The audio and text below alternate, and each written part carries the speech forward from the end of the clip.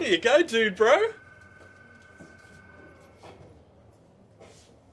Thought you footy boys wanted to have a little throw around the office. Really? Foul show. Foul show. Pretty cool boss, huh? Probably going to start calling me the man. The man. The man. Catch you in 20, brah.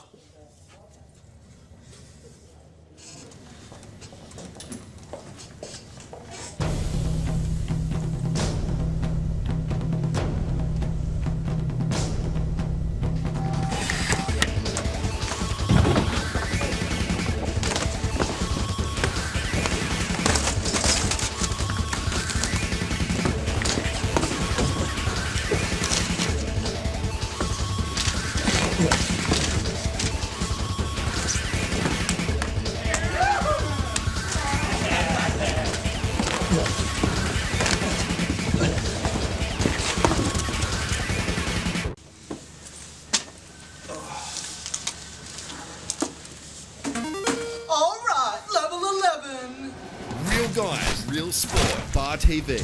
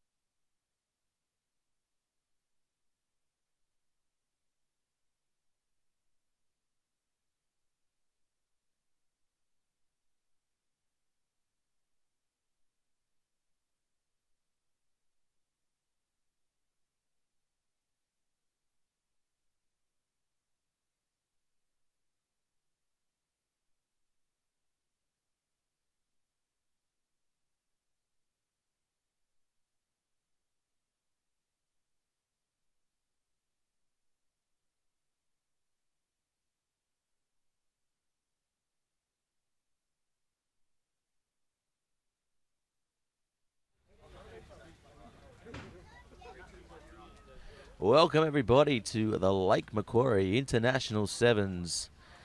Our first match of the day, University versus Nelson Bay in the women's division, should be a cracker as we get into the first play of the day.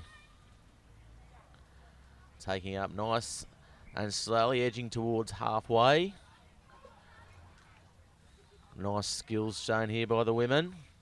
Gets the ball out wide. Could be on here if they let the ball do the talking, and they do. Wrapped up nicely there by Uni. Nelson Bay in the blue away for the sideline. This is going to be the first try of the tournament, first try of the match, and first try in the women's division. And that's a good one there by the Nelson Bay girls. The University side not quite up to the task early on. And that's easy as you like there at Lake Macquarie, of course. We'll be here all day today. With me right now, Cardio from the Manly Marlins, all conquering side. How are you? Good morning. It's all good. It's always a pleasure to have you in the commentary box with us, and what a lovely commentary box it is. Yes, it is. Nice and comfy. Wouldn't want it any other way, would you? Of course. We see the men's warming up in the distance there. It's going to be a big day. Best spot in the house. Of course, a one-day tournament, always good. The prize money is up there, isn't it? For the women's, it's $1,500 for these guys. I thought it was...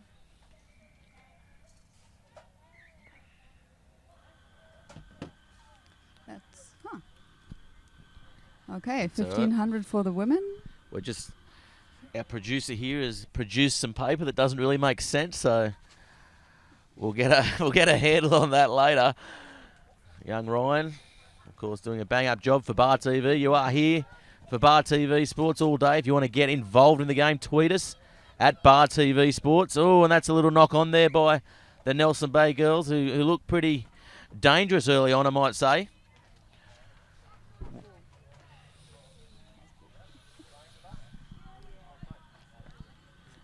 Of course, the men's prize money here is $4,000 for the winners, which is a nice little purse. Of course, your side Manly looking to take that out. Hot favourites here today.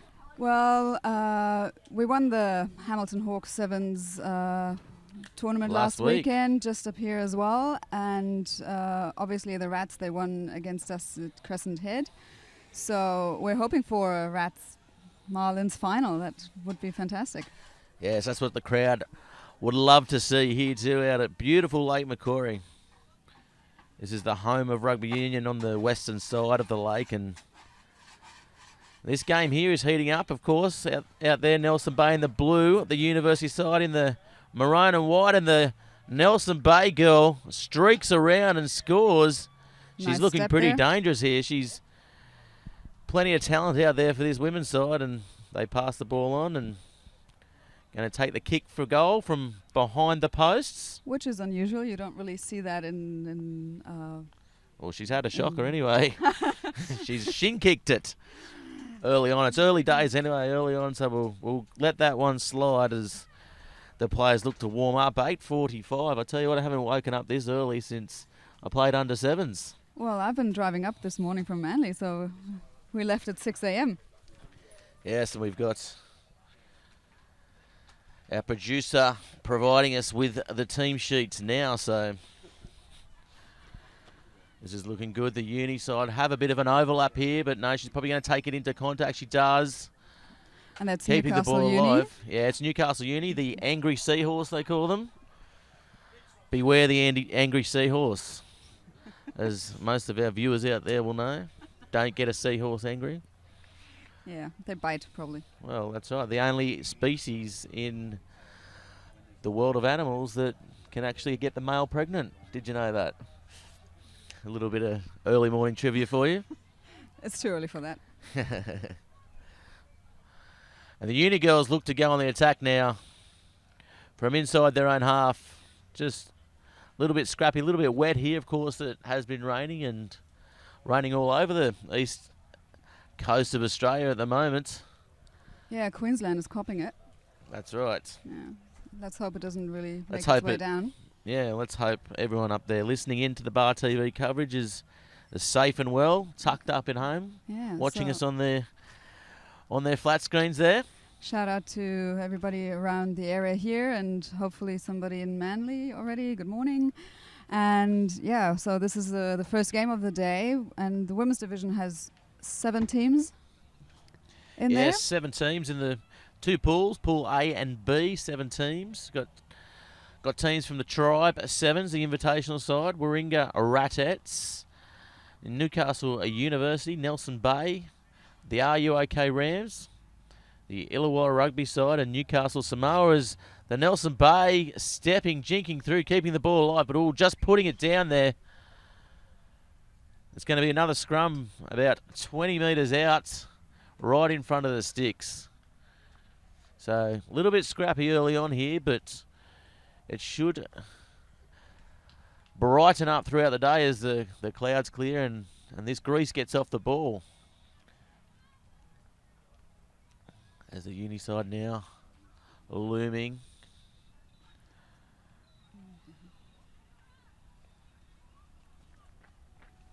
Taken down.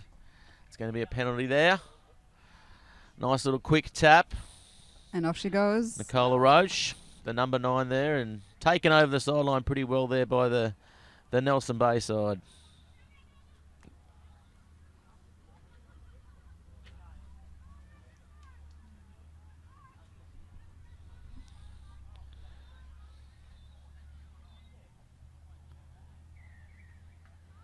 And that's going to be another penalty there, just lying over the ball.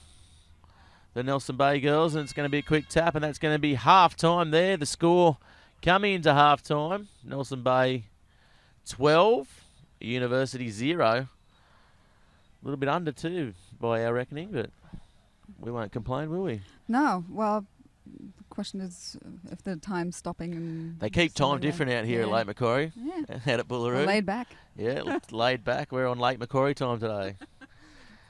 Well, we'll It be says on it finishes Samoa at and 6 o'clock. Fiji Yeah. time as well. Yeah, well, says it finishes at 6 o'clock. We might well finish at 10:30 tonight. Oh, let's hope not. So Well, later you on, got somewhere to be later on in Manly. The boat shed, maybe. maybe the boat shed, but maybe I'll have to wait until April to go and see you there. Yeah, that's right. Of course, I will be performing there in April. That's what Cartier is alluding to. So later on we have something that's going to be interesting, the Flying Hundreds division. Yeah, and I just got word up then. They asked me to go in, and I'm certainly not 100 kilos, that's for sure. It's for men 100 plus kilos. And they weigh in before. yeah, they've got to weigh in. before I don't know, the do they game. get fully nuded up to weigh in? Is this what's happening? Yes.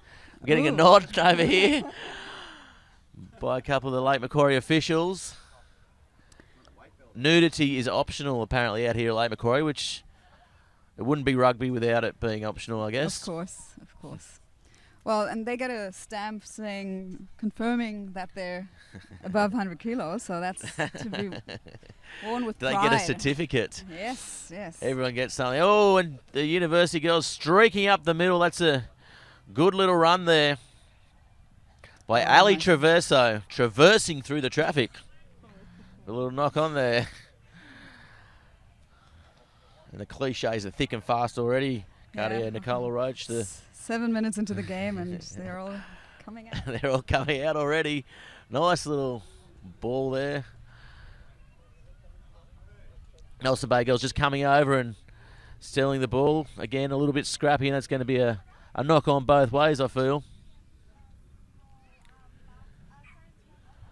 It's going to be a Nelson Bay feed. The Nelson Bay girls holding this university side out pretty well at the moment, under a bit of pressure in these early stages.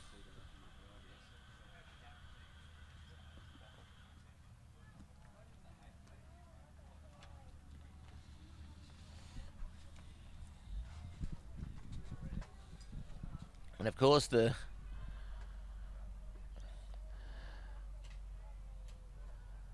Premier men's team, we've got the New South Wales Blues, we've got the West Harbour Pirates playing, the Hawthorn Academy, which is the Newcastle side, who are gearing up for the 7's championships all around the country. So you'll see a bit more of them coming up.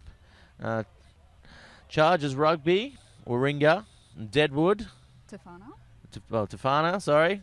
It is early in the morning, come on. And West Harbour Pirates, their second side, so they've got two sides up here looking to do a bit of damage maybe. Yeah, How do you feel about that? Well, it's good to sort of try different players as well, because next week is the big one, Kiama, so we will have two teams in Kiama as well. So yeah, it's interesting, and it's good to, if you have a good playing base, that you have two teams and you can sort of try different combinations probably. Yes, of course. And Southern Beaches and all the way from up the Hunter Valley is Muswellbrook Rugby Club. So Muswellbrook Rugby Club playing in the second division in the Newcastle Hunter Rugby Union, but probably good enough to have a team in the Premier Comp. So let's watch this space, I guess. And we go back to the action now, and Nelson Bay still holding out this university side, who are looming.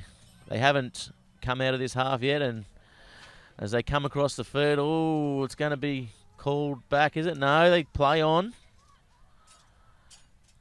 through the centre there.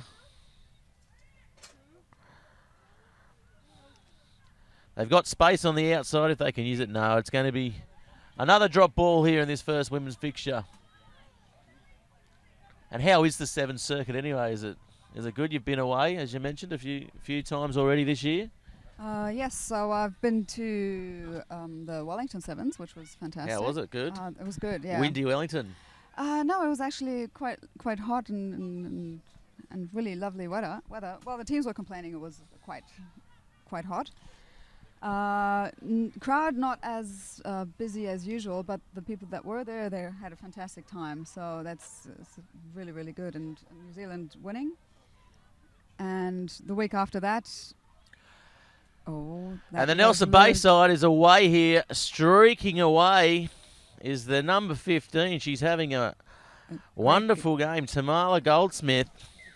Oh, 22, sorry. We haven't got 22 listed on the team sheet, but we'll go with Amelia Withers because she's after 21. There's two 21s. It's early in the morning, so forgive me. I've come from Singleton Rugby Club last night. They had a comedy night up there, which was fantastic. And let's just say it got away from me. Just wanted to say you look the part, but I'm not saying that. Well, so the Seventh Circuit with Fiji then winning the Las Vegas one, it's really tight, and Australian team still hanging on to that magical fourth spot for the Olympic qualifier. So let's hope they can keep it going. We'll definitely want the automatic selection there, don't we? And that's a good tackle there by the Nelson Bay side. 17-0 here to the Nelson Bay women. They look pretty strong at the moment. And after this display, I'd say they're probably up there as one of the tournament favours in this. Oh, she stepped through there. And coming up the middle, she maybe run down there. Yeah. The 21. Ashley Dunley. She's over the line. And he's called a try there, the referee. And she's going for the conversion herself? Yep, she's going to kick the goal. She's going to do everything here. But no. Waved away. Waved away, unlucky. We've got about a minute and a half to go remaining in this first fixture between Nelson Bay and University in the women's division. Next up, we'll have the New South Wales Blues versus the West Harbour Pirates in the first of the men's. That's going to be interesting because that's the New South Wales representative team. Yes. A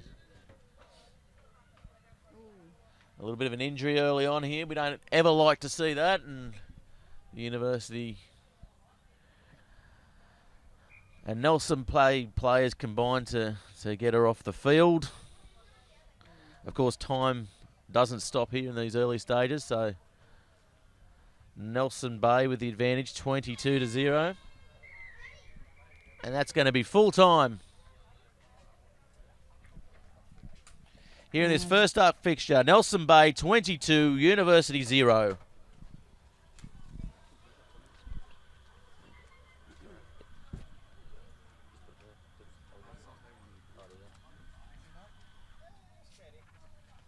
So first up, Cartier, how'd you rate that one?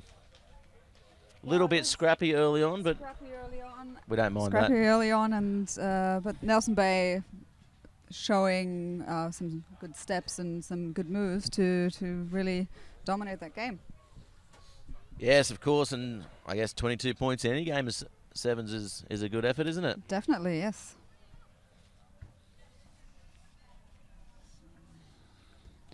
So. And here we go, the first of the men's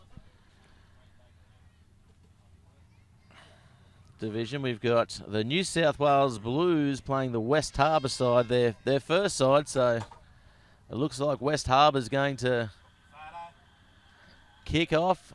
New South Wales Blues are going to be running towards the lake. Of course, you are here for Bar TV Sports. Follow us at home on Bar TV Sports. At Bar TV Sports, if you want to tweet in and tell us how everything's going. How you like Gareth's jokes? I don't have any jokes. It's a serious day at the Lake Macquarie International Sevens as we kick off here, and it's the first match of the men's competition. And the ball going out straight away by the New South Wales side, of course. He's got a bit of space here. Looking on his outside, looming. He's got pace here. Is he going to streak away? He is. And that's a good try there to Tom Mehmet. Scoring from their opening phase. And that's pretty poor defence, really. Yeah. I guess they didn't expect that, I guess, off the kickoff. So 5-0. Well, West Harbour, they had a drive up this morning probably as well. The head's still in the harbour, the West Harbour. Of course, will be. Maybe too much rum last night as well. As Is that what goes on down there? Oh, The no, Pirates. The Pirates. Arr. Arr. Love the Pirates. Maybe we could call this whole game like a pirate. Have you got it in you? German pirate? Why not? They're the best kind. Oh, a little short kick here. Well, But a little bit too deep, and West Harbour come up with it, and good attacking position as they place the ball back nicely at the breakdown, and a referee calling a penalty, not getting back. Quick tap taken. Looming. They'll set the ball up nicely here. Just right of the sticks, and ball comes loose, kick backwards, and referee's called a knock on there. I thought it might have gone back, and the West Harbour team a little bit dumbfounded, to say the least. But it will be a knock on, it will be the Blues feed. So what do you know about these two teams, Cartier? not much really. Okay. Well, obviously West Harbour shoot shield team, and looks like they've been working on their 7's program, bringing up 2 teams. And well, New South Wales Blues is the representative side for New South Wales. Well, I'll hold you there. He's up there through you the go. middle, and he's going to go all the way. Chris Nay under the sticks, and that's a good try there by the Blues. Yeah.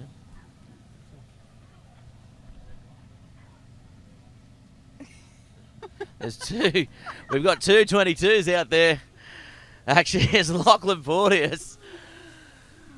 For our viewers One at of the home, two. of course, late Macquarie 7's dishing it up for us here. And who said you can't have two 22s in a game of rugby? 7's at the late Macquarie International 7's, and oh, that's a good kickoff there, using the wet weather to slide under. The Blues come up with and he's knocked and it he on. lost Good it. attacking opportunity there, but it goes wanting.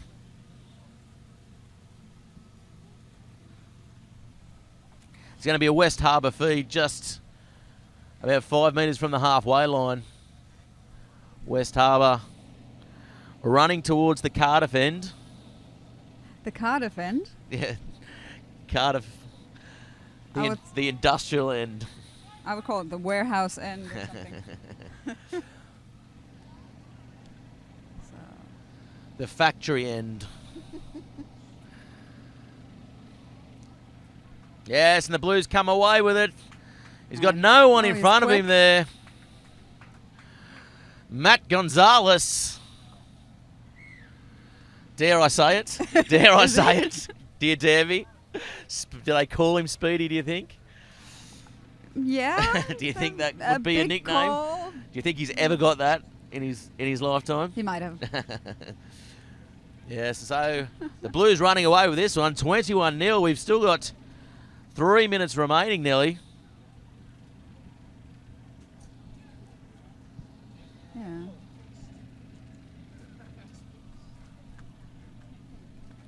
Yeah, so February is a big month for 7's. So It is. we started with Crescent Head.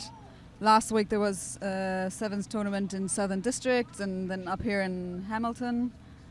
This weekend up here, next week in Kiama. So yeah, there's lots of 7's being played in around New South Wales. In all the exotic parts of New South Wales too, isn't it? Crescent Head, one of the most beautiful spots in the world. Lake Macquarie, of course, as the And Blues streak breaks. away for another try here. Malachi Hesnay. Malachi Hesnay getting it done here. He's going to kick the goal for his own try. Malachi. Good strong Irish name. Malachi. He doesn't look Irish. Depends what part of Ireland you go to. It's inland Ireland, not on the coastal regions where the hair tends to be red. And the Blues really looking a pretty good force here. Yes, yes. I thought Could be a bit of Pirates might competition. be. Smoky. might be a Well, bit they've got- ahead, but yeah. As you mentioned, they're just starting to develop their sevens program. That's a nice little step off the left foot there. He's coming through, and he's going to score another. That's his second for the day, is Porteous. And converting himself Yes, and with a little help from a little girl. yeah, she wanted to have a kick. Tell you what, she looks like she had strong legs too. Yeah, could've nailed because it. the grass is a bit sort of soft and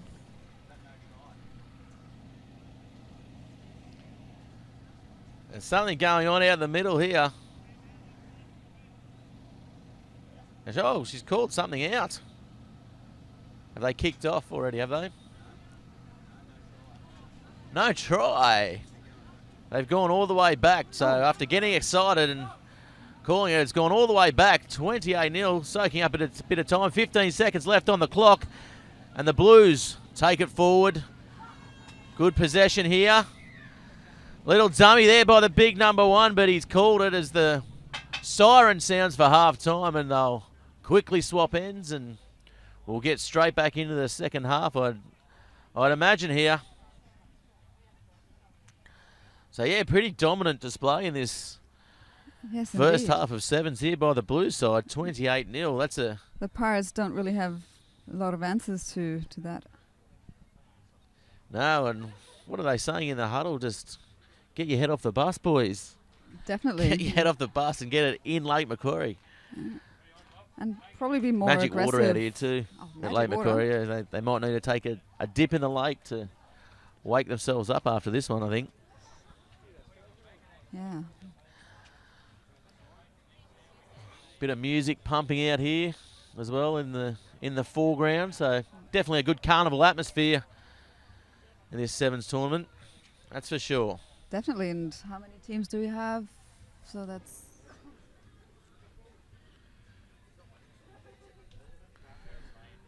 I'm not a maths. I'm no good at maths, especially this early in the morning. That's why you do the Well, talking. there's a lot of teams. There's four men's division. There's 200s division. There's the women's division, and they've got 2 pools as well. So there's 6 teams in each division. Is there? Or Well, you have 7 women's, 7 flying hundreds, and in the men's premier, it's 18 teams 18 good- teams. So of men's. coming Plus- 18 teams in the men's division, coming from all the way across New South Wales and the Hunter. Even Penrith. Penrith have got a side, so And then Tamworth. the foot of the mountain, the Tamworth Pirates, who love a good road trip, I'm told, so it should be an exciting weekend for them. And that's what I love about sevens is the carnival atmosphere, and the Blues towing the ball forward there and just a little bit scrappy off the kickoff.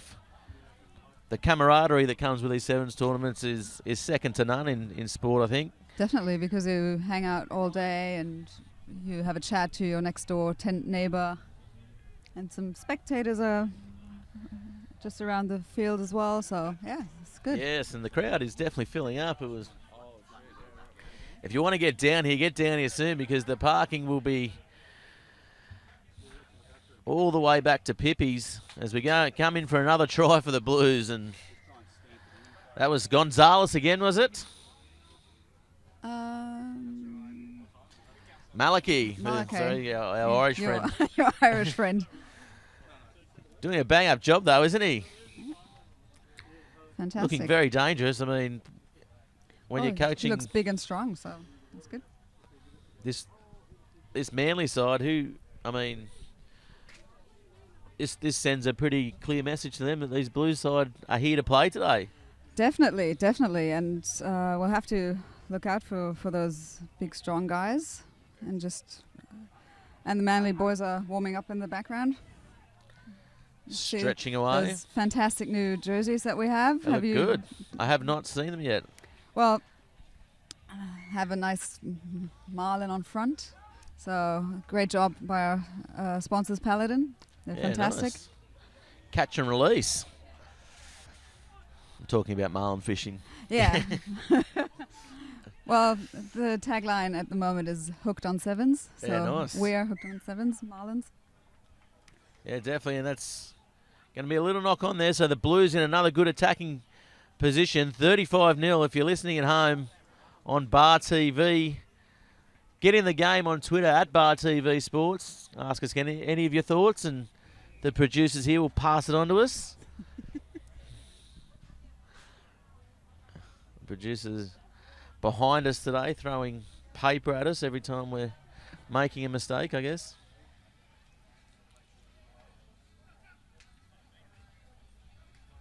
And the Blues are away here. This is going to be another try to them. And I'll tell you what, they're really hotting up here. The Blues, I haven't even had to really look at the West Harbour team sheet here. They were not featuring at all. Yes, and Tom Memmott, that's his second for the day as well. Is it? Didn't keep track.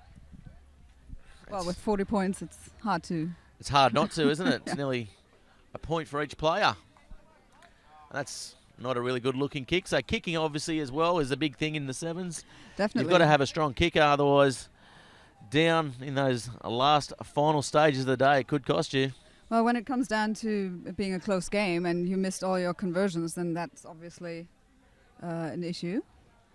And also the kickoff is very important, because if you have a good kickoff and your own team catches it and then you just run through to the line, then you're ahead and you don't give away possession. Yes, and that's going to be a penalty on halfway. West Harbour now looking to attack, but wrapped up well by the blue side, and they've stolen the ball. Look to counter-attack here, the blue side, and they've got support down that short blind, but no, they go to ground. Good option there. Ball coming out. Moving Handed through off the hands. nicely. Good hands there. Good keeping the ball alive. Drawing and passing. He's got space down the touchline, but he's going to get taken out, is he? No, the touch judge keeps the flags down, and West Harbour now come up with the ball. But the Blues go through, and that's going to be holding on. No, coming over, sorry, and West Harbour with the ball again and taking the ball up and throws a long ball out, but the Blues really good defence here. In their face, desperation, showing that, yeah, this is good defence here. This is great defence by the Blues, and he's kicked it out, and that's what something easy. David Beckham would be proud of. I tell you, James Orlowski, good strong Polish name, that one. Sounds Polish to me. Well, I'm part Polish myself, so Neighbours. we could be cousins. And that's a conversion. The score now 47-0. This has got to be some sort of Lake Macquarie International 7's record, I'd imagine. Well, There's for still today, a bit of time for today, definitely, but I mean, still a minute to go as well, so there's still 2 more tries in these guys, I think. And that's another poor take by West Harbour. They're not looking real confident at the moment with this blue side coming over the top. They've got space on the outside, but poor pass there. But, just nearly slices his way through, keeps the ball up, pops it up, and that's a poor attempt at tackle there, and he's going to get over the line. The big number 6, Louis Cat. Of course, Louis Cat comes from Newcastle. He's played with the Hamilton Hawks and the Wanderers as well. He also played against the Barbarians in the Lions in that New South Wales country fixture too. Oh, wow. There you go. So maybe someone you can get the checkbook out and bring him over to the Marlins. Well, we actually have a lot of Colts now in our training program as well, so we're going to build that up. So we have the building up from our own ranks. So that's at the moment what we're looking at. Well, Cat, I mean, at the moment he looks like he's got the Randwick shorts on, so obviously he's having a stint down there, yeah, maybe this year. So, well, obviously the Shoot Shield season starts in March again. Yeah, that's right. And So a little bit of conjecture on what's going on with the coverage for that as well. So, and this is going to be another try here to the Blues, and the big number 10, Tom Memmott. That's his 3rd try of the match, I think. So, early stakes. He's tournament favourite for leading try scorer. where's the stats person? Young Ryan's over there. Young Ryan's over there getting the team sheets, of course. The laid-back nature of this Sevens tournament allows us to get the team sheets probably a minute into kickoff most of the time. So, of course, I did notice that. Yeah, the Manly posted their team last night, which was a massive help for us. And next match up, we've got Warringah, one of the tournament favourites, versus the Deadwood Timberwolves. And I don't know too much about the Deadwood Timberwolves. What can you tell me about them? As far as I know, Deadwood is a invitational charity thing. So I think I remember that from Central Coast tournament. So they're more of a. So I think all the proceeds go to a charity.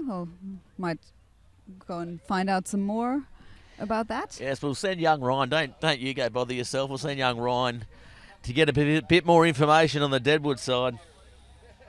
And I think they also have a side in the Flying 100s. Yeah, right. Nice. And yeah, so next up is against Warringah. That's going to be good. And they have, looks like their top side with Hamish Angus, Dave Felchier, Luke Holmes, Josh Holmes. So Sireli Tangithakibo, he played for us last week. He did, so bit of chopping and changing. We had a bit of injury, so for the final we were allowed to get a player from another team. Ah, nice. And that's what I mentioned before. That's the great nature of this Sevens tournament. Sharing is caring, and taking the ball in there. Of course, Warringah and Manly, the big, great rivalry, isn't it? Great rivals, Battle of the Beaches. That's right. I'm a Manly man myself. Good to hear, good to hear. Oh, and Deadwood is off. Streaking away is the Deadwood side, and that's one they probably didn't expect. And, of course, true to form, there is a couple of number ones out there, and I'm going to go with Ben Borg. He did, with his blonde hair, he did look like he was Ben Borg, not Matt Narracott. So I'm guessing the blonde hair and the white pale skin would lend him to be of Swedish stock. So Ben Borg over for the first try. So that won't happen with Manly because you can check the Twitter feed of the try scorer. That's right. Check the Manly Twitter feed for the try scorers. There'll be no confusion with Manly. Manly obviously killing it in the administration stakes, that's for sure. If you're not going to win anything, that's what you're going to win today, at least. If you're not going to win anything. I didn't say you're not going to win, as I get death stares in the box here. But yeah. If you're going to win something today, you've won that already. The administrative team of the tournament. I think the Rats are pretty good at social media as well. So that's not sure if they have sitting on the fence. Not sure if they have their social media person here, but yeah, it's the line out taken back there. This Deadwood side doesn't look too bad, the invitational team. Yeah, well, hailing from all over. I think last time I saw them, they had Dave Harvey playing for them as well. So they seem to get some good players. Yes, and of course, if we go all the way back to the Central Coast Sevens, the Holmes brothers for this Warringah side, they're definitely a couple of dangerous players as well with ball in hand. Yes, definitely, yeah. And that's going to be a penalty there. Quick tap taken. Oh, and just Holmes tries to commentator's curse, really, as we like to say, and just wrapped him up, saying that he's one to look out for, and he's if you can keep that pushed up, a loose pass. Yeah, I'll just keep quiet when Manly comes on. Is that what you're saying? No, you can do that when the Rats are on. Well, the interesting thing is with Warringah and Manly now, with the North Harbour Rays happening, so these guys know each other now, playing together, and it was a weird thing, sort of calling to say, "Oh, go Dave Felchier and score a try," but that's the beauty of it that you get the guys to play together, but then when they play against each other, it's a whole different story. Yeah, that's right. It's like a good old Romeo and Juliet story, isn't it? It is. As the Rats now attacking. Oh, and Oh, unlucky there, just putting the ball down, and Warringah chancing their arm, as you do in sevens rugby. About 20 out, but they're going to get the ball back here as it's a little knock on there by this Deadwood side. The Deadwood side, I don't think the Warringah side, was expecting them to come out like this. you would think so, yeah. As we look now, and And of course Hamish Angus playing at half there, little quick scurry away there, And turns there the you ball go. on the inside, and that's a good ball. And this is going to be the first try of the match for the Warringah side, Josh Holmes. And he's been pulled up. No, again, I will keep talking for you. And the Deadwood side clears the ball off their own line with a kick, and Warringah coming back to regroup here. They've got numbers outside, but a and little knock on there knock on. maybe, yes, and the referees picked that one up.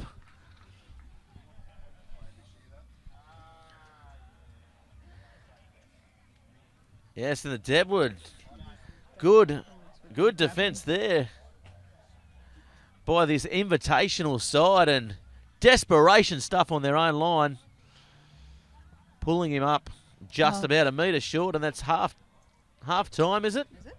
I don't know. They're bringing out the water, so it looks to be the teams are going to take a break. So it is definitely on Lake Macquarie time. it That's is. for sure. Yeah, so our producer letting us know it's hooter to hooter, so siren to siren. And if they kick off a minute later, then So be it. Yeah. Then their loss. So I don't think that Tight the ship. Rats expected this much of a... Definitely not. The Deadwood. Warringah side, I mean, it's one of those things they really have to win every game to advance into the next stage. So the Warringah side are going to have a big half. Yeah, have to step it up. So what's happening now? Still going, just a little bit of a chat, maybe a little bit of blood out there. The siren came from the road. Someone beeping at the roundabout out there, maybe. Probably, The yeah. traffic out here at 9:30 on a Saturday morning, always hectic, so maybe that's what it was. Well, they can cut the halftime short or something. Yes, I'm sure they'll probably just swap ends. I mean, so I guess you guys take the sevens quite seriously, so how much goes into it in a lead up to a tournament? Is it something you train for, sort of, instead of doing the 15 or sort of side stuff, you just train specifically for this? Or Yeah, so there's a extra training session and separate sort of program. yes, as we go in the second half now. Oh, that's Warringah on the attack here. They've come back. Oh, and they've lost the ball. Just no desperation, and they're going to get away. The Deadwood side, he's throwing the dummy on the outside, and he's going to get taken out. Probably should have gone inside. So there's the siren. They've already swapped for half-time here, and quick ball in by the Warringah side, looking to play off their own line, and just getting held up. The referee calling it back. Not happy with the line out. Taken quickly there, and Warringah throwing it in. Coming around, what are they going to do? They're going to throw the long ball on their own line and back themselves, this Warringah side, and Try to just try not wrestle to through. try to consolidate this ball, because it's going everywhere at the moment as they go back left. But the pressure Good is long on. ball, but Yeah. pressure's on. Dancing with him, playing with him. And Luke Holmes down in breakdown. There's the ball coming out now. Good little step there off his left foot. He's got space. He's got pace. He hasn't. He's turned the ball back on the inside, and that's a good ball. He's going to streak away. Will he get him? No. It looks like he's going to go all the way there. Sireli Tangithakipau. Big Sirili Tang Fakifa. Nice effort there by the speech. And I'll tell you what, he showed a bit of pace coming back on the inside there. One to watch out for the tournament. Definitely, yes. He's a You'd like to think quick that man. he'll convert this one. Yeah, Hamish Angus, I think he was Yes. one of the nominees for Shoot Shield player. I don't know if did he even win it? I don't think he did. He didn't win it. No, I don't think it was. Was it Holloway? Jed Holloway won it, maybe. I'm not Not sure. It was not Harry Bergelin, although he was nominated. You're asking the wrong person. I'm not an awards man. I'm not an awards man. I got nominated for an ARIA once, didn't win, so I've never been back. Well, I'll tell you what, the Central Coast 7's tournament has been nominated as a New South Wales sport event. But Yeah, definitely. I mean, unfortunately, it didn't win, but it's still a good thing to have a 7's tournament up there. yeah, I mean, it was a great weekend of rugby out there too. So obviously, this is what this Lake Macquarie tournament is trying to build to as well. And certainly the quality of the teams speaks for it. Yes, and it's a pleasure to be here. And knock on both ways, knock on three ways. A menage a trois of knock-ons, that one might say. I've never made you blush, but I did just then. It's going to be a scrum. The team's looking like they're sucking in the big ones at the moment. It's been a pretty fast game, this men's fixture. The second of the men's fixtures. Ball spread out wide now, and nice little step there in the middle. And oh, bad luck. Deadwood probably should have held the ball there and waited for numbers to come around and reset, but pushed the pass, and it's going to be a Warringah feed here. 20 metres out. Sorry. Let's see 10 what they metres can from do. halfway. Let's see what they can do. Yes, I think they'll probably look to attack, I'd imagine. So 7-5. It's going to go down to the wire here.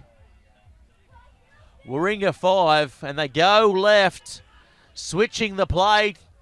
Dummies on the inside. He's got around here. He's going to streak Josh away. Holmes. Josh Holmes, as we mentioned, one to watch out for in this tournament, and he gets a great try. Good individual brilliance shown there. Definitely, yeah. And you would think that the Rats might have the upper hand in terms of fitness. You could see that Deadwood is dropping a bit. Yeah, definitely so. And they would have special separate 7 sessions as well, where they also work on fitness. So all these guys are playing 15s, and then on top they do the 7 session. Yeah, definitely so. I mean, it certainly would add to their 15 play as well, wouldn't it, playing in this pre-season 7s? Definitely, and just in terms of fitness and, well, all teams have their pre-season preparations, but the 7s players definitely have something on top in terms of skills and hands and things like that. Yeah, certainly different from the days I used to run around in the 7s. They take it a little bit more seriously. Crescent Head was always a good trip away. And Deadwood just cleaning the ball up there, but Warringah coming through. Deadwood have the ball, going blind, stepping on the inside. Just good defence there by the Warringah side. May have numbers if they can use it. A little kick forward. Probably could have held on the ball, but he's got pace. Is he quick enough? Oh, good. Good dive, putting his body on the line there, the Warringah player. And Dave Felcher. yes, just holding up the play, using the strength. And knocked down, and that's unlucky because he had space in front of him. Dave Felcher stepping on the inside. Just holding the ball up is Vesso. And that is a penalty to the Deadwood side. So I guess one more throw at the dice here. This could be dangerous for the Warringah side. They're going to have to switch on as Borg gets the ball out. Just taking it in. Coming over there, the Warringah side, just showing their fitness here. Yeah. And remember, it's when the hooter goes, it's done. It's so all over, so even they if have they to score after the hooter, that doesn't count. But it looks like Warringah might get away. It might come in for a try. And has he got it down? I think he might have. Yes, he has. And that's a Hamish Angus. nice try there by Hamish Angus. And that's his second for the day as well. So early on, the favourites here, as we've mentioned. they've come back. They looked a little bit shaky to start off with, but They were probably surprised at the assault by Deadwood. yeah, that's right. I mean, probably thought it might have been a walk in the park, but definitely not. And of course, if you want to tune into the Bar TV coverage, The replay, yep. follow us all day on Twitter and on Facebook. Like us on Facebook at Bar TV Sports.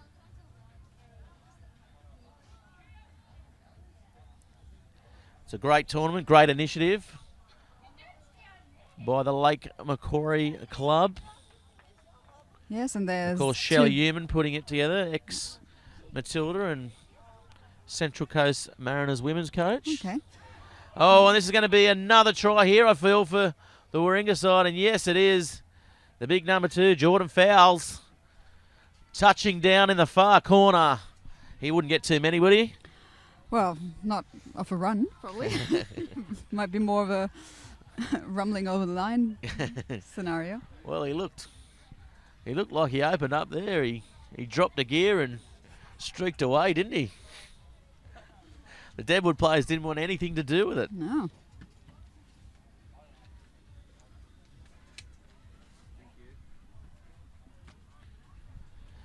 And Hamish Angus looking to convert from the sidelines here, but But it's not going they'll to just count. blow it up full time. Did he get that kick away? I don't know. Do they count it? It won't count after Hooter.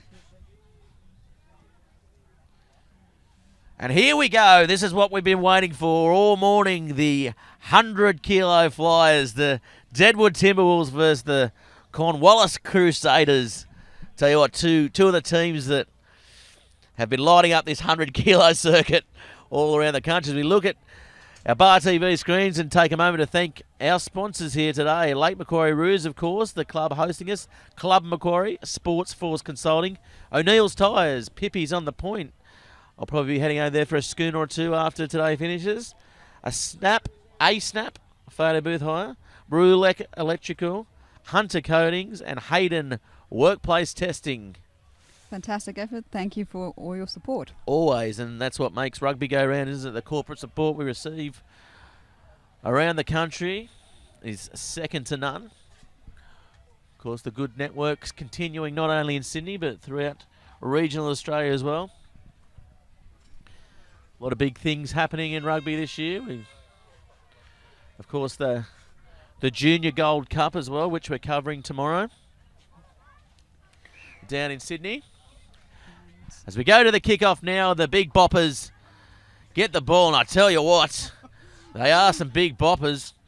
Some of these skinny players in what is I call now the second division tournament in the Premier competition, and the Cornwallis Crusaders streak away for their first try. That was a good And effort. Jeff Ryan, the big number 12, weighing in at 104 kilos, so just making the mark. If you call all of them big, it sort of takes it away a bit, doesn't it? Yeah, that's right. Who's the biggest? Who's the biggest for the crew? We got Ahiti Hopoe, who's 140 kilos Jeez. out there. So I don't know if he's on there yet. I'm sure we'll be Number- able to tell when he is. Number 10. Yes, and the ball not quite going 10. So for big boys, they didn't put a lot of weight behind that one, did they? Oh, just dropping the ball, taking a look. I tell you what, I would have taken 2 looks at that. Little quick tap there, taken. They got, no, he's not 100 kilos. No way, he's not either. Who are they kidding? I tell you what, don't run water out to them. Run a couple of pies because they need to put a bit of weight on. Needs to bulk up. That's right. I'm not having it. Well, They should be docked 5 points, I think, for not making weight. I better get going because my boys are about Okay. to come on. We'll welcome you back later in the day. Thanks, as always, for joining the Bar TV commentary team. No worries. And we look forward to chatting to you later. All the best with the Manly side. What are you going to... Any words of advice? Well, What are we're you up gonna say to against the sort of Tonga and Saracens side, so Ooh. that's going to be physical. We're not sure about... They're How- doubling up how in this they- Crusader side. The big boys from Tonga. Yeah. So I think maybe that'll be is interesting. Kelly Meaful playing in that one today? I'm not sure. I haven't seen any team lists yet, so you'll be able to tell me. I will. I'll tweet it to you, can't you? As always, thanks very much for joining us as the Crusaders go on the attack again. Sheer weight in numbers, one might say, and the Deadwood side attacking down the left, but the Crusaders picking it up.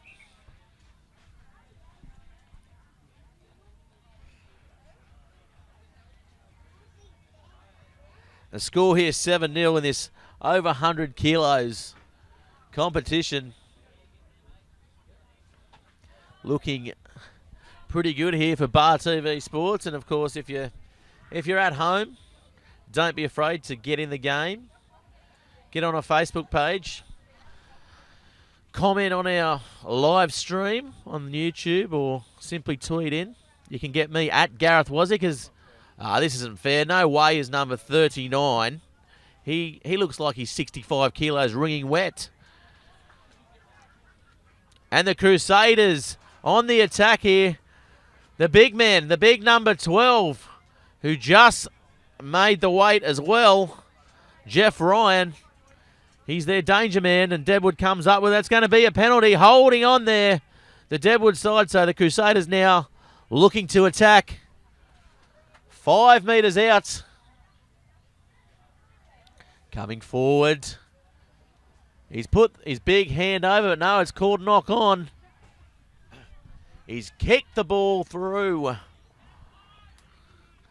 It's going to be a foot race here. And the Crusaders player diving on the ball, getting back up, holding his feet. Getting the ball around, but it's gone to ground. It could be trouble, but no. Picking it up, the Crusaders side, and looking to attack the big number 19. Vahiti Hopai, the big 140 kilo behemoth, getting the ball back. As we look now, Crusaders dummy up the middle. Pass going to nowhere, but the tackle man on the ground gets back up, cleans up. Space out wide if they can use it, but no, call back there. Little knock on. Good call by the referee. Of course, the referee's doing a bang-up job for this Lake Macquarie tournament. And Lake Macquarie International 7's here today, so if you're not doing anything at home, come out here. The rain looks like it's staying away if you're tuning in.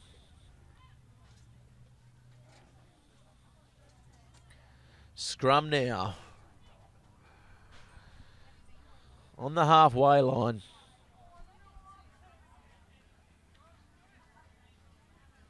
Ball passed out. Trying to get around his man there. The skinny number 39. Or the big number 8. Flicking the ball out. It finds its man. There could be trouble here if they can use it. Little short ball. Crusaders just knocking that ball down.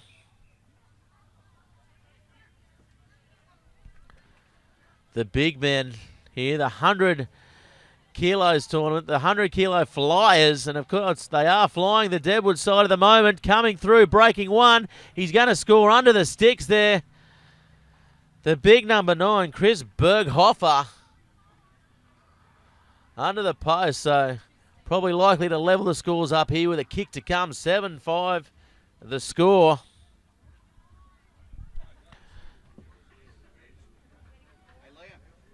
And he makes no mistake of that one. So the score's locked up here in what is the first game of this men's 100 kilo flyers tournament.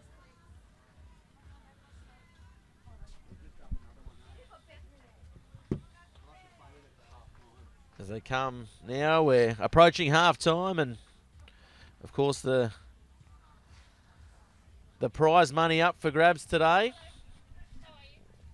We got 4,000 for the men. Runner-ups 1,000, and third and fourth is $300 each. As the big man streaks around, he gets ankle tapped. He's their danger man. Jaden Newsom. Nice little flat ball to the big man who he's hard to put down. He's 140 kilos is Hopai.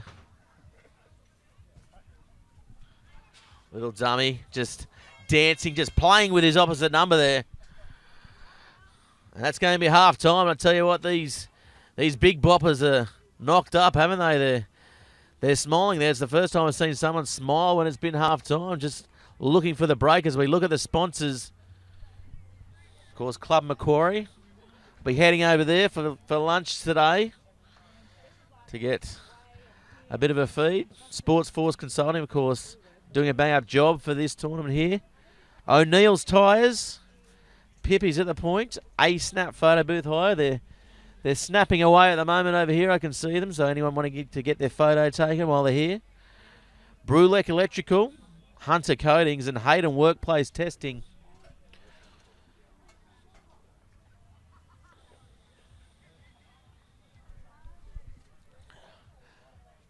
And the team's warming up over the other side of the field. Next up,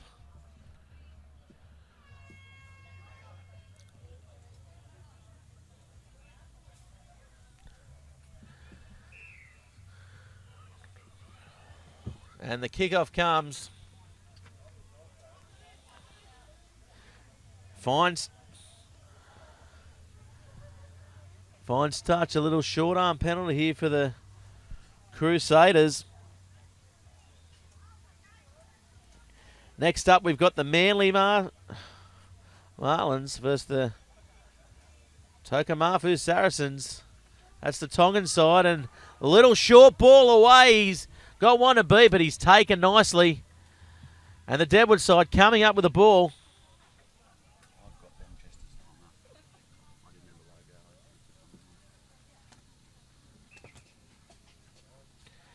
Yes, and just dropping the ball here and knocking on. It's going to be a scrum deep inside the Deadwood half.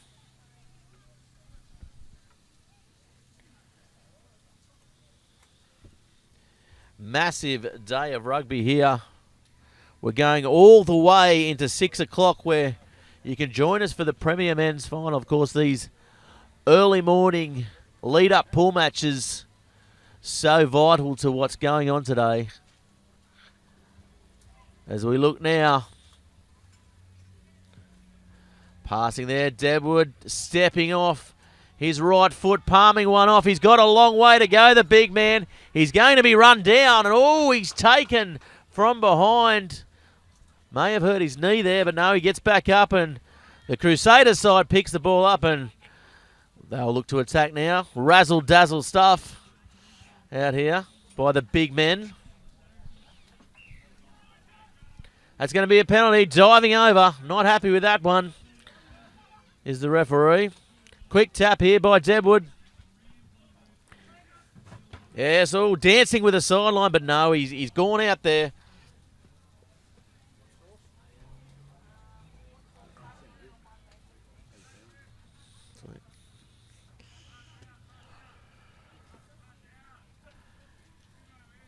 Line out now. The Crusaders will be throwing the ball in. Going to the back. Maybe not too straight, but referee letting it go, and Crusaders come back up with the ball. The score locked at 7-7 here. Of course, it is hooter to hooter, so they will pull the play up. We've still got a long way to go in this second half, and these big men look like they're knocking up, and he jinks through one. The tight stuff is where these big men like, and he's going to go over the big number 18, and that's a try to the Deadwood Invitational side. Chris Zerbulis, I believe. A nice try there.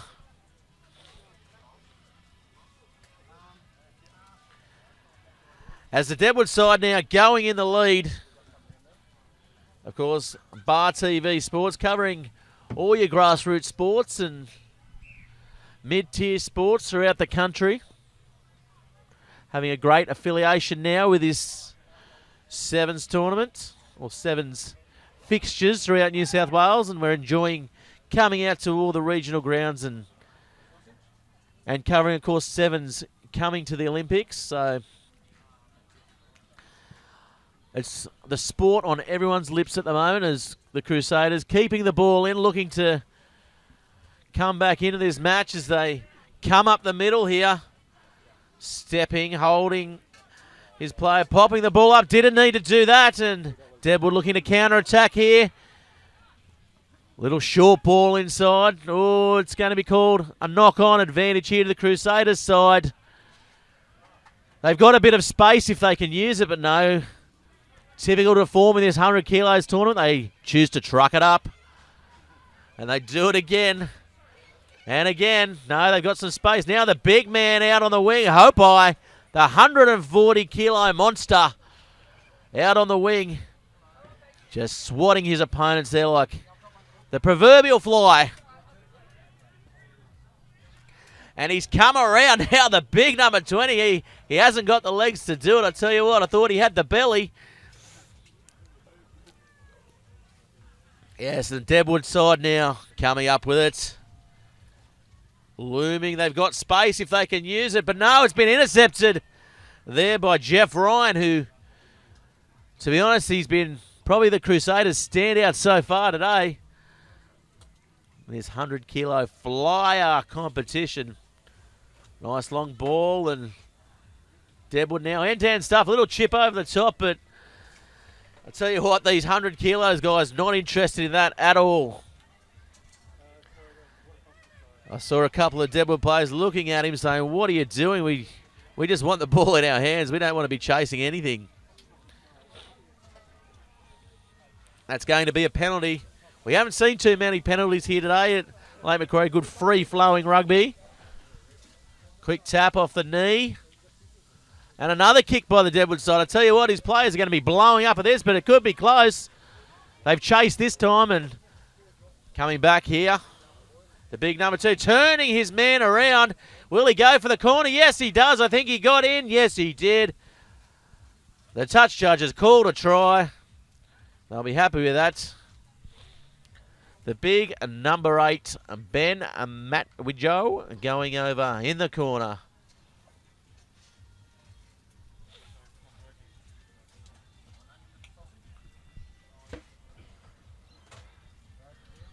So plenty of people turning up for this tournament here at Lake Macquarie. It's a great day. It's not too hot.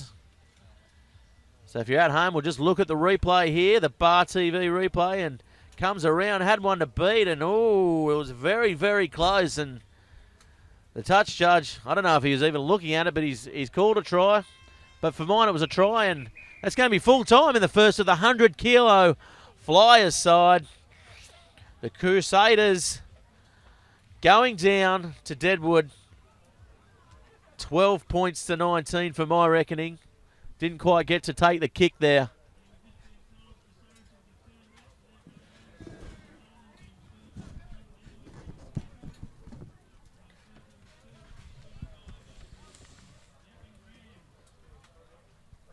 Of course, Field 2 playing as well here today.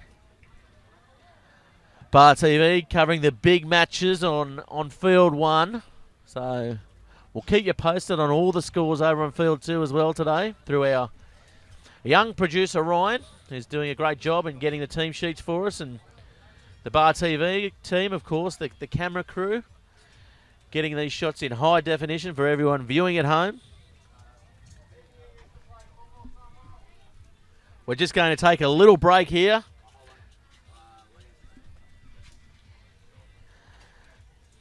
The Tongan side just turning up off the bus. Yes, they're on island time. We spoke about Lake Macquarie time earlier on, but island time's all right. Lake Macquarie time. Certainly not EST. They're going to take the kick, as is custom in this 7's tournament. We're yet to get the team sheets over here. Ryan. Team sheet.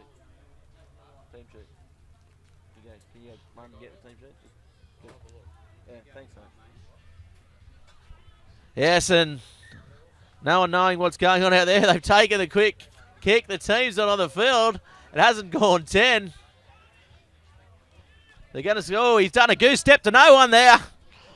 And that is going to be a try. Yes, the Tongan side not taking the field, so the Manly side, as is custom in this 7's tournament, kicking off. And here we go. The score now 7-0 to Manly. So the Tongan side just taking the field now, and the big man have it. I tell you what, a couple of these guys could have played in that 100-kilo competition. It's going to be an exciting fixture, though, this Manly side. Looking good. One of the tournament favourites. As we mentioned before with Cartier, they've got the new jerseys. I don't even know if this Tongan side, the Saracen side, has 7 players on the field yet. They've only just arrived here, so this invitational side, it's looking pretty good for the first scrum. Actually, I tell you what, that was good impact there in the scrum. They're here to play anyway. They've turned up late. They're not happy with the quick kickoff by the Manly side, but that's the rules. But Manly looking to spread the ball wide. And no, the Tongan side just coming across in cover there. Manly has a bit of space on the other side now if they can swing it. Looking to attack, taking the ball back in, stepping on the inside, and that's going to be the first proper try of the match, I'd say. And Manly now, probably now 14-0 with 12-0 with a kick to come, so you'd be banking on him to get this kick. Of course, this Manly side travelling all over the country, just been to the Wellington 7's a couple of weeks ago as well.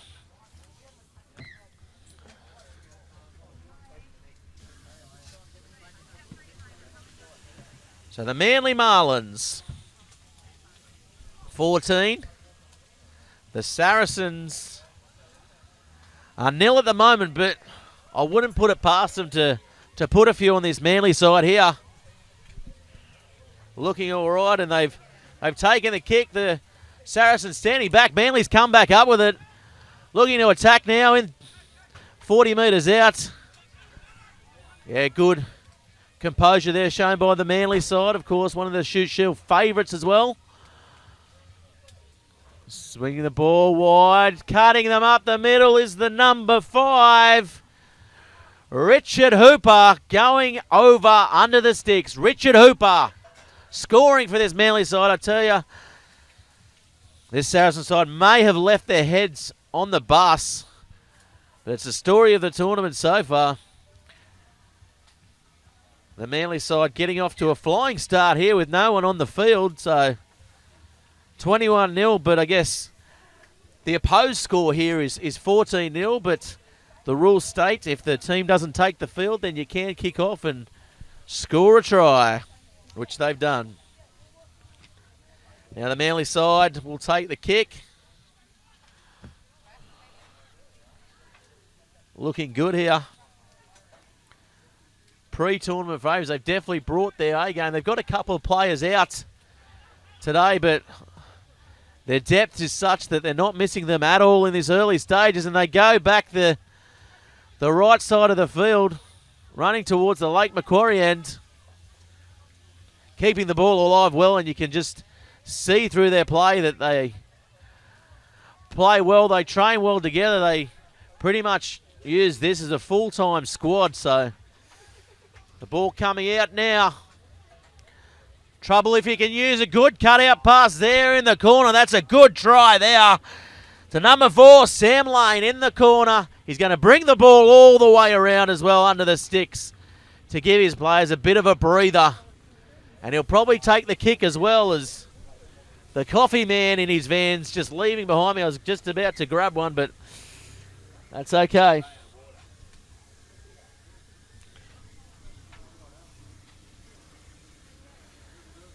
Of course, the food next to us as well. Great carnival atmosphere here. Out at Lake Macquarie, out at Bullaroo Walters Park. The home of rugby in Western Lake Macquarie here. And as we look now, nice kick. It's a high looming kick there, and the Saracen side come up with it in the big number 10, Siosi Man. Playing, swiveling there, taking it back in, and It's going to be a big physical match here for the rest of the game. If this Saracen side can hold on to the ball, it's going to be a penalty there, just holding on. Unfortunate. I thought he could have given him a split second longer there, the referee, but no. And Manly just calling the players around. They switch the ball back. Turning it back inside now. Playing with that sideline, just holding the ball, making the Saracen side come to them.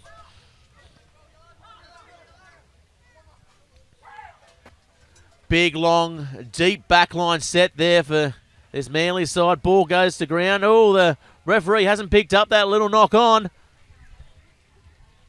He's picked up that one, though, and that's going to be a scrum. 10 metres out from halfway.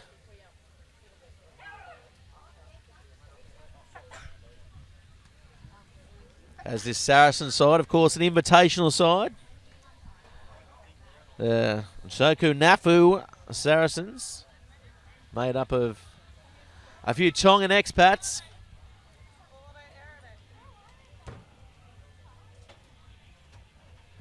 A little bit of a stoppage in play, a bit of a substitution out there. First one of the match. And that's going to be half time. Good effort there for this Saracen side to keep the Manly side 28-0. They didn't have much of a chance to warm up, as we mentioned, just coming off the bus. Must have been a bit of traffic on the M1, the old F3. As we mentioned before. We're on Lake Macquarie time, so they must have been running late out there. It's idyllic out here at Lake Macquarie. Of course, Spears Point round the corner. Bullaroo here, so the home of Lake Macquarie Roos as well, and what a great home it is as the siren sounds again. Great hospitality shown here by this Lake Macquarie club. For all the teams involved, there's tents everywhere around the ground. The young kids are playing as well, kicking the ball to each other, the young ball boys. Matt Barley looming around the sausage sizzle over there. I tell you what, he hasn't left that table all day. You want to come over here for a chat, Matt? Yeah, he's playing in the 100 kilos, so he's putting on weight.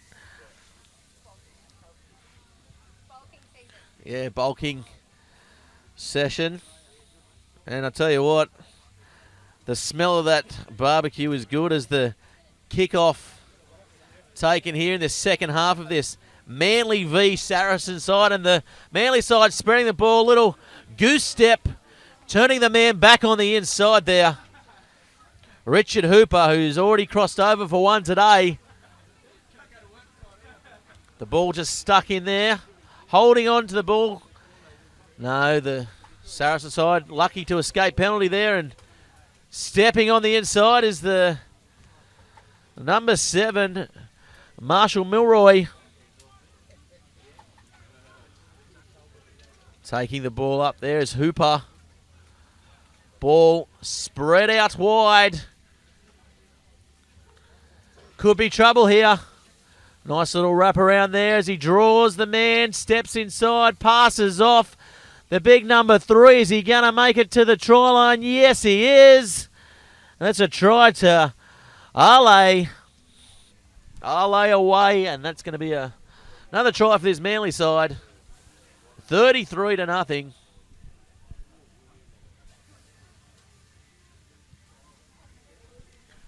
Nice kick there from the sideline as well as he got it. No, just waved away by the touchy. 33-0. 1.5 minutes gone.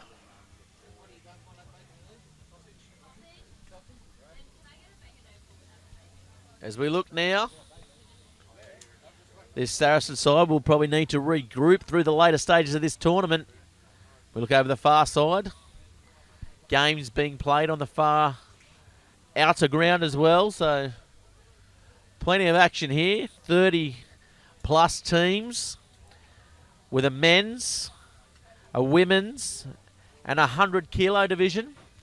And that's a good high kick again by the Manly side. Pinpoint accuracy, but coming up with it, the Saracens. He's got room to move, turning the ball on the inside. Popping the ball up, just not getting the passes to stick there. The big men from the Saracen side and the Manly side now have the ball, turning it over. Could be danger here if they spread the ball. They do.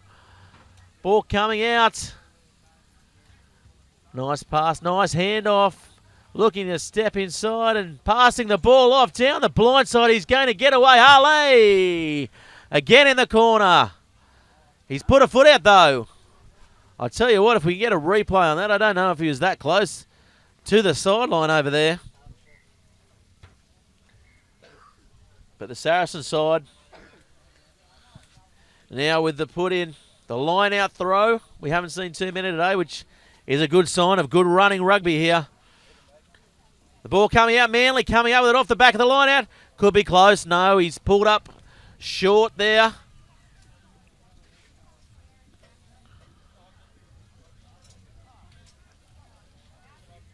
Quick tap taken. Oh, ball going to ground. Quick hands will do it. He's going to be over in the sideline. Yes, he is. The big number 13 just stepping inside. Harley Atwater. Big Harley Atwater. Making it look very easy out there at the moment, the Manly side.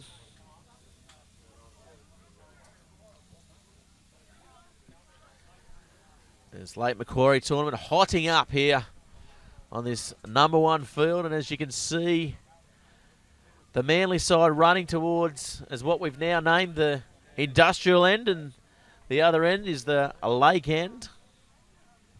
Of course, members of the Lake Macquarie Council coming out here today to view the tournament, so one thing we'd all like to see out here is a similar upgrade maybe to the facilities out here as they've done for the soccer, the football over the road, and make it a big multi-sport precinct out here as we look at the replay. And oh, I tell you what, touch and go there over on the other sideline for that controversial call as the ball back in play by the Manly side.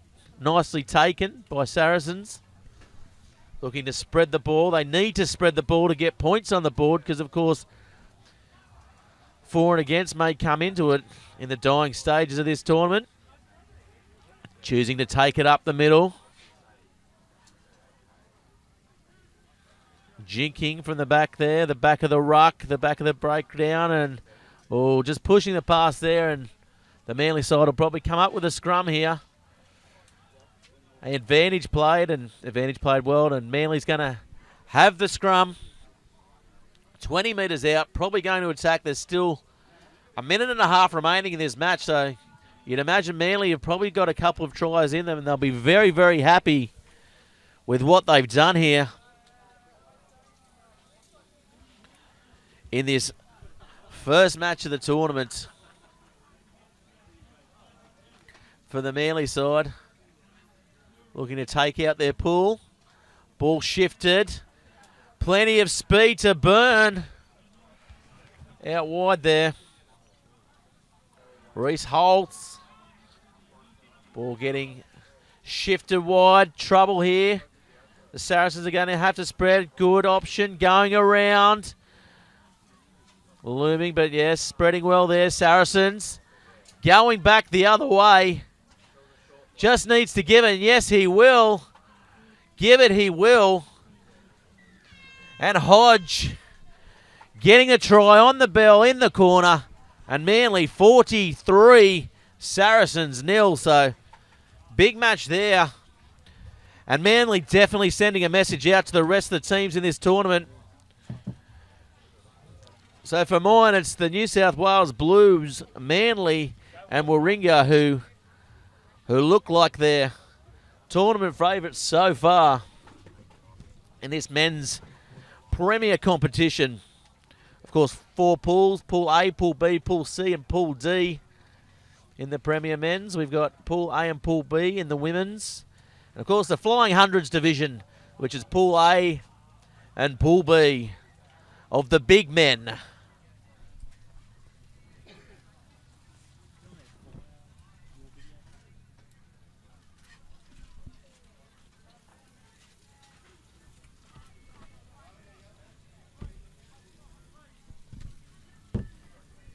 We go now to another fixture in this Field 1 division. We've got the Penrith Emus versus Easts. So this is going to be a massive match here. Of course, Easts looking to stake their claim in this 7's tournament as well. And of course, stake their claim in the Shoot Shield later on. A couple of changes over at East, but Penrith Emus, they've got a couple of flyers as well, so this should be a pretty good fixture here too for everyone tuning in. If you want to get in the game, at Bar TV Sports or hashtag Bar TV Sports as well. And that's a good kick-off there by East, but the Penrith Emus equal to the task, taking the ball nicely. Spreading it wide. As mentioned, they've got a lot of pace out wide, this Penrith side, and taking the ball in. Little round the corner pass. Nice pass there. Ball coming out and streaking away. The number 15. Good flick pass, making it stick there to the big number 22. Akafafita putting the ball down and just toying with his opposition, and I bet the East side did not expect that from the Penrith side. So Penrith, the Emus, going up 5-0 early on. Some low fives going on there, and some high fives as well. So let's see how we go. And nice kick there. He's missed it though.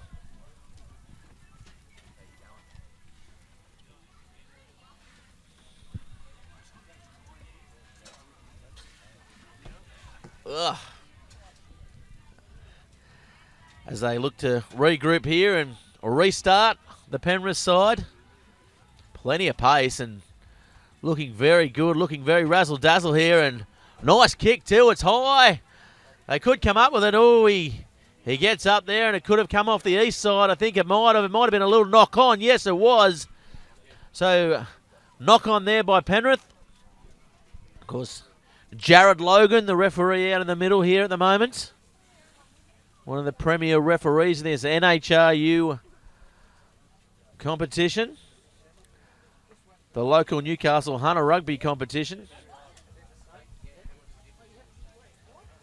Penrith now looking to defend, looking to keep this East side firmly planted in their own half.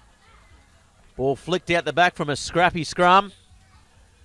Plenty of space out there if they can use the numbers. Oh, poor pass. If he had to hit him on the chest, he would have been away, but he's come back on the inside. Nice jinking step, but taken there, keeping the ball alive, flicking it up. Nice long pass. They've got numbers out wide. Has he got the pace? He's got around one. He's going to get around another. Charlie Clifton bringing the ball around, and he showed a lot of pace down that sideline, dancing with it. But it was his friend in the end of the day. And he's scored a pretty nice try there, one might say. So, tricky kick. He's hit it, but he hasn't hit it well, and it's going to remain 5-all here.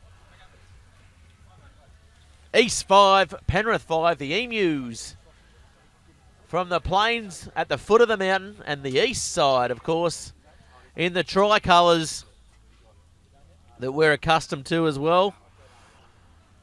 Both league and union. The ball kicked nice and high. And going over the sideline, little injury maybe there to the East player. No, he's going to get back up and shake it off. Early days, so you don't want to be facing the rest of the day with an injury in your squad, because it is a long day. Of course, the final getting played today at 6 p.m. tonight.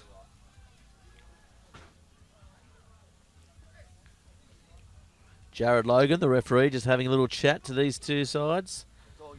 Flicking out the back. As we look at the low angle on the Bar TV Sports high definition coverage here Of course, if you want to get into the game at Bar TV Sports. Nice long ball out wide. Stepping on the inside. He's got plenty of room here. Flicks the ball around the corner. Has he got the pace to go all the way? I think he has. And he's gone over there, the number 14, Ollie Saunders. Nice try by the east side. So that's going to put them in front. 10-5. Another tricky kick here. Right out on the far touchline. As we look at the scoreboard, there's a minute and a half remaining, so Penrith really have to strike next if they want to stay in contact here. And they've got the strike power to do it, the Penrith side, so need to maybe regather off this kickoff here. As we look at the big screen here.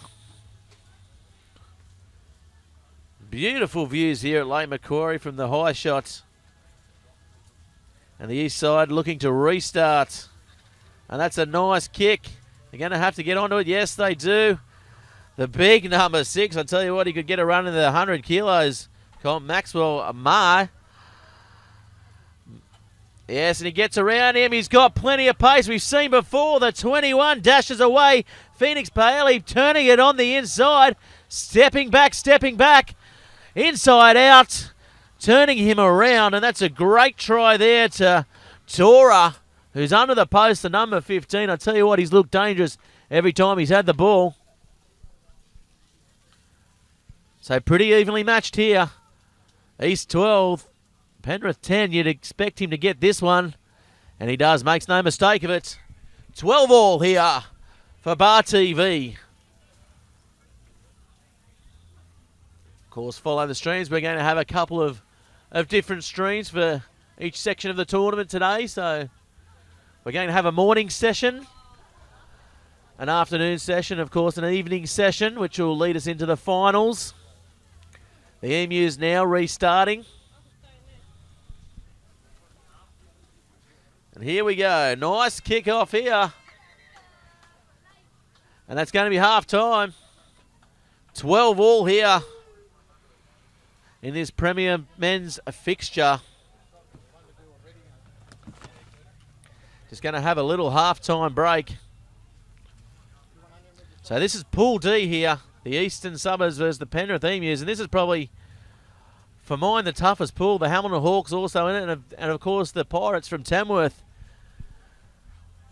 Probably the best club out there at the moment in that Tamworth region competition. Playing in all the big 7's tournaments. And of course, 7's part of the 2016 Rio Olympics. So it's the sport everyone's getting involved. If you've got kids at home, get them registered in a rugby club because they could be potential Olympic athletes of the future. As we have a quick look at the sponsors there, the hooter blows, so time starts. The score here, 12 all, locked up. Eastern Suburbs ready for the restart. The Emus will kick off.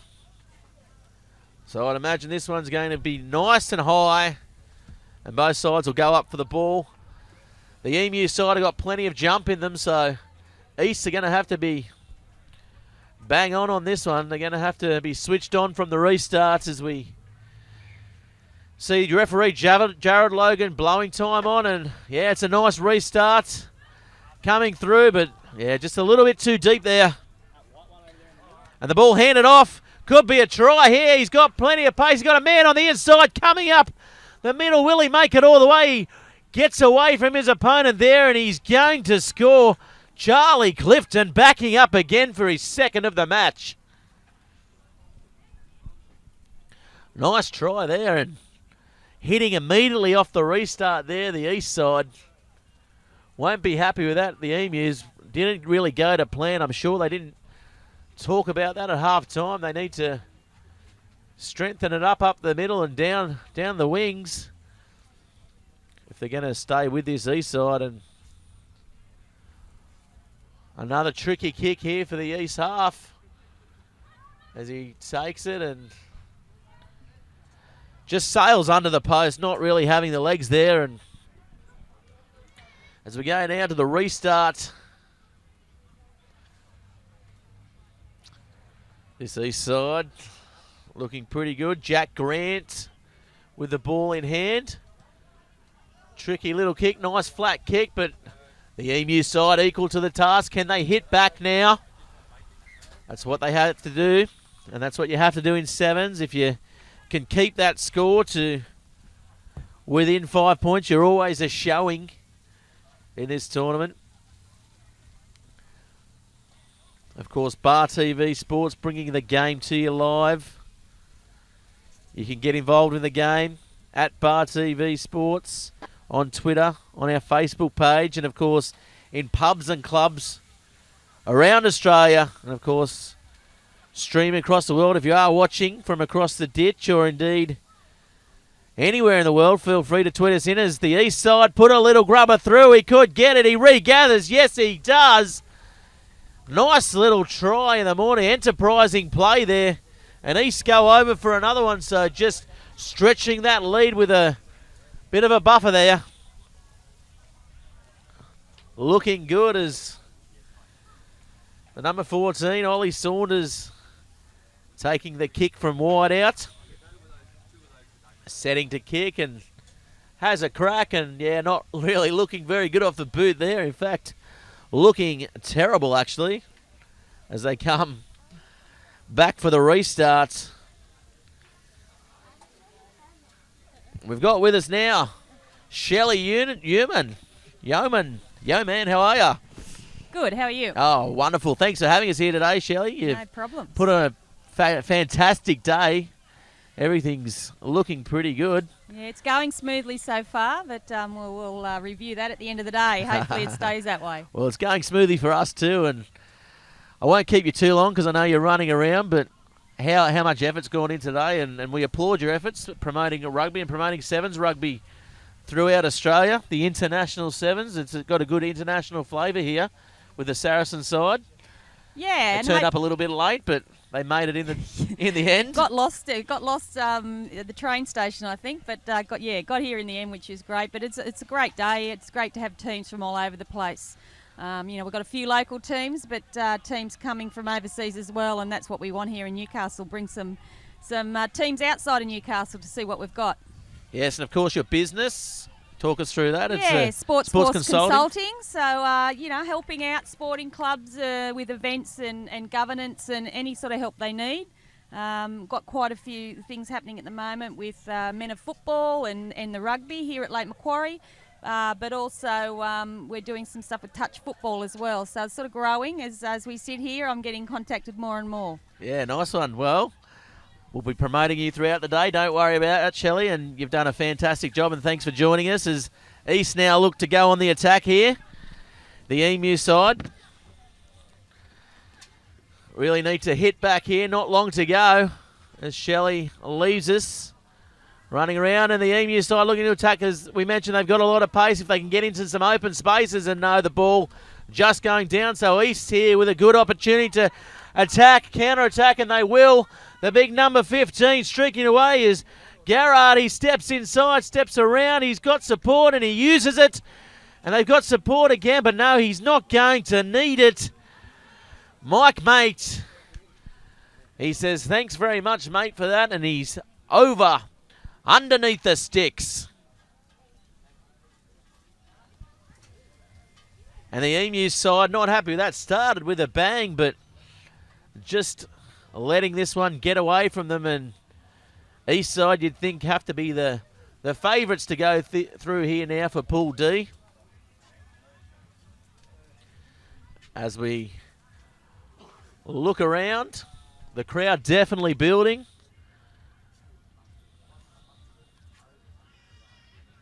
Both sides now taking their time. It's been played at a pretty frantic pace here. For mine, it's been the most entertaining game of the tournament so far.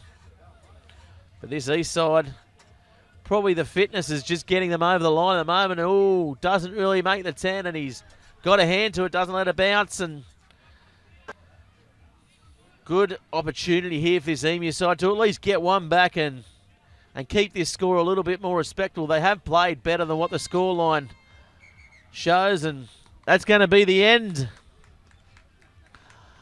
of this match here. The East side's going through. Plenty of points on the board there for the Bar TV scoreboard. We'll just take a look at our sponsors again. I'll take a quick break and we'll come back for the next fixture, which is going to be the Are You OK Rams versus Illawarra in the women's tournament, the first of Pool B here on the main ground.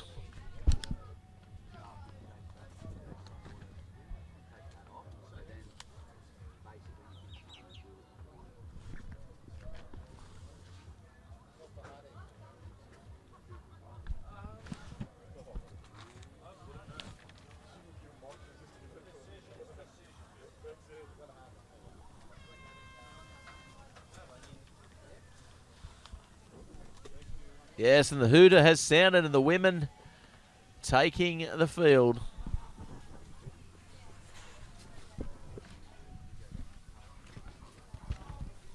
The Rams versus the Illawarra. Of course, the Rams,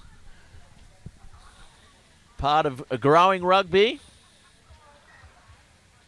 The heartland of rugby out in the western region of Sydney. Of course, Bar TV covering the NRC games for the Rams, and straight away they go on the attack, and it looks like the Are You OK Rams are going to go over for the first try of the match here in the Pool B of the women's tournament, and that's a great piece of play there. Throwing the ball wide early on. Coming up with the goods there. The number 9 is McGregor.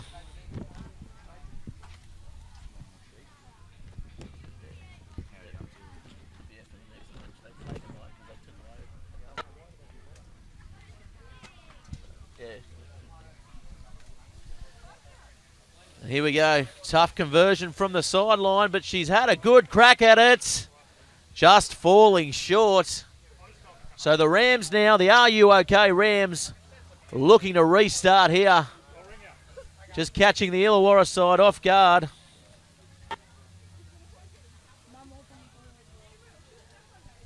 That's Morgan taking the kick here.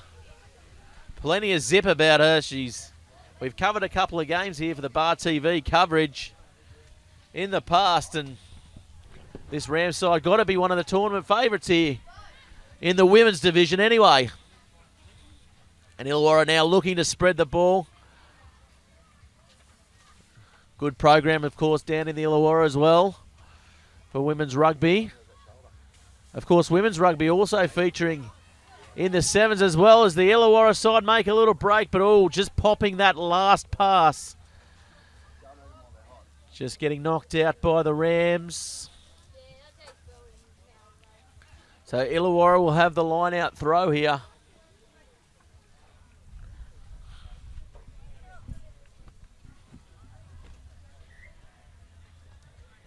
A little bit of a wayward throw, not straight. So a little short arm penalty now for the Rams as they look to attack.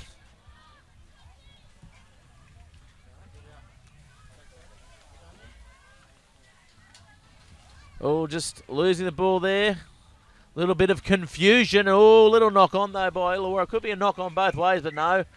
The Rams are going to get the feed there. I thought the Rams may have knocked on from our angle here at the Lake Macquarie International 7's.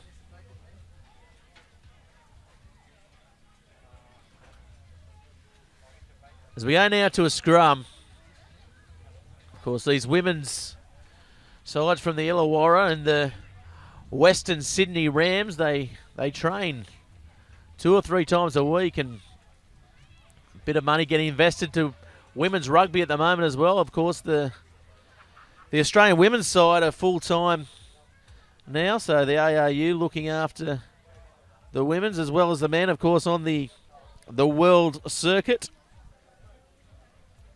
So these girls looking to prick the attention of some of the Australian coaches, who some of the coaches are actually here today. I saw Matt Johnson wandering around. He's a technical performance officer for the men's side and the women's side. And the Illawarra side now spreading the ball wide. But good defence there by the Rams.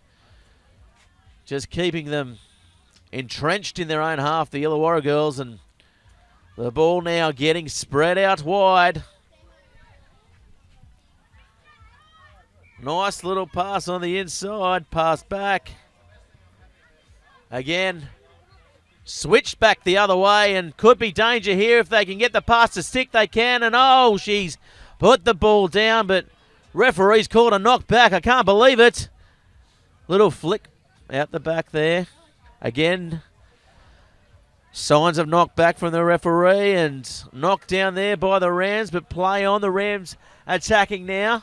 About 30 metres out, coming blind. Not really getting the pass to stick there. So that's East's. Hamilton haven't got theirs in the next game. Can I take some of these back? They want to have them back. Take.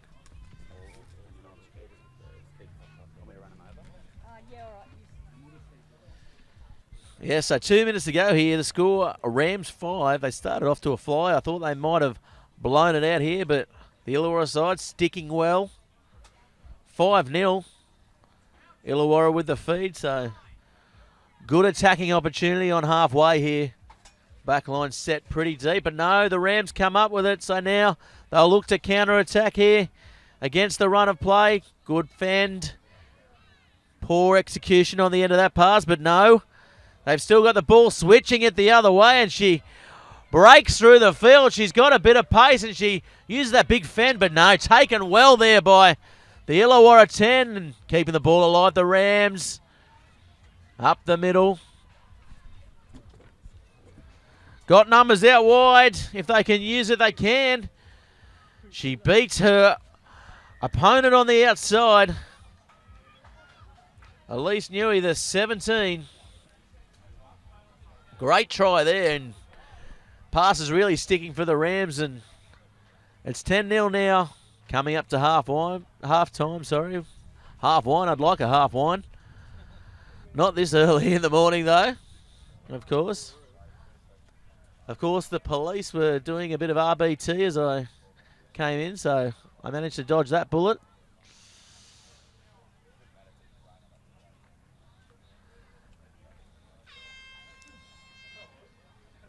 And that's half time there blown for Bar TV here. Of course, Bar TV covering all of today's fixtures, and we're going to be going till about 7 o'clock tonight. So if my voice is gone by then, somebody bring me some water. Pat Benatar. So half time, we look at the sponsors. Of course, Club Macquarie, Sports Force Consulting, because we had a bit of a chat there to Shelley Human, who is running this whole show, consulting to the Lake Macquarie Roos with her sports consultancy. O'Neill's Tyres, Pippi's on the point. Of course, a long-time sponsor of this Lake Macquarie club. A-Snap photo booth hire. I'll be getting my mug shot taken later. Brulek Electrical. Tell you what, the roof will be on fire later, so we might need to get a hold of those guys as the siren blows. And of course, here today we've got siren to siren, so the clock is ticking, waiting for the girls to come on and restart play here. The Illawarra coach just having a good word to his girls, just laying down the law.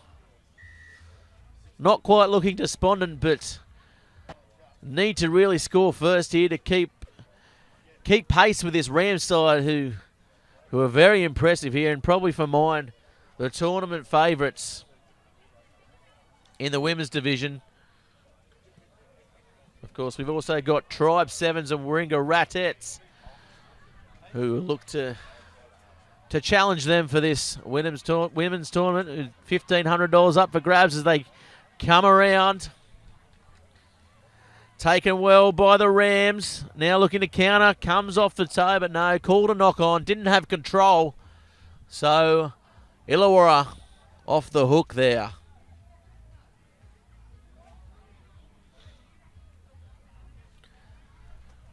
Scrum being set about 40 metres out from the Illawarra line. I dare say they'll look to attack. They've been looking to attack all game.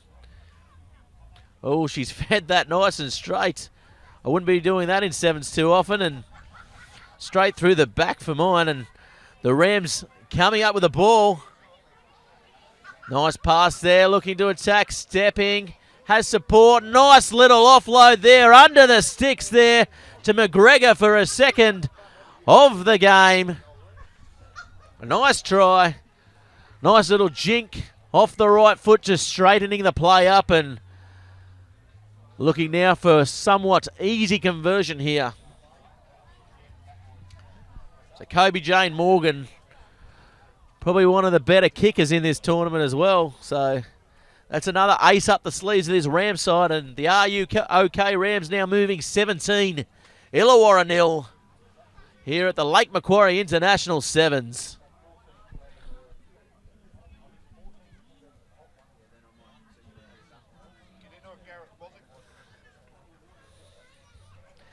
With us now, Bobby Harrison, trainer of the Newcastle rep team. What are you doing? What are you doing, Bobby? You're doing everything. You've had more clubs than Tiger Woods. You've been in more clubs than Tiger Woods. Who are you with this year? I'm with the Premiers, Gareth, the mighty Wanderers. The two Blues. What are your favourite clubs? Well, of course. I'm impartial these days, Bobby. Oh, you've been to a few clubs yourself, Gareth, I believe. Yeah, that's right. As the Rams come up. Touche, Bobby. And, of course, you're training. You're linked back with Tony Munro and Jason Toby for the dream team for the rep team. The dream team is back Big together. things expected, Bobby. I'm sure you're whipping them into shape. Well, we're doing our best, Gareth. You know, we work hard at trying to develop rugby in this town. I know Tony does. Don't know about you and Jason as the Rams go over for another try here. These Rams girls looking pretty good. And I'll tell you what, this Lake Macquarie tournament, it's shaping up to be a good one, Bobby. It's bigger than Ben-Hur out here at the moment, Gareth. You've got a long history with Lake Macquarie from a few years ago, I remember. Yes, always forgotten. And I'm here to promote Lake Macquarie, and of course the council are going to be here today, so I'll be having a word to them, and maybe I can get them to help redevelop this ground like they've done for the soccer guys over the road, make it a big precinct. What do you think? Absolutely. It would be great for rugby union in this area. Be unbelievable, wouldn't it? And you've got a long history of doing that sort of promotion on behalf of Lake Macquarie. Of course, they are doing it over the southern side of the lake, so why not on the western side of the lake, Bobby? These are the questions that should be asked, and I think... I'm happy to ask the big questions. You know that? Yeah, mate, you're on the platform to ask those questions too, I think. And the Rams kick off. It's a wobbly-looking kick, and the Illawarra side, good opportunity to attack. They haven't got on the scoreboard so far. 24-0 to the Rams. If you're out there, what would you be running the water out with your GoPro, Bobby? What would you be saying out there to the Illawarra side? GoPro'd up. Well, we might have to get you hooked up to the bar TV cameras. That could be a good initiative. A point of view initiative. Yes, and the Rams streaking away here. She's going to go all the way. Patricia Rayaka drew a part of me if I had to spit that out. It's a bit early in the morning for that for me. As you know, Bobby, I don't wake up too well. Missed a few early morning recovery sessions in my time. Just a few. Oh, she's hit the post there. Not to worry, 29-0. Your command of the language is outstanding. What was that? Who was that try scorer again? Ray Kajua. Got it better the second time. You got any background on her? I don't at the moment, but all reports is she's on the way up for this Rams side. Of course, the Greater Western Sydney Rams really supporting women's rugby in the area. I think they did. Are you okay, Rams? Did they not win the Hamilton 7's last week? Yes, I believe they did. So they're definitely the tournament favourites. Of course, the Warringah Radettes as well in this women's division. And of course, the Tribe 7's, the international side, the invitational side, made up of players from all over the country, will be one to feature in this women's tournament as well. So, didn't really need to throw that pass, and the Rams now will look to attack, but the referee calling it back. Knock on both ways. It's a beautiful day out here, though, isn't it? Always a beautiful day. Always a beautiful day at Lake Macquarie. Pristine. The good side of the lake. Yeah, the cloud covers just keeping that sun away. A little bit humid. I'm sweating a little bit. Maybe it's just because I'm sitting next to you. Well, it could be. Yeah. You could be I'm thinking, thinking back about to 400s. thinking back to all those gases and all those other. I'm thinking about what injury I can pretend I've got this week. Or what part of the body you got to stretch next Yeah. time I tell you to run. Yeah, that's right. I didn't really think you had that many muscles, I'll but tell you what, obviously you found some. I'm one of the shortest men you've probably ever coached, but some of the longest hamstrings, Bobby.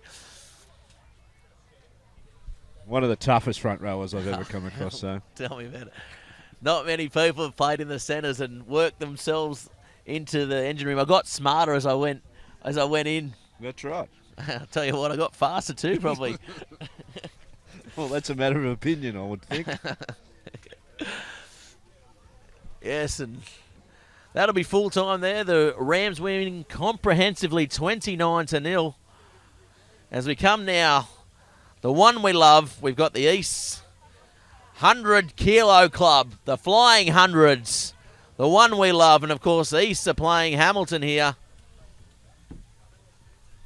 And as we go quickly to a short look at the sponsors, as I get myself organised, thanks very much for coming, Bobby. I'll let you finish off your food. I'll revisit you. No worries. Hot tip next time, don't talk and eat. That'd be nice. I've got sandwich covered all over me. And the hooter blows here, and we have got the Eastern Suburbs versus the Hamilton Hawks 100 Kilo Flyers. Both sides, of course, the Hamilton Hawks putting on their own 7 tournament last week. The side making it through to the final, the top side. But this could be an absolute blowout. This East side looking pretty fit. The Hamilton Hawks side may just struggle here, but a couple of big names out there for Hamilton.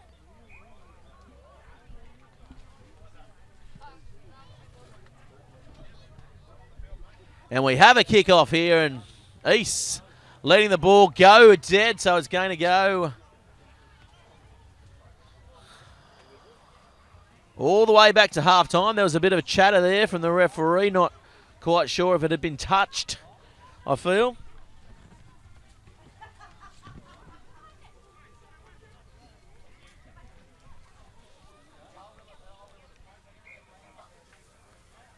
Nice little quick tap there by East, spreading the ball. The 100 Kilo Club, the Flyers, the big men. Of course, top weight here for this East side is Arona, who's 145 kilos. He's the biggest we've seen out there at the moment. He's playing in the number 17 jersey. You can see him in the centre of the field there. And both teams trying to avoid him at the moment.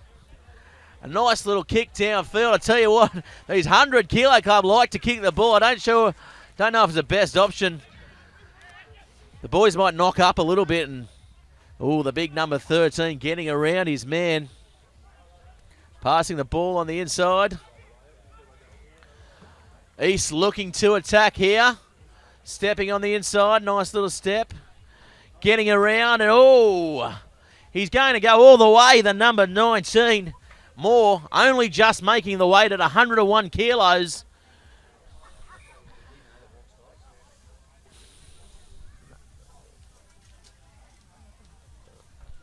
Of course, the Hawks side, one of the premier teams in this Newcastle Hunter Rugby Union. Probably maybe starting out the year as equal favourites with the Wanderers side. Few changes, of course. Club stalwart Bubba Coleman is back at the helm this year, so we'll see what eventuates with the Hawks in the NHRU competition later on down the year. Of course, we look forward to hopefully covering a few of those matches as well. And the East side now giving the ball back to the Hawkies. Let's talk.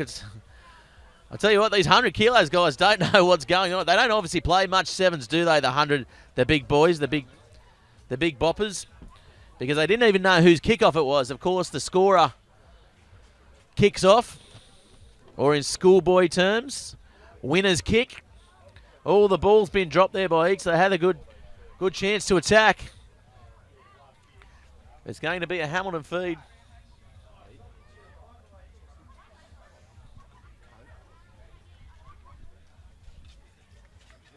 As we have a little bit of a breather there, I tell you, those Hamilton guys are sucking in the big ones. We haven't got a team sheet to give you a way in for that front row, but I tell you what, it's got to be the biggest front row of the tournament, doesn't it?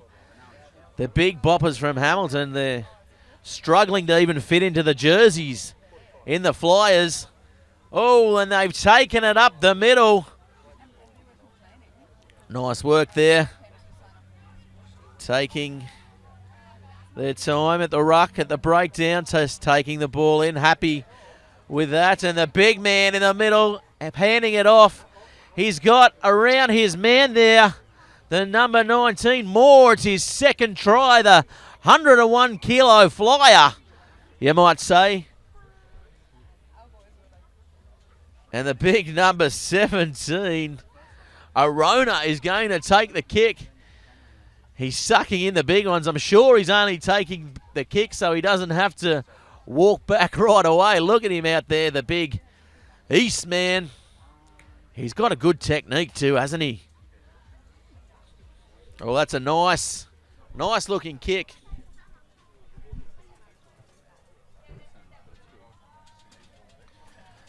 Their score now 10, East, Hamilton 0.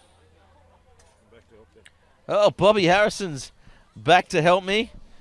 Just commanding the microphone. He can't get enough of it. You give him an inch and he takes a mile. And how good's this 100 kilo flyer stuff, Bobby? Mate, this 100 kilos, if 100 kilos were around in your day, you would have been a sensation in this form of football. I'll tell you what. I remember going away with Merriweather. I think you were coaching. And Newcastle schools it was. I didn't actually make the Merriweather side, but we were there on a buck show. And we got in at the last minute. We took our boots up. Ben Finney's buck show. We took our boots up. A team pulled out. So we got to play, and we made it all the way to the plate final. I scored an intercept try from the halfway. From the halfway? Scored an intercept. I may have been offside. There's conjecture around that, but, yep. And you took the plate home? Took the plate home. Ate off the plate. I'll tell you what, a few of these boys wouldn't be mind eating off the plate as the east side go. They look away. They've scored another try to Cellaramar. Nice try there. He's a big strapping lad, and he's 102 kilos. I'll tell you what. The Hamilton Hawk boys are playing in T-shirts, aren't they, Gareth? No, that's their pre-season 7's. That's their specialised 100 kilo 7's uniform, Bobby. Okay. It's a bit body hugging too. Is that? Why not? Is that part of that, or? Yeah, well, that's how they wear them these days, isn't it? It is. Not the cotton numbers we used to wear. It wouldn't have happened in your day. Training shirts. Who would have thought? I blame Wanderers. Well, everybody else blames Wanderers for stuff, so you might as well too. So how's it looking this year, pre-season wise, Bobby? Well, Getting many? At the Premier Club, are you talking about? At Wanderers? At Wanderers, I don't know. Wanderers, let's be impartial for the call, of course. Okay, yes. We're Bar TV representing all clubs. Yes, I think it's going to be a great competition this year, Gareth. Yeah, I think Wanderers will be up there, but I think 4 or 5 other clubs will be up there too. I know University are rebuilding. I was talking to a University gentleman yesterday. Well, they've just put up I don't know if they're talking about the new campus, are they? They've just put up a new building. I don't know if they're actually rebuilding the squad. Well, I think they're going to use that new building to house spectators for their home games. It's part of their marketing campaign. Yes, and the Hooters blown, but I tell you what, these big boppers from Hamilton not rushing, let's say, to get out there. And no, they're not rushing into position, are they? It's humid. I don't know. This is a danger period for Hamilton. They don't want to lose too much weight in these humid conditions, do they? It could spoil their whole season this afternoon, this morning at Lake Macquarie. It could just put a dampener on everything they've done pre-season, carbo loading and... Yes, all those pasta nights at the Wicken Park Hotel. Yeah, the hungies and stuff that they're well renowned for. Nice little ball out there. Hamilton attacking now. Score is 17-0. Oh, he busts through there up the middle. A few new faces in this Hamilton side too, Bobby. There is a lot of faces that I haven't seen before. Yes, a few body shapes I've seen before. I've seen that bloke who likes to kick fairly regularly. Yes, and the ball just dancing around. Unlucky there for the big number 14 out of the wing. He does love to kick, that left-footed guy. Yes. We'll just call him the left-footed guy, will we? I haven't got the team sheet in front No, of me. we didn't get the team sheet from Hamilton, of course. Left-footed guys, The 100 kilos guys struggle to fill out their sheets with their fat fingers. They can't get it around a pen. So we will struggle to get the sheets for the 100 kilos squad. And of course, not the most organised bunch, the 100 kegs. They will be probably calling a lot of players. There's a couple of them that might be right on the mark of 100 kilos too. Is there some sort of there's a weigh-in before validation? There's a weigh-in. They get a stamp and a certificate if they make the 100 kegs here at Lake Macquarie. So, and of course, that's the beautiful thing about rugby. It's a game for all body shapes, Bobby, as we know. Standardised? Do they have to weigh in without shoes, shirts, and that sort of stuff? It's rugby, mate, so it's nude. It's nude. Well, it's nude with a beer. Geez, I'm glad I wasn't here to see that weigh-in for the 100 kilo club then. You probably wouldn't have seen much with a couple of these guts hanging over the midsection. They're in the Hawks. And that's a try for the Hawks on the board. 17-5, Bobby. I'm excited. It could be a comeback. Don't call it a comeback. And I can guarantee you the left-footed guy's going to have this kick. I can guarantee it as well. Mr. Lefty. We'll call him Left Eye Lopez. That's what his teammates call him. He's an inside centre, apparently. He's a big. You don't see many inside centres in the 100 kilo club. I'll tell you. Well, these days, I saw Louis Cat out there as well for the Blues, so he's doing well for himself. Louis Cat? Yeah, playing for the Blues, for the New South Wales side. Okay, he played for the Hamilton Hawks last week. He did he? So he did. He's all over the place. Yeah. Oh, well, he was wearing Randwick shorts, so... I've heard a rumour he's playing in Sydney this year. Well, the rumours may well be confirmed because he was playing with that Blues side just before. Nice kick-off there by the Hamilton side, regaining possession. But East's equal to the task and just soccering the ball forward. If I'd like to use an AFL term, I'm versatile. They've come good, the Hamilton Hawks, haven't they? I'll tell you what. I thought they may have knocked up, but that extra 30 seconds they took at half-time's helped them. Whatever the coach said at half-time, it certainly worked. Mate, drop goal attempt. What was that? A drop goal attempt for the corner post. The tactical drop kick. In 7's, certainly. Oh, and he's another big bopper over there, the 119 kilo Berthelot. What was that name again? Berthelot. Berthelot. Yeah. It's like medieval. Big man. Here's Sir down the Berthelot, sideline. they call him. Yes, he's been dangerous all day, and that's a nice little pop pass, and easy try there for the number 19 Moore. He'll be happy with that. Number 16, sorry about that one for our viewers out there. Viga. Yes, is that Viga. his first name or second name? That is his last name. What's his first name? It's an initial. L. I think. L. Viga. Yeah. We'll call him Louis. Louis I think Viga. that goes with the name Viga. Or Louis Viga. And this is their first outing of the day, these two teams? It is their first outing, of course. I saw a few of the guys over here at the barbecue lining up earlier on, just trying to make weight, Bobby. That's right. Because obviously, as we mentioned, there's the weigh-in. They've got to get over the 100 kilos. It's not like jockeys are going to lose weight. These guys have got to gain weight. Yeah. That's nice. Nice scrappy play here by the 100 kilos. This is how I like 7's rugby. That's in the right. forwards. Keep it in the forwards. Don't spread the ball. You're wasting your time. Maul it up. Yeah, just maul Ruck it. maul, ruck maul, ruck maul. Don't let it go past more than 2 passes. Get a maul happening. There's perfect opportunity for maul here. I'll tell you what, it'll probably take the east side good clean by out. surprise. Great clean out. Oh, another kick guess there. who's I'll tell you what, the Hamilton players want nothing to do with it. They're standing back. They're not even chasing. They're shaking their head. The big boppers, they're saying, what are you doing? Cut your boot off. Get out of here. Get him off the bench. He's not playing in the spirit of a 100-kilo competition, is he? This red-headed guy with the beard, he's going okay. He is. Oh, trouble here. Yeah, big trouble. Louis Viga. The big man. This bloke looks like a bush ranger. Yeah, no, he's what they call a hipster, in the eastern suburbs. Probably works at a coffee shop, Yes. making someone's coffee Yes. terribly and complaining about it to everyone who's listening as they make a break up the middle. The 100-kilo east side, the Flyers. Oh, and that's a bump off. good He was never tackle. going to use his mobility and his agility there to step around, was he? And they look to spread the ball out wide, and that's a They're pretty floating decent, pass. the East 7 side here, aren't they? yes. And What do the you think? Hooter Sounds and East 22. Hamilton on the scoreboard with 5. And again, we thank you very much, Bobby Harrison. As we go now and get ready for our next match, it's the New South Wales Blues versus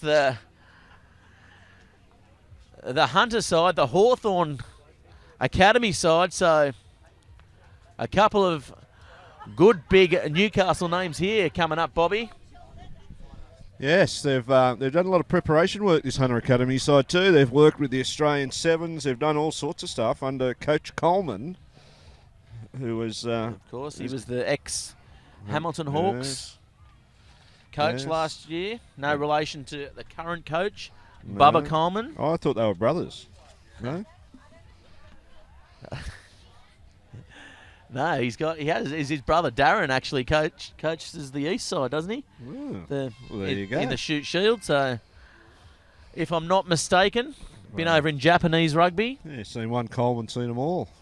Most of the Tell you time. what, they all look the same. Of course, you've had a bit to do with the youngest one, Grub Coleman as well, who's probably Yes. listening in on the Grubby. on this, and we've all had a bit to do with Grub in our time. So Yes, Grubby. I he's my met him. favourite of the Colemans, to be Oh, he honest. He is. Misunderstood. He is misunderstood, especially when he got that last rugby league suspension, which was about 18 months or something. I thought he was innocent.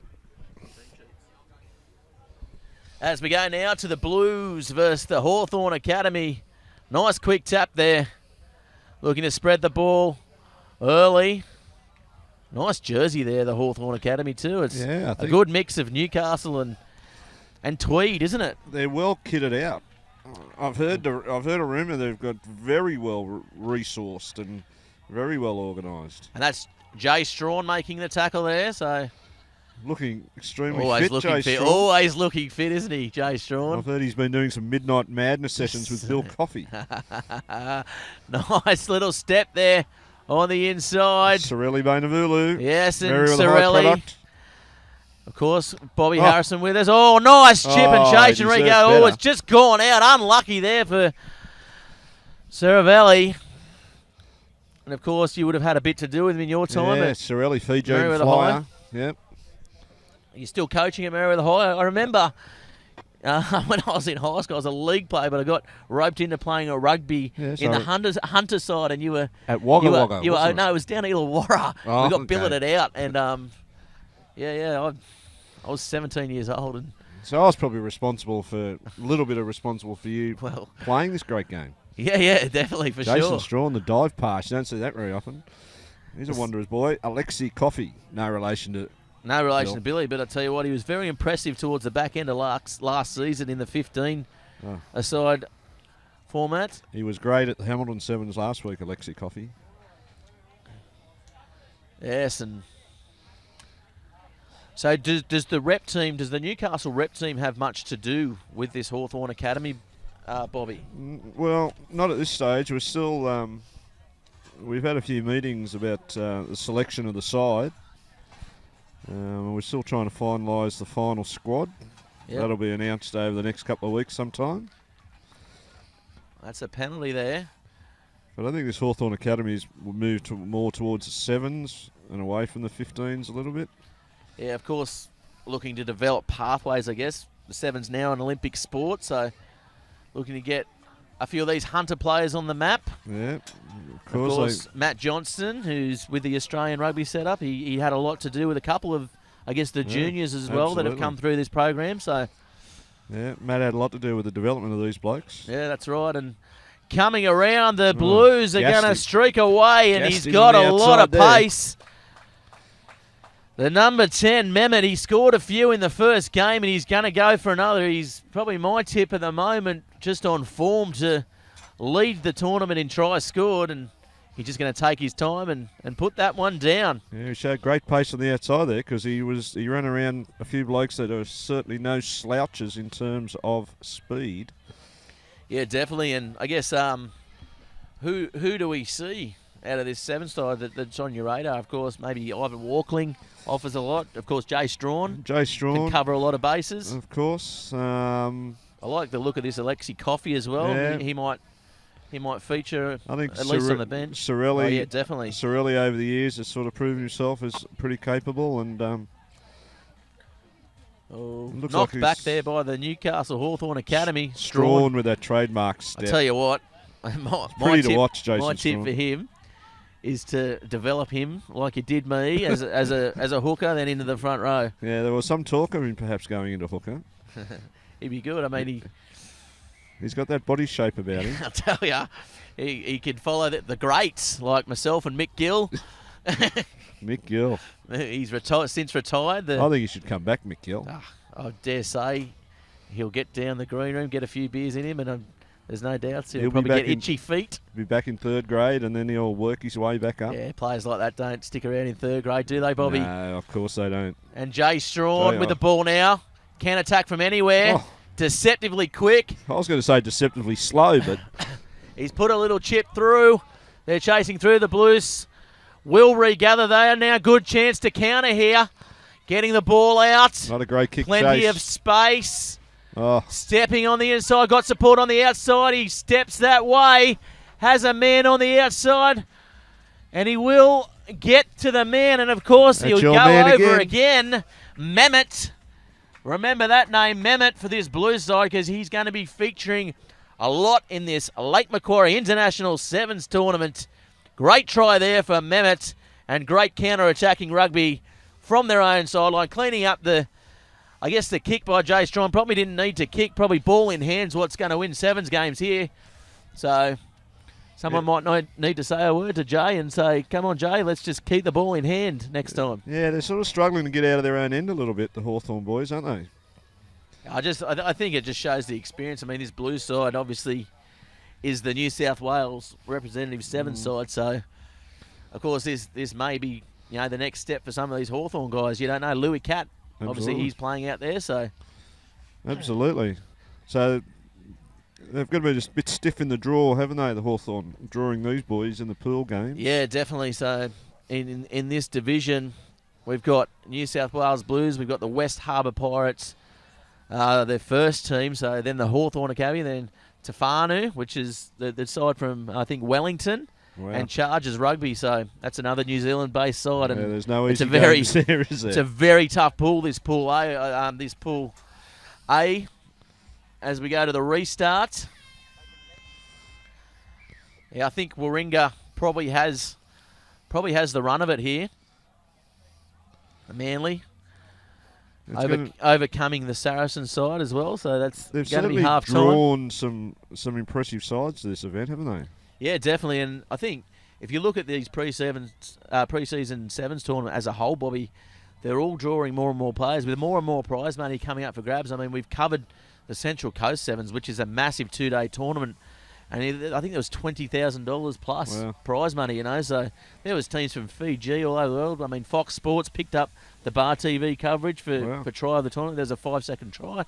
So, I mean, it's getting good international coverage, some of these satellite tournaments around, like the Wellington 7's. Some of these sides went over to the Wellington 7's the other week, which is, a massive second-tier sort of level coming through here. And will only get bigger and bigger, I think, as the Olympics showcase the game. And well, we've spoken to some of the Stars coaching staff in some of our coverage before, and they were saying because it's the Olympic sport, they get allocated millions of dollars now to develop rugby over there, especially in the 7's format. So you've got there's 1.5 million registered rugby players in America, so that dwarfs what it is in here. So you can only imagine that teams like that, you keep coming to tournaments like this, and it's only going to grow, and it's going to become, I guess, one of the world games these sevens. And tournaments. probably will threaten the 15-a-side game at some stage in the future too, I would say. Oh yeah, definitely. Especially, I guess. I mean, the 15-a-side has the added bonus of a World Cup, a standalone World Cup. So that's always going to keep the interest. But I mean, as far as pathways goes, and as far as if you're a kid and you've got a bit of toe and you've got a bit of skill with the ball, I mean, you're going to choose rugby to go to the Olympics, aren't you? Yeah. And that's a good try there from the Hawthorn Academy as they get on the board. Alexi Coffey. We've mentioned him a couple of times in the broadcast. He very, very sharp. Great feet, great speed. And Walkling going to take the kick for goal here. The senior member of the squad. He is a senior member. He's also had stints in Sydney as well. Great player though. Yeah, good, very good player. Safe as a bank with everything he does. I mean, he's Reliable. one of these players that can play anywhere as well, isn't he? You know, he had a stint for Hamilton at breakaway for a while there and went back to halfback. Yeah, I think he'd be a great asset for the Newcastle rep team, actually, on the basis of his versatility. Yeah, so nice kick off there by Walkling. The Blues will look to attack deep from their own half. Steps off his right.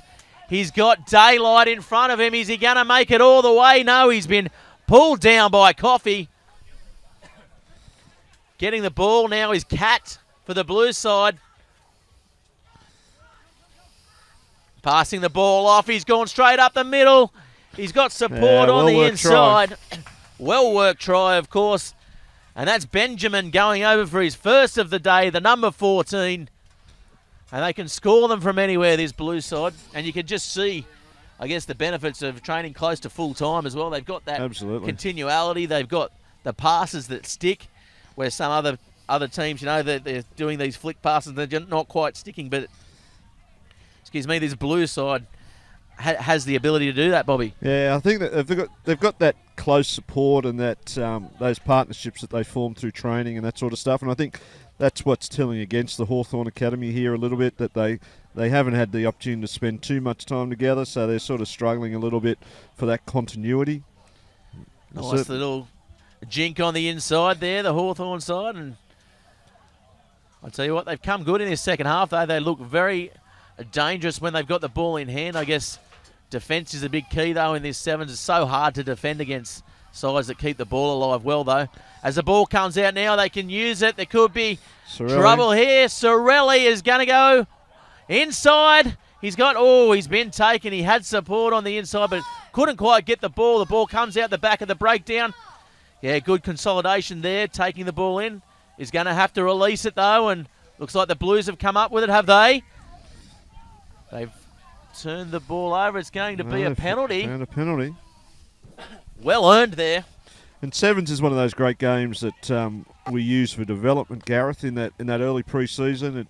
It teaches a little bit about ball handling and fitness and one-on-one defence and structures and all sorts of things. So it's a great development tool for 15-a-side as well. Especially for backs who don't really have the capacity to tackle. So there's not too much of that for them as the Hawthorn side goes around for a try, and that's a great try there by Dan Marshall. He'll be happy with that. Had plenty of pace too, Dan Marshall. He's an ex-Waratah player. And had a great year last year. Yeah, he did. He was Southern Beaches, probably so dangerous there from the back there. Yeah, they had a very dangerous back three, Southern Beaches, last year, and they probably all would play well in sevens, I would think. Yeah, is that Lee Nam? Is he back playing for them this year? He was electric at the back for the Beaches side. Gave him a whole different dimension last year, those blokes at the back for Beaches. Definitely. And put a massive scare through the reigning Premiers Wanderers, and he all steps off the right, and again, daylight in front of him. He's going to go all the way. No, Sorelli won't quite get there. And that's a good try to the Blues. The number 10. Is it Mehmet again? Number 10. Oh, sorry. Number 10 is Mehmet.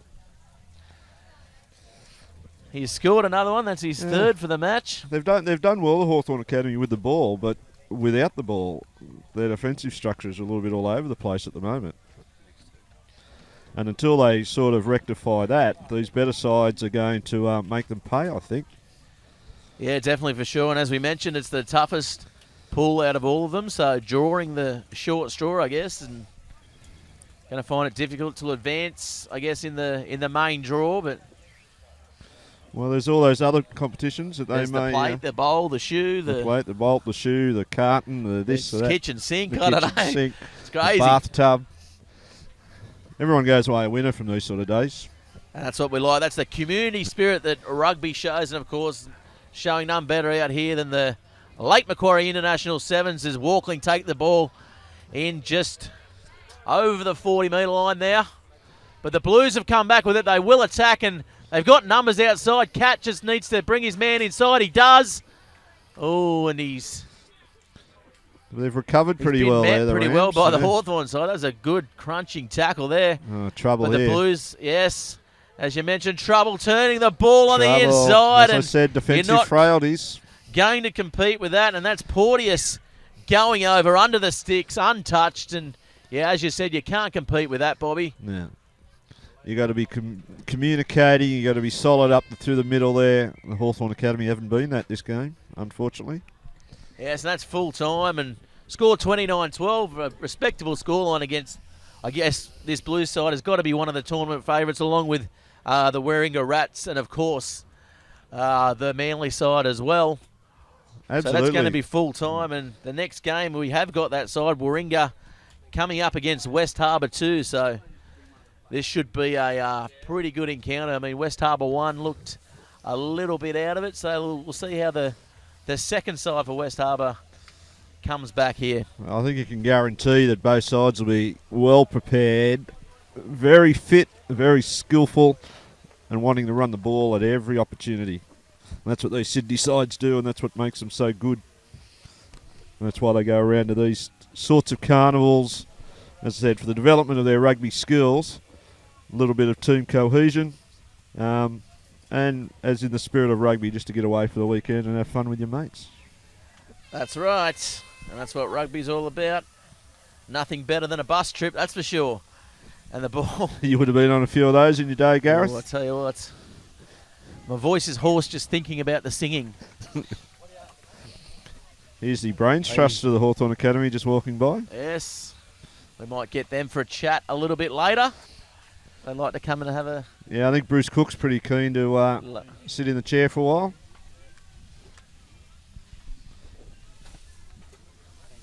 Yeah, first scrum of the match here.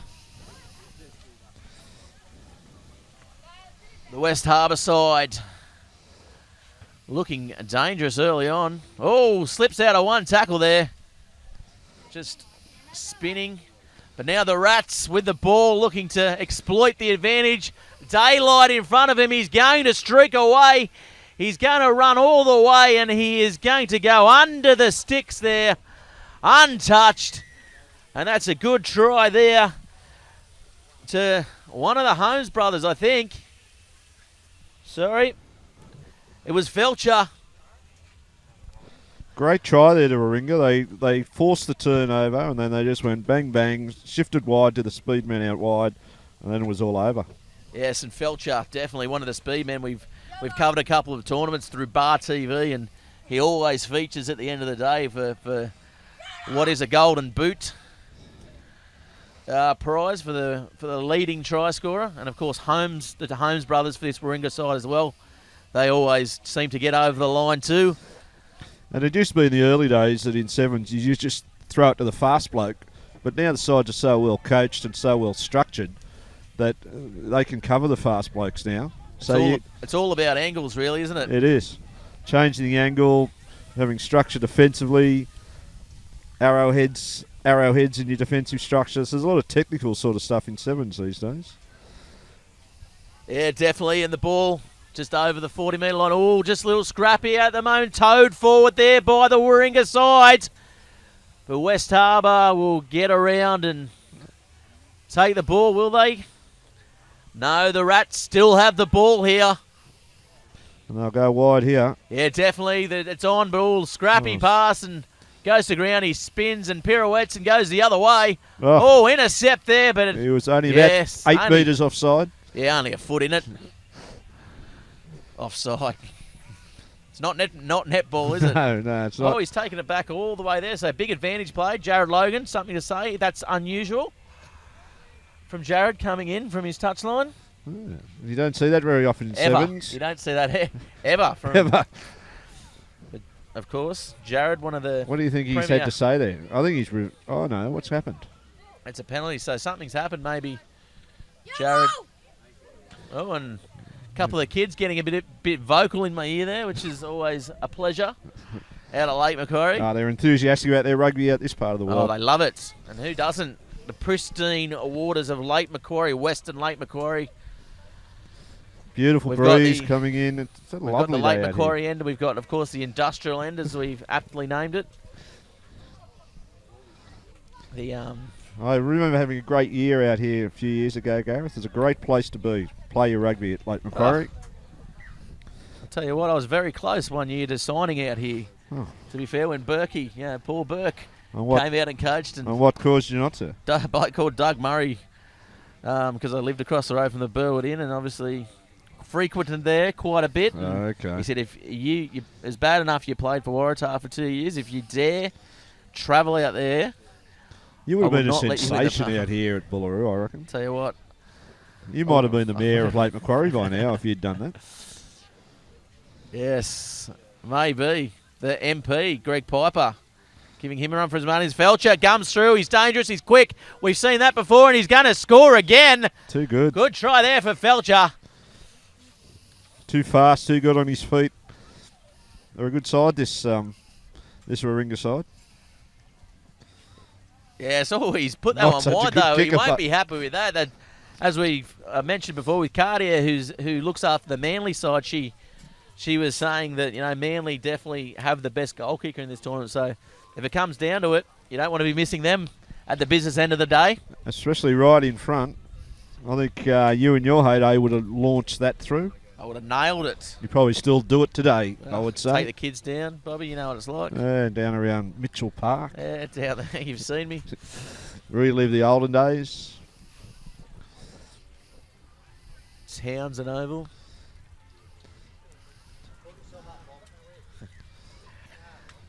Matt Bartley heckling you a lot here. Yeah. A Lake Macquarie club legend. I think he's got about 600 games. I don't know if he's playing again this year. I don't know how many of them were good games, though.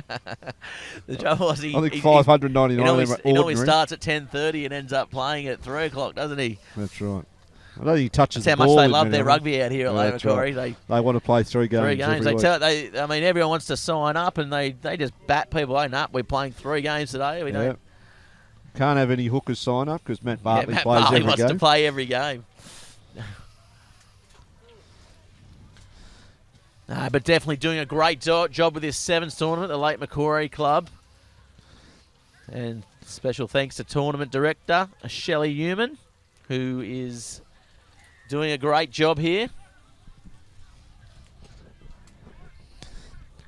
Of course, if you're listening in at home on the stream, get involved in the game at Twitter, at Bar TV Sports, or on Facebook, and of course on the stream in the YouTube comments section. We're open to listening to anyone's feedback, and we'll get you in the game here at the Lake Macquarie International 7's. As the big number 2 is going to stroll over in the corner. That's fouls. And that's his second for the game as well. Yeah, they get him every time. Second for the tournament, sorry. So he doesn't normally score too many. At that breakdown, they get him every time. The Pirates commit too many people to the breakdown, and by the time the balls come out, it's a mismatch in numbers. Yeah, so they're just that, I guess, one step in front of them, aren't they? I think it's just a fitness thing at the moment as the halftime siren goes. It's 17-0 at halftime, but again, you've got to remember this is the Pirates' second side as well. So True. Of course, probably could have entered maybe a team in the 100-kilo plus side and maybe fared a little bit better. You would think that they probably would have a few boys down there over 100 kilos to fit a side out there.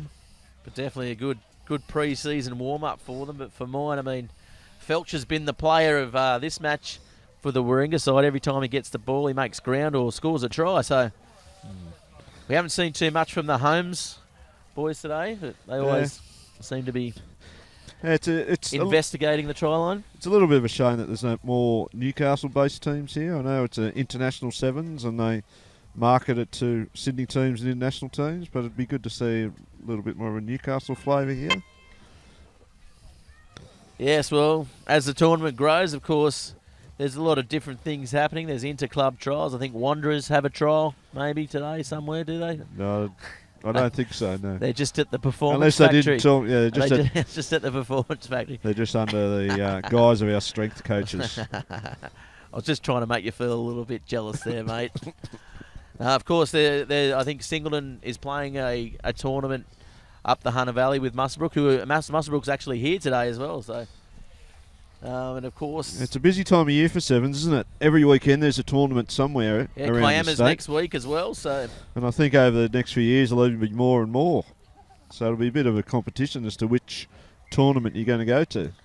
Yeah, that's right. And of course, Bar TV looking to cover all of them for grassroots sport. Well, that'll be a big task to cover all the sevens tournaments. I'll have a sore voice, that's for sure. And I'll tell you what, you might even get asked back, Bobby. You've done a pretty good job of your technical analysis. You've only got 8 hours to go today, so you think... That's a good try there to the Warringah side. The big number 11, Sorelli.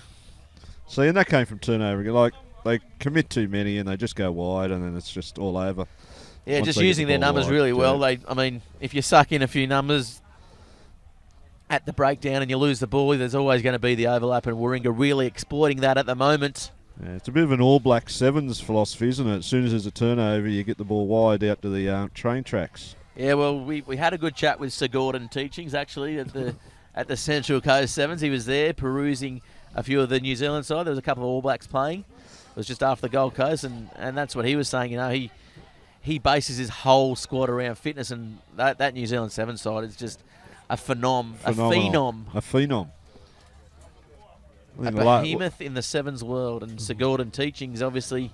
I think the last person I heard described as a phenom was The Undertaker. WWE. You are a child. He was a phenom, The Undertaker.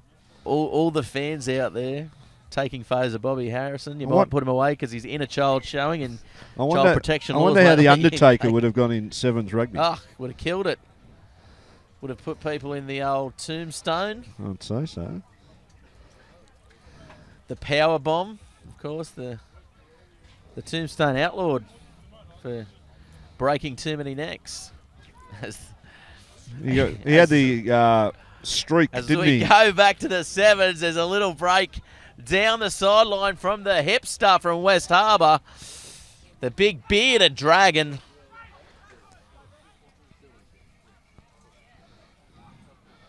And the ball spread out wide, could be trouble. No, Warringah sliding very well.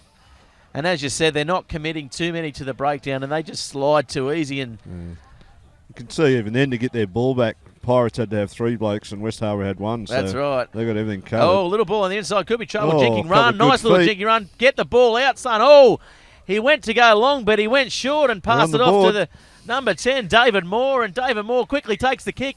It's 22-7. And this is game on. Mission too far, I think, Gareth. 22-7. Yes, 22-7. It is a bit of a blowout. I got a little bit excited there, Bobby. Yeah, you did. Game on. Just trying to keep you under control a little bit there. Keep me grounded. I'm standing up here. I'm on the edge of my seat. But West Harbour 2.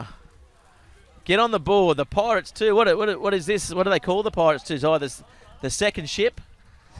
I don't know. Who's second in charge of a pirate ship? I don't know. The bosun? Is this the bosun crew? Or? Who's in charge? Is there a captain of a pirate ship? No, they don't have a captain. What was Jack Sparrow? He was a captain. They streak away here. The big number 11. Another try for him, Sorelli. Making no mistake of it. And gee, he's quick as well. He scored a couple in the first game as well. The Rats. See the number 11 for the Hawthorn Academy is also called Sorelli. I know. There you go. A bit out there, isn't it? 2 number 11s, both called Sorelli. Who would have thought in a game? Don't see that very often. In a worldwide game such as Sevens, you would not expect to see the name Sorelli feature in a number 11 twice. That's right. That's I wonder crazy. if there's some unwritten rule that if you've got someone called Sorelli in your team, they've got to play number 11. Could be. I don't know. Not a fan of unwritten rules because I'm not a believer of rules. Full stop. I'm what they call a libertine, Bobby. A libertine. Yeah. I'm a rule breaker. I don't adhere to anything. Sometimes I even forget to put my seatbelt on. Well, you're I'm strapped in here, Bobby. I tell you what. You're adhering to the rules of good commentary here, though. As we're Bar TV Sports, we're on the cusp of greatness here at Bar TV Sports as the ball spread out wide by the Rats, coming around, just taking the ball in. Good passage of play. Good phase play. We haven't seen too much of this today. And the ball spread out wide. He jinks, but no, he gets pulled up and brought down about 5 out.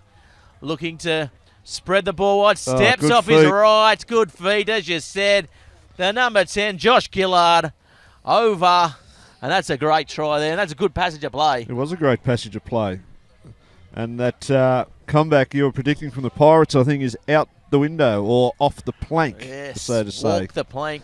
They've walked the plank, the Pirates, in this one. Ooh, hey, up she rises. Up she rises. Early in the morning. Yes. I can't think of any more pirate metaphors, but...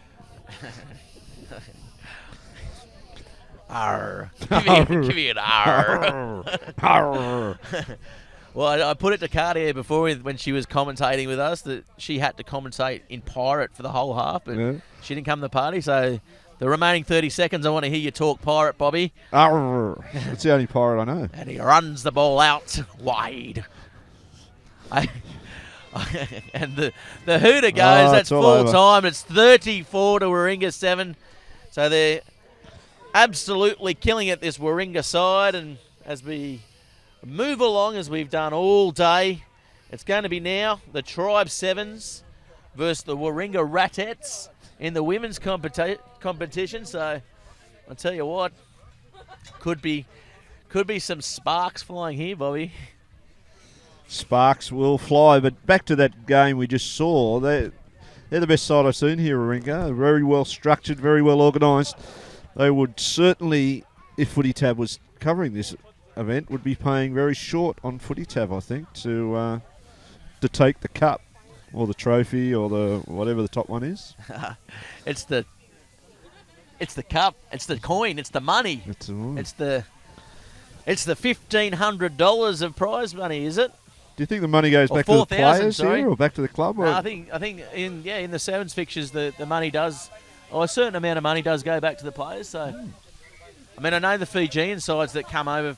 I mean, they live off some of this money, you know. So, I mean, it's what they do for a full-time profession. As a supplement to their income. Yes. Or as their income. That's kind of. I mean, if you're winning $20,000 tournaments, yeah, not wrong. You're And it's a great lifestyle, isn't it? You come to Newcastle a few days, play a bit of rugby, sightseeing. Nothing better, sightseeing. View the attractions. It'd be awesome if that Gateshead interchange was built out here, that transport terminal. So if you're listening in, Mike Baird, let's get that sorted. Glendale, isn't it? Yeah, is it? Glendale? No, not Gateshead. Gateshead's the other side, isn't it?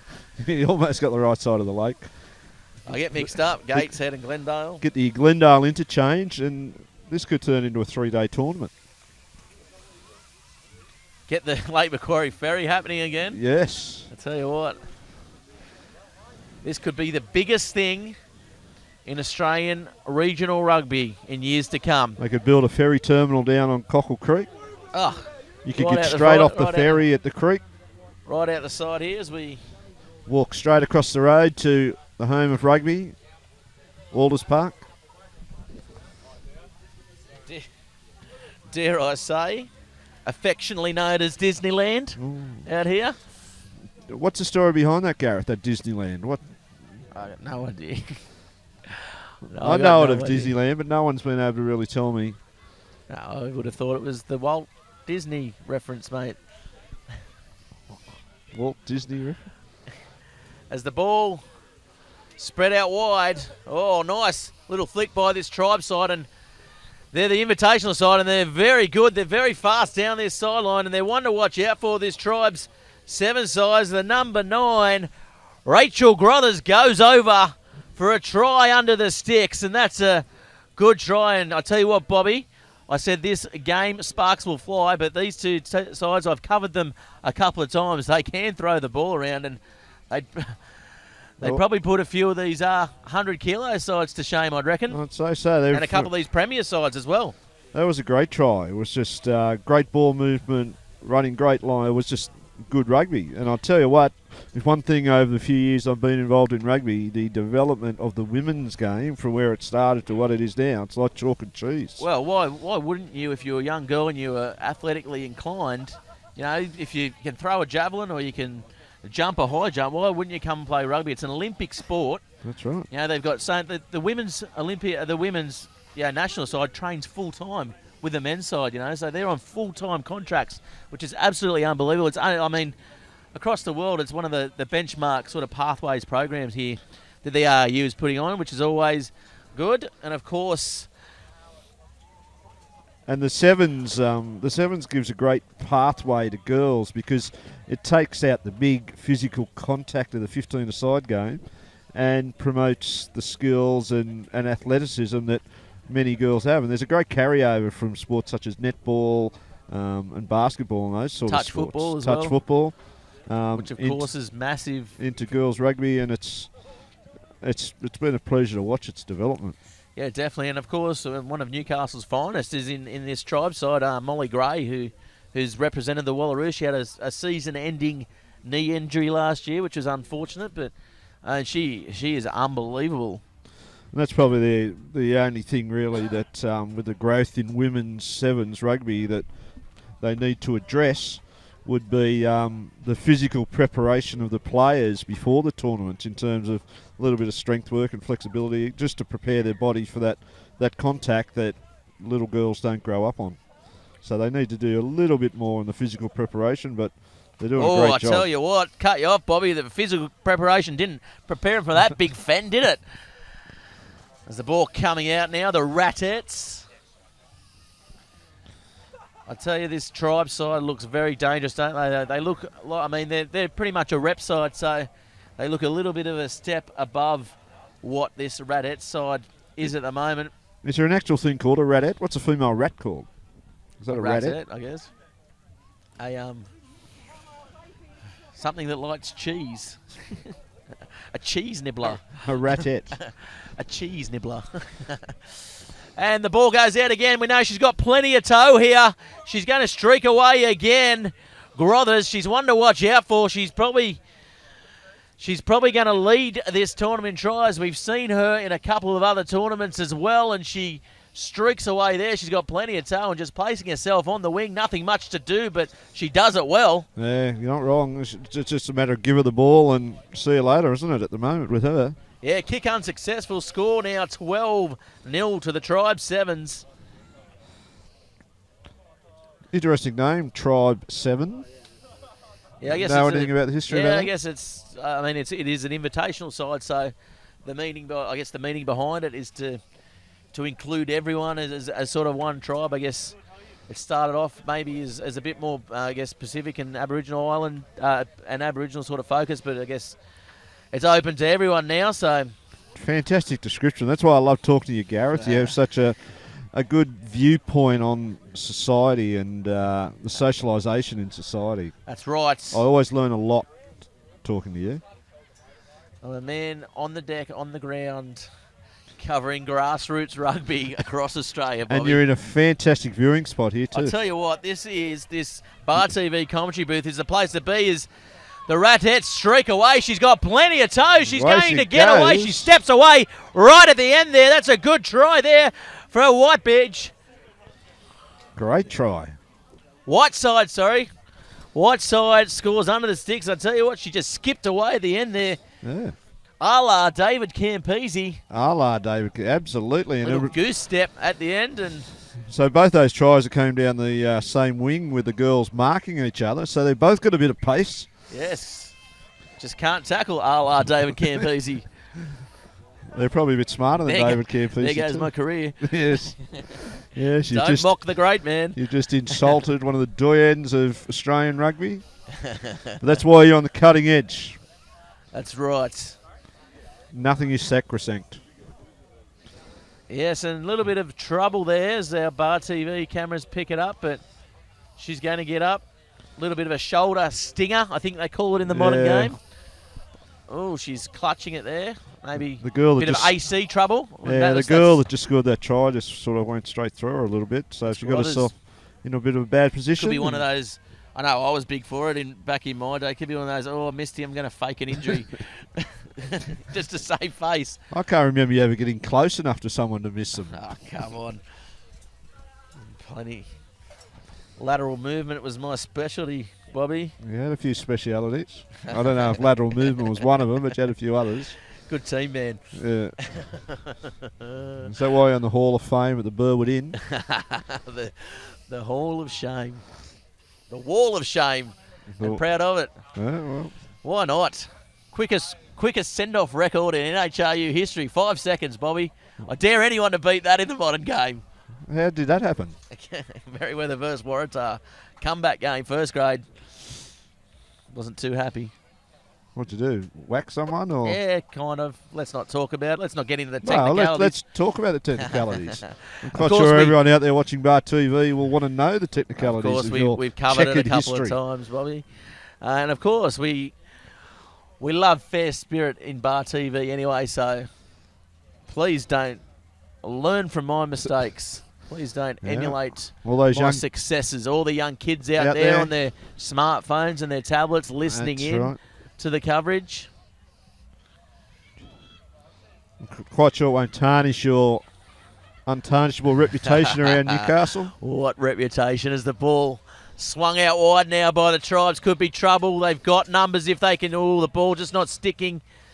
Oh, but they will go around. Oh, just loose passing there by the Tribes. Maybe getting a little bit too cocky. They are winning 12-7 into the second half there. They certainly had a great opportunity there, and on their previous form, it should have been fairly easy for them to get on the outside there, but a couple of bad passes, and perhaps they might be getting a little bit tired. Yeah, just maybe, I guess, the Ratettes. It's hard to get your tongue around the Ratettes, isn't it? The Ratettes, yeah. Can I say the Ratettes tailing, maybe? Well, you could.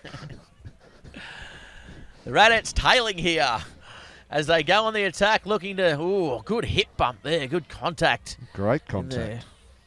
Taking it forward and trouble here. Oh, she just goes infield. I thought maybe if she'd run an outside line there, she would have got around her opponent, but still trouble. And again, the hip bump comes out by the number 5, Sidden. They're just battling, a little bit of a battle in the breakdown, the Rathettes. They just can't get their own ball back quick enough. They just need to get that support there a little bit quicker to secure their ball a little bit quicker, and I think they've probably got enough out wide to trouble the Tribe. Yeah, a couple of pop passes maybe not sticking as well, so the Tribe, all they have to do is hold the ball here now with 6 minutes to go. 6 minutes? So you've got 8 hours and 6 minutes to go on the commentary box. Yeah. 7 hours and 54 minutes, Bobby. Luckily they're paying you by the hour. Oh, I'll tell you what. Away she paying goes. Me by the minute here, and there she goes away. The Tribes are going to score another try here. Tavo over the late Macquarie, and that's a good try. She streaked away, and as easy as you like there. And the number 10 will take the conversion again. Fredericks, she's a Dutch player actually. A Dutch player? I do know that. Where did you glean that little bit of information from? Just around the your research, just around the circuit, mate. Yeah. Just around the tour. I know how long you put research in the night before these events. So I mentioned before at the top of the broadcast, I had a gig last night at Singleton Rugby Club for a fundraiser. Yeah, how'd that go? It was a great night.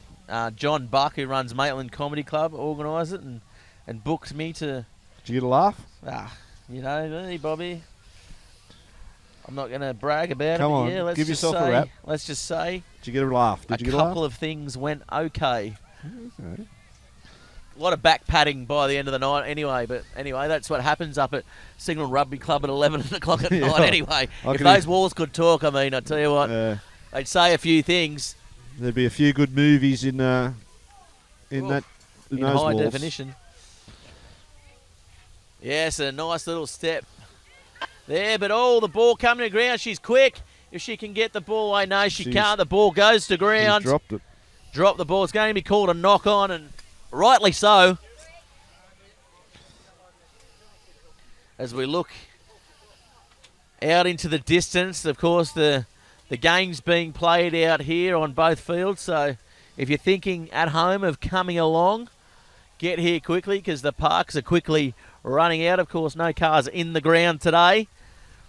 See Lake Macquarie out on that second field too, the home team. The home side, of course.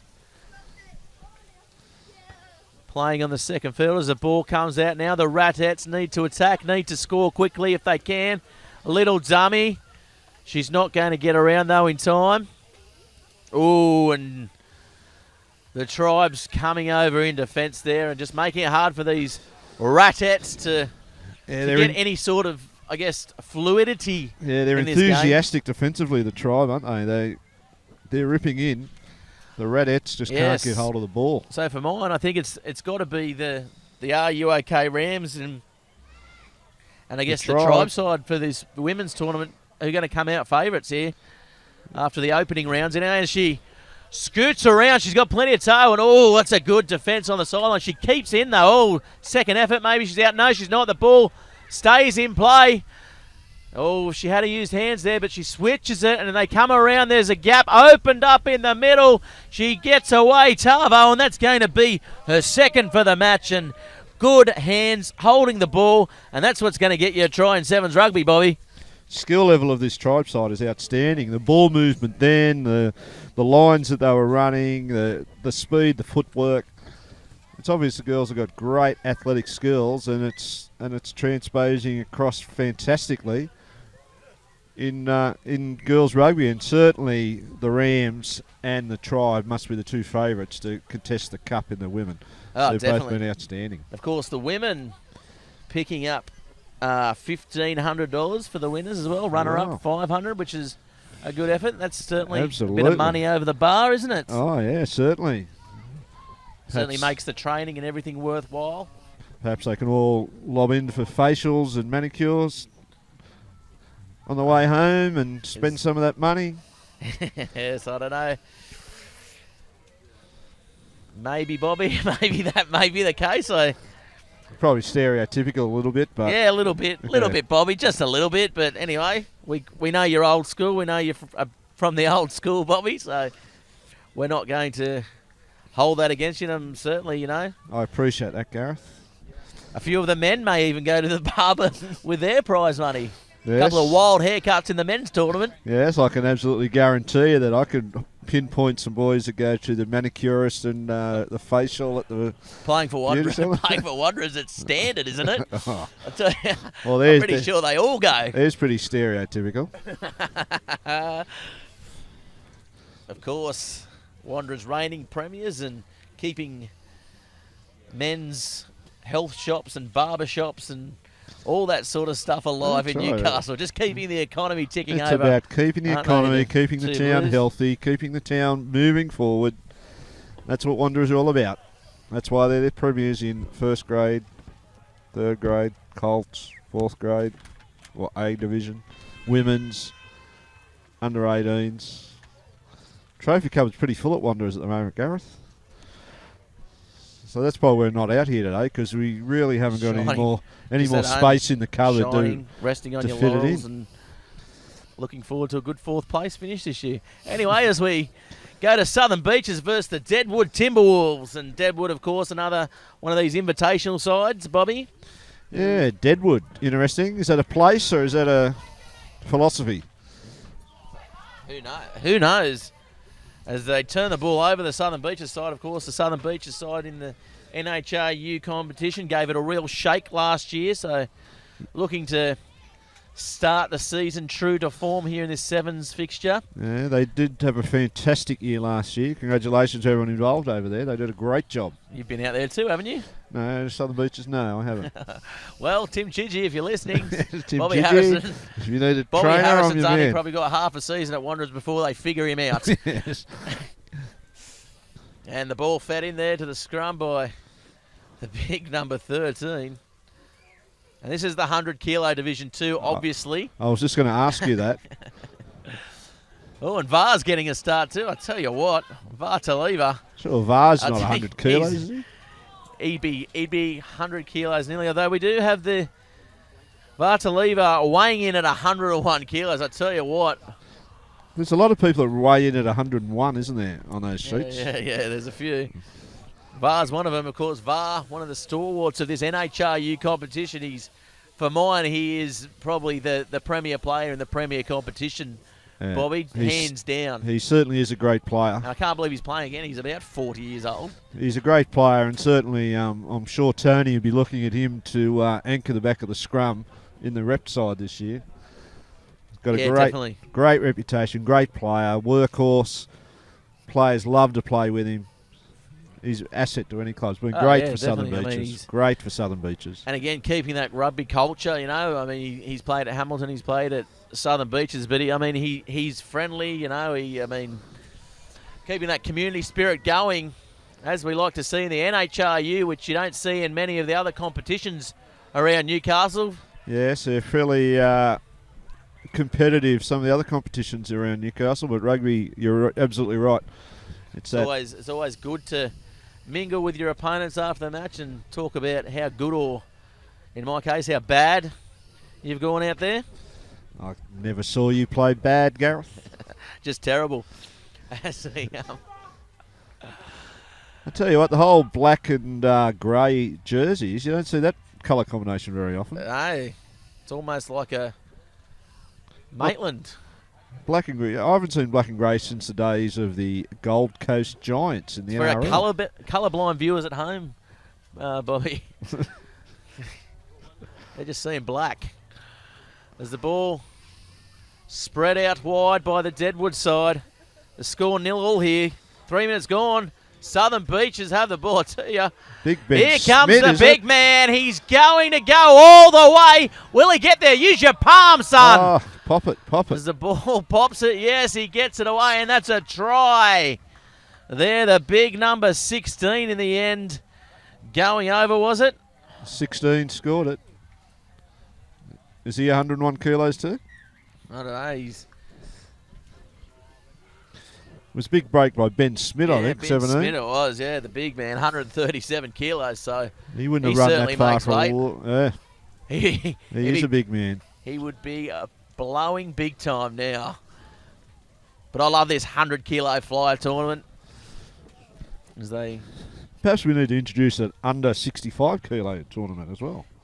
Yeah, for the whippets. Yeah, for all the little fellas that play. Oh, short little kick. It's going to go the distance. Good kick there by Beaches. Ben and here Smith he comes. Big Ben Smith taking the ball up. Ball popping out the back. Bit scrappy at the breakdown, but I thought that might have been a knock on, but no. Great palm. Double palm. He's got it all. He's got all the tricks. Spread out wide now. Steps off his left. Throw it to someone else. Switch back. Vartaliva has the ball now. Inside. Good ball there. Switching again, and that's going to be a try. Good play by the Beaches side. Samisi Bale scores that one. What was that? Who was that again? Samisi Bale. Samisi Bale. He looks like he's a new import to this Beaches side. Yeah, looks handy too. Always good. I mean, it's always a credit to the NHRU competition for attracting players from around the world. Just as long as he doesn't score many points this year, Gareth, I think he'll be okay. In terms of playing points. Yeah, that's right. So 30 points is an interesting addition to the Newcastle rugby scene, do you think, Gareth? Yeah, certainly controversial one, but I'm more a fan of attracting players to the tournament, to the competition, and I guess I think maybe a player points competition, maybe from a club level, from a maybe interchanging club perspective, might be a little bit of a better idea. I mean, if you play juniors for a club, then obviously points maybe can. But I think players coming into the competition, even if they are sort of that have played in ITM Cup or a bit of this international 7's stuff, which Kelly Miafua is a good example. I think points definitely shouldn't go count against good players coming to the competition. Yeah, I think I'm with you there, Gareth, because I know a couple of years ago, and I was at Lake Macquarie when we bought Mark Berman in the competition. That's right, yeah. Who had played, he was fantastic for the competition and certainly fantastic for the club. And under the present system, he would have scored significant number of points, having played ITM Cup and Super 15 with the Chiefs. That's right. And he would not have been able to play in this competition. And that's a shame, I think. Yeah, definitely. As we go now, there's another penalty, and the big men are on the attack. They're coming second currently. The Deadwood side. Who's coming first? 12-0. Beaches flying the flag for Newcastle heavyweights all over the Hunter region. Wouldn't it be great to see a match-up in the 100 kilos between Lake Macquarie and Beaches in the final? I tell you who looks big at the moment is Tyler Austell. He looks like he's packed on the way, doesn't he? Well, he might be on a supplements campaign, looking to build himself up. Well, I don't know too much about that. I was never a gym man myself. I can't believe that with the physique you've got now. Surely you just away from the tough stuff. Although in my last year, I did find that I had to keep up with the young kids, and Billy Coffey actually helped me out a little bit there. So. The cough to his mates. I think I went twice, and I thought, yep, job done, build up, worked myself out. No more done. He's been a great asset to the gym industry, Bill Coffey. Fantastic player, leading try scorer in Newcastle Rugby Union last year. Great man. Knows his stuff. Good kid, just misunderstood. And, of course, his dad, Kevin, massive fan of Bar TV. He's always... Oh, listen, everybody. He's always on my back. And so why don't you talk about Billy? No, I'm kidding. He doesn't say that. But, of course, Bar TV coming at you today all around Australia, across the world. In your pubs and clubs, we're live today for the Lake Macquarie International 7's. And there's a break here in this 100-kilo flyers tournament. He's got support on the inside. Good ball, but it goes to ground. Unfortunately, there for the Deadwood side, but good clean out, as Bobby mentioned. Good, strong ruck work there. Yeah, they've done well there, the Deadwoods. They've got numbers out wide. Vartaliva, is he up to it? There's a good long cutout pass out wide. He's going to go all the way, the big number 6. Has he called a back-and-forward pass on the linesman's I don't goal, know. I think? The linesman, is it going to be a try? I don't think so. He's called it back. Unfortunately, I mean, these guys are 100 kilos. You've got to let a few go forward, it's Bobby. 7's rugby. It was marginal. It was lateral. I tell you what, it was. It floated forward. That was a try for all money. They deserve 100 kilo. They deserve that, the Deadwood. Absolutely blowing. They need the break for starters. What's the referee thinking? He's not. So that's a linesman impacting on the 7's game again, Gareth. That's twice. Yes, and I tell you what, I'd like to see this game played without linesmen. Only in the 100 kilos tournament. I wonder if you'd play without referees in the 100 kilos tournament. Yeah, just referee yourself. Why not? Like CNS cricket, just have one of your own out there in the middle, refereeing. Each team does half a game. Exactly. I don't think these referees can keep up with the pace of this 100 kilo stuff. It's end-to-end stuff, Bobby. It is end-to-end stuff. Unbelievable. It's a sort of rugby that'll keep the crowds coming back, won't it? Oh, this sort of stuff. Why not? A good little inside ball wrap around. Good little set move off the set pieces. Austell kicks the ball forward. I tell you what, he's not 100 kilos. Well, I was thinking that, but I didn't want to say anything there. Where are the big willies, by the way? Yeah, I don't know. They played 7. I'll tell you what. They played 7's last week at Hamilton. They wouldn't need. That's their recovery. Maybe they're in the top side. Yeah, it could be. They wouldn't need to field anyone else, would they? No. There's probably about 400 kilos combined weight, really, in pre-season. Anyway, I mean, I know they trimmed down for the season proper, but pre-season those guys are pushing 170. And they had a fantastic impact at the end of last year, didn't they? I tell you, they had opposition running scared. They terrorised when they charged people onto the ball.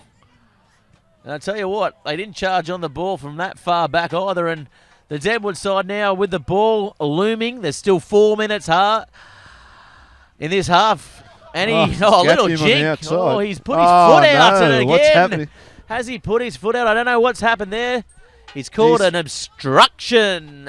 And I tell you, How can shepherder you have, for sheep, Bobby Harrison. How can you have an Not for 7's rugby. How can you have an obstruction in 7's, Gareth? Tell me Ah, that. I don't know. The whole game's The one whole big game, obstruction. the whole game's based on obstruction. Absolutely. Coming at it. Oh, it's a forward pass, I'm told. I tell you what, it looked like it floated backwards. So that's 2 forward passes the Deadwoods have been called for that have stopped them scoring tries.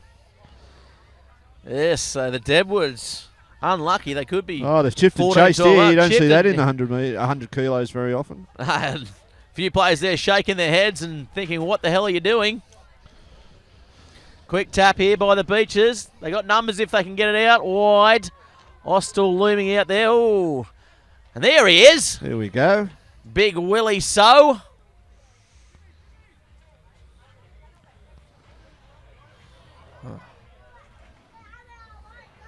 Oh, looking very enterprising. Austell on there, out wide there. He's got one to beat. Can he do it? No, he can't, but he's got support. He doesn't Great use tackle. it. Great work at the breakdown. He's got the ball too. Great cover defence by the big boppers there. Made the tackle, got up and got the ball. The referee's found something here. Good Yeah, Matt Lanzini as well on this Beaches side, so he was quality last year as well, wasn't he? He is a great player, and I know Tony Munro is looking at him for the ref side. Yeah. Got to get him. Great, He was the standout second rower last year, I think. great versatility too, Lock, I believe. whatever you want to call it. No, he's certainly he's been penciled in. He's on the short list. Yeah, I mean, some of his defence is absolutely bruising, so if you need some starch in the pack, as everyone needs some starch in the pack, he's your man. He'll be there. Deadwood's finally Here he made goes. a break, No and he's foot under the out. posts. No foot out. No forward pass. No obstructions. No obstructions. He's under the posts. The only whistle we hear is the whistle for the try, and that's how we like to hear it at the Lake Macquarie International 7's, Bobby. Minute to go. They're not out of this, Deadwood, I reckon. They get this conversion, take them 5 points behind. They look like they're out on their feet, the Beaches. Oh, the big boppers. I tell you what, the Beaches, apart from Tyler Austell, they're all, I mean, Willie Fraser's 160.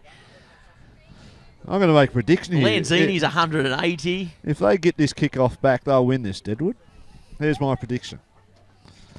They've got to secure this kick-off, Beaches. Oh, bold predictions here in the Bar TV commentary box by Bobby Harrison. I don't mind a bold prediction. Yeah, Great but I tell kick-off. you what, good kick-off. Going to get them deep in their own half, the Beaches side. And just taking it forward. There he is, big Willie Fraser's on as well. I tell you There what, you go. one man you want coming on. Forward pass.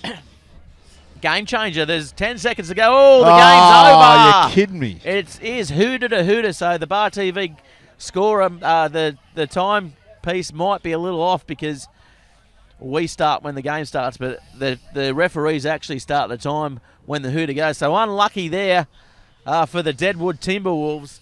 The Beaches holding out in a nail biter. So they look like I think they're the 100-kilo favourites at the moment, these guys. The Beaches, plenty of premier grade experience in there. Yeah, you only need a couple of good players, don't you? Like experienced players and a little bit of athleticism in the 100-kilo class. I think it might be a matter of whose fitness holds out to the end of the day, because 7's is a fairly taxing. I'll tell you what, a few of those guys need to come over here and refuel. The barbecue smells brilliant down here at Lake Macquarie. The committee here doing an absolute bang-up job. The canteen's firing. There's lineups from here all the way to Cockle Creek for the food on offer.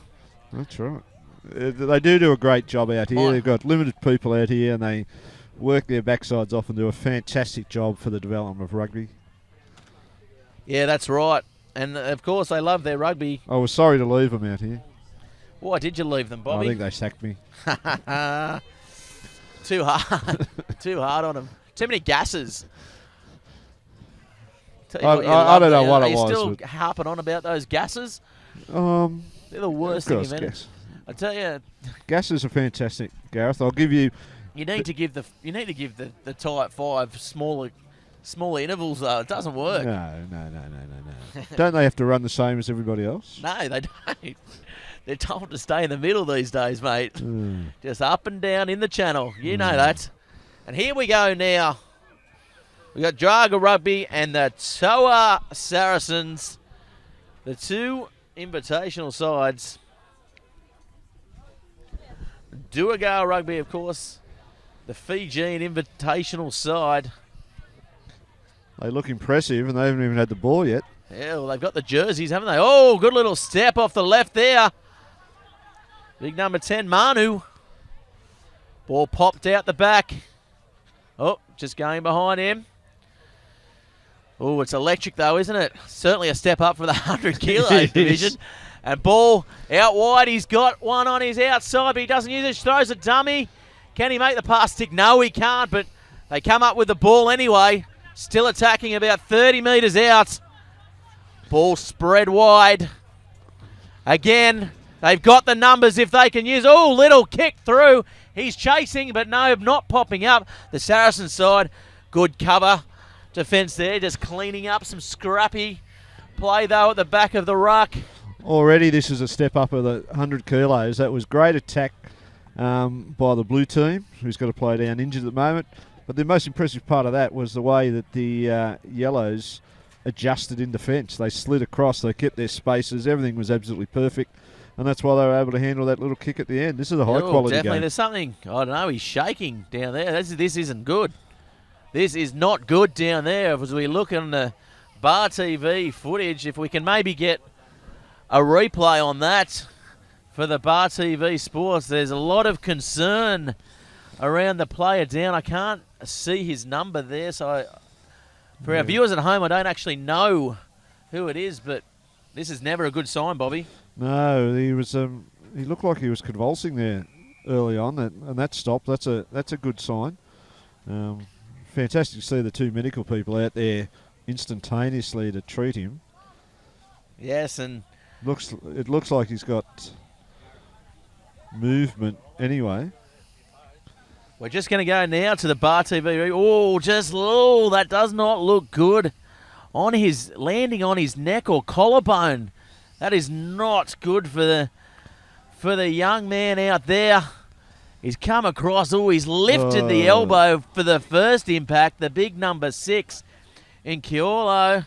And then he's come down straight it was number on his 13. And he's gone straight in. There's Dalloway. Yeah, this is not good at all. Plenty of concern out there. The medical staff is out there with him, and as we maybe look away from the screen now, and if we can have a quick look at our sponsors maybe, just to see how we're going. Of course, Club Macquarie, Sports Force Consulting, O'Neill Tyres, Pippi's at the point, A-Snap Photo Booth, of course, Bobby Harrison. I've been to the photo booth today. With his newfound fans, will be signing. That's right. Signing photos over there. I'll be doing. This is a big step up for you, 10 Bobby. by 8 glossies. I've got them printed 10 already. by 8 glossies. And what, selling them on your website? Yeah. Yes, and of course, Hunter Coatings and Hayden Workplace Testing. Yeah. Next game. Our producer's telling us head clash, and there was a couple of impacts there as we saw on the replay from the man down. And as we look at the surroundings, look at the crowd there. Look at the crowd building, all the teams over there. As we've mentioned, it's a carnival atmosphere. There's music pumping over there. There's teams warming up. They're intermingling. I tell you what, the Lake Macquarie Club is doing a bang-up job out here. And, of course, Sports Force Consulting, who is doing the, tournament directing out here. Bobby, yeah, good show, mate. Fantastic. If you have a look at that picture on the screen now, the marquees are there. There's some sides here with team uniforms, these Hawaiian shirts which add to the atmosphere. You can not get a car park anywhere near the ground. There's heaps of people over here on the grandstand side. It's well structured, well organised. It's a fantastic event for rugby. Of course, we'll now go to a couple of our social media people getting in, just to let people know to get into the game at Bar TV Sports on Facebook, Bar TV. And one of your biggest fans, Bobby, has texted in. He's a big fan of your commentary. Mick Gill is at work and getting himself through his work day by tuning into the coverage. He's a great man, Mick Gill. I've been associated with Mick for years and Hang years on a sec. and years. Hang on a wait sec, a minute. Bobby. I just want to give him a rap before he gives me He's a... already given it. Righto. Go away. Go on. Tell me what he Talk said. about how good he is first. You've coached him at South. You've coached him at the Greens. Legend of the He game is around a legend Newcastle. of Newcastle rugby and rugby league. He's saying, tell Harrow he needs more makeup for commentary and he is eating yogurt right now. Coverage is getting me through work, though. So positives and negatives, Bobby. You got to take the good with the bad.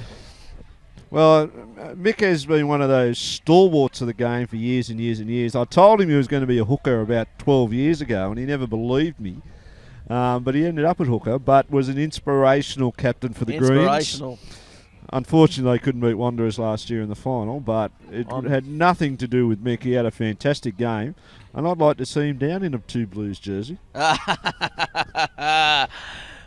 that is stoking the fire, isn't it? Mick Gill, if you're still listening in, let's hear your response to you wearing a 2 Blues jersey, because I can't see it happening in 4 lifetimes, Bobby.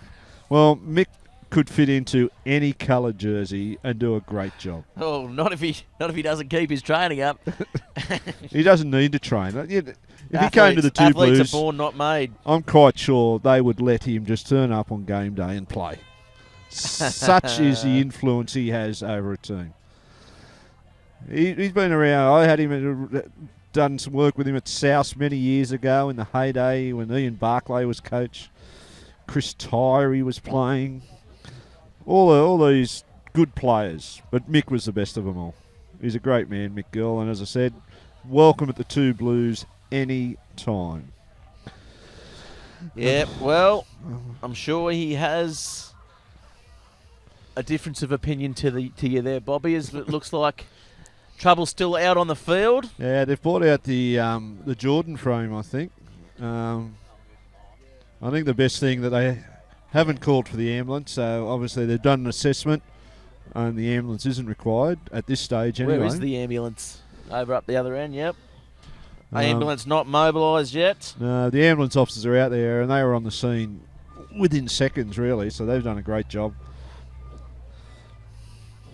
And the number of sponsors they've got here are also brilliant. The support that the community has, Club Macquarie, Pippies, the local businesses that support this club should be congratulated.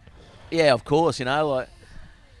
Local rugby doesn't survive without great sponsors. Club Macquarie. Hopefully we can get over there for a little bit of a feed at lunchtime if we get time. Pippies at the point. I'll be definitely calling in there for a quick one on the way home. Of course, you could go to Club Macquarie for lunch and Pippies for tea. That's the best of both worlds. Do you know what? I actually got my tyres changed by O'Neill's on Friday. This is no lie. On Thursday. And you got your wedding photos taken by A Snap Photo Booth Hire. Didn't know. I didn't, but I will be going over to get A Snap. And you got your house rewired through Brulec Electrical. Well, I've got Hunter coatings. I mean, I lathered myself in Hunter coatings just for the hell of it. And workplace testing. Well, I'll tell you what, I don't work too often, so that's right. I don't need to call them. But of course, if you're listening out there, and you call for Bar TV, and you love Lake Macquarie Roos, you've got them all covered. I love it.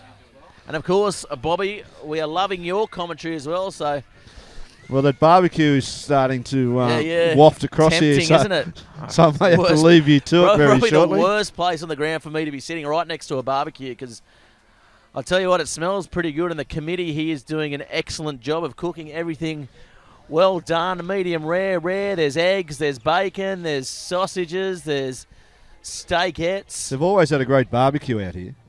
That's right. I mean, they've always had a great barbecue. Yeah, definitely. Actually, that'd be an interesting survey. Who would have the best barbecue in Newcastle rugby? Well, I tell you, it's pretty good at the moment out here, and I can only go with my stomach. So at the moment, we're going for Lake Macquarie, but you can't. I mean, the Greens old boys do an excellent job. Yeah. I think that wins. They're in front for me. They add a little bit with a chorizo. Yeah. With a chorizo on the barbecue as well as your standard sausage. And they have the sausage patty, risoli sort of things too, which is just and of course go over and above what normal barbecues are. Yeah, and of course, and let's not forget, let's thank all the old boys out there that are listening in from all clubs involved around Australia and around the world, because without the guys staying involved in the game, that's right, the game doesn't go on. And people can talk about games at the top level, but this is where it's at, grassroots rugby. This is what keeps the game ticking over, and this is what feeds into the Wallabies. Yeah, and I think you're absolutely right, Gareth. Having been around a couple of Newcastle clubs, the impact of the old boys on a club can't be measured really, and I don't think the old boys sort of realise how important their continued involvement is, even if they played 5, 10, 15, 20 years ago. But I guess that's the thing about the old boys. They might not realise their importance, but that's the whole point. Yeah. They don't care about their importance. They just do it because they love the community vibe that I guess rugby provides. That's right. A lot of your other sports out there, you don't get that same vibe. Yeah. From juniors all the way up. And you'll think of like the Waratahs old boys and how well structured they are in their tent in the over on the hill. They've got the Kelly Miafua corner, Kelly Miafua stand, or whatever they call it now. So. Yeah, they've certainly done a great job. Like a lot of the old boys. Are the same. Yeah. As much as I hate to say it. You don't hate to say it. You love the two Blues. We all love the two Blues. And of course, you've got your Singleton Rugby Club. I was up there, as I mentioned, last night. And again, they had a massive fundraiser. 300 people came to the comedy night we did up there last night, which was absolutely amazing for Maitland Comedy Club and, of course, Singleton Bulls. And it was, 300 people paying $25 a head. That just shows that communities get behind, social rugby.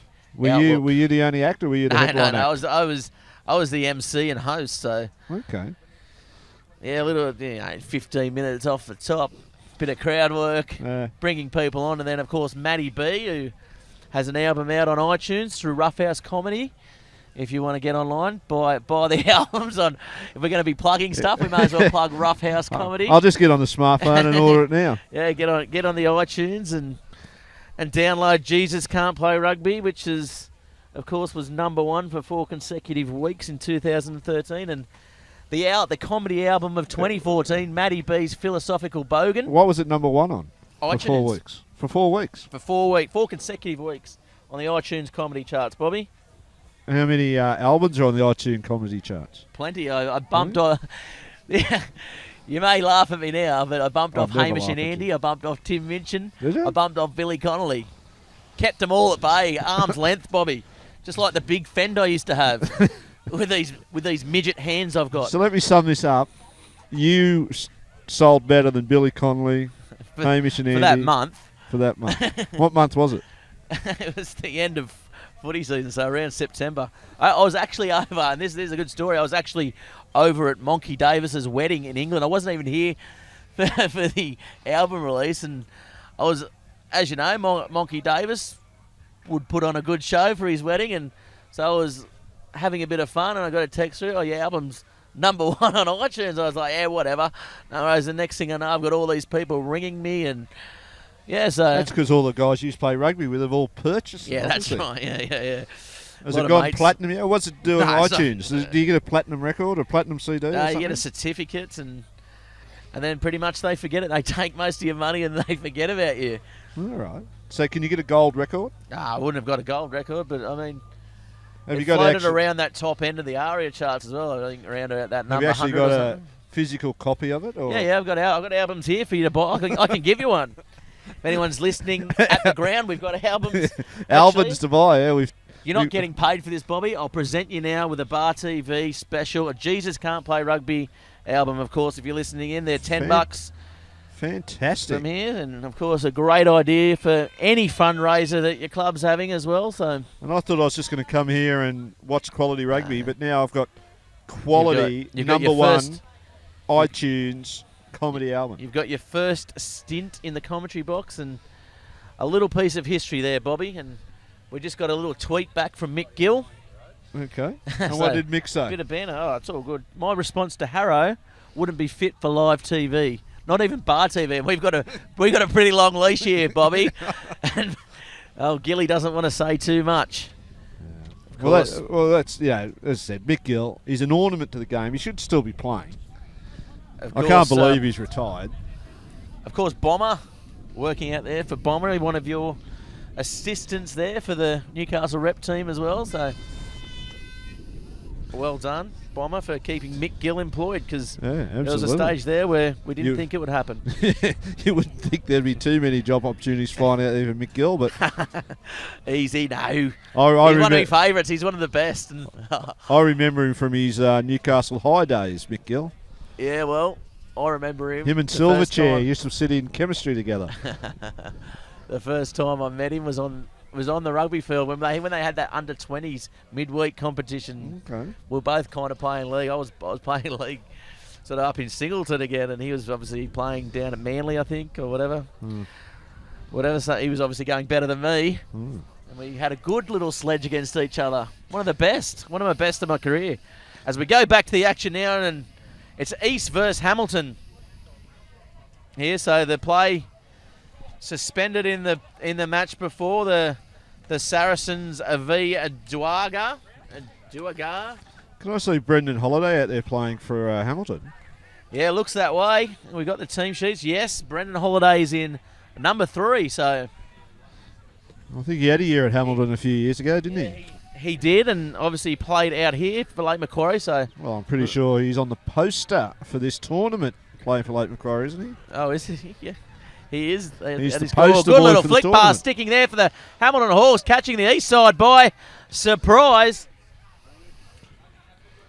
Supercoach Scott Coleman is back in charge of the Hawks this year too. So I don't know what influence he'll have, but obviously I think it was it's brother against brother here, because East coached by his brother Darren Coleman, I believe. So, but as you say, where's the grubster?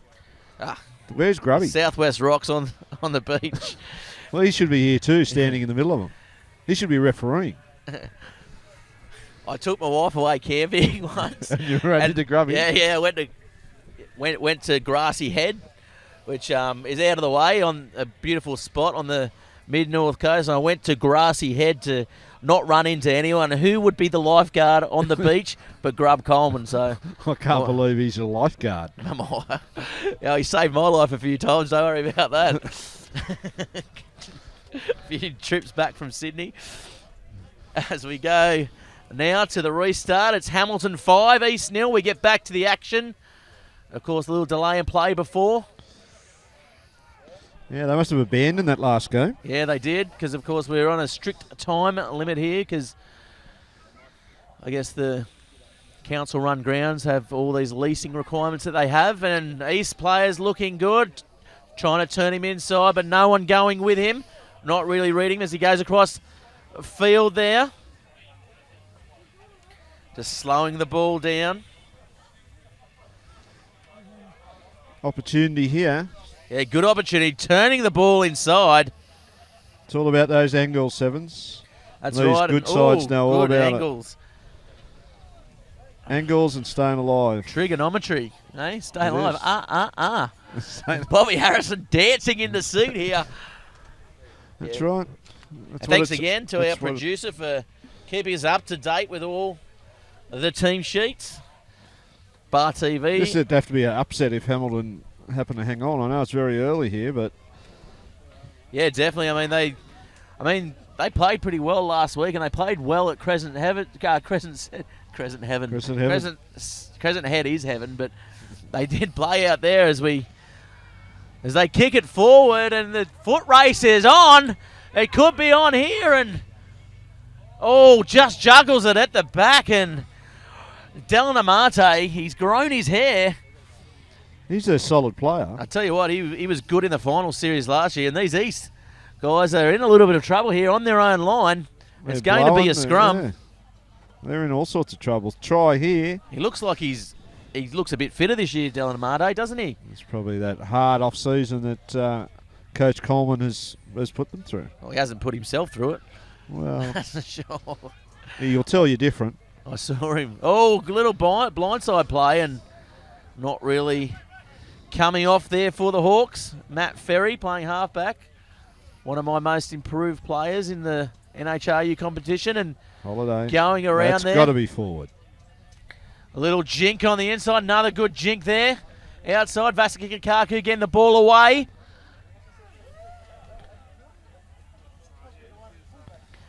In the back, just looking to drive over. They could lose the ball here. The Hawks dangerous, but no, getting the ball. He's Good. got a penalty. Good work there from the Hawks.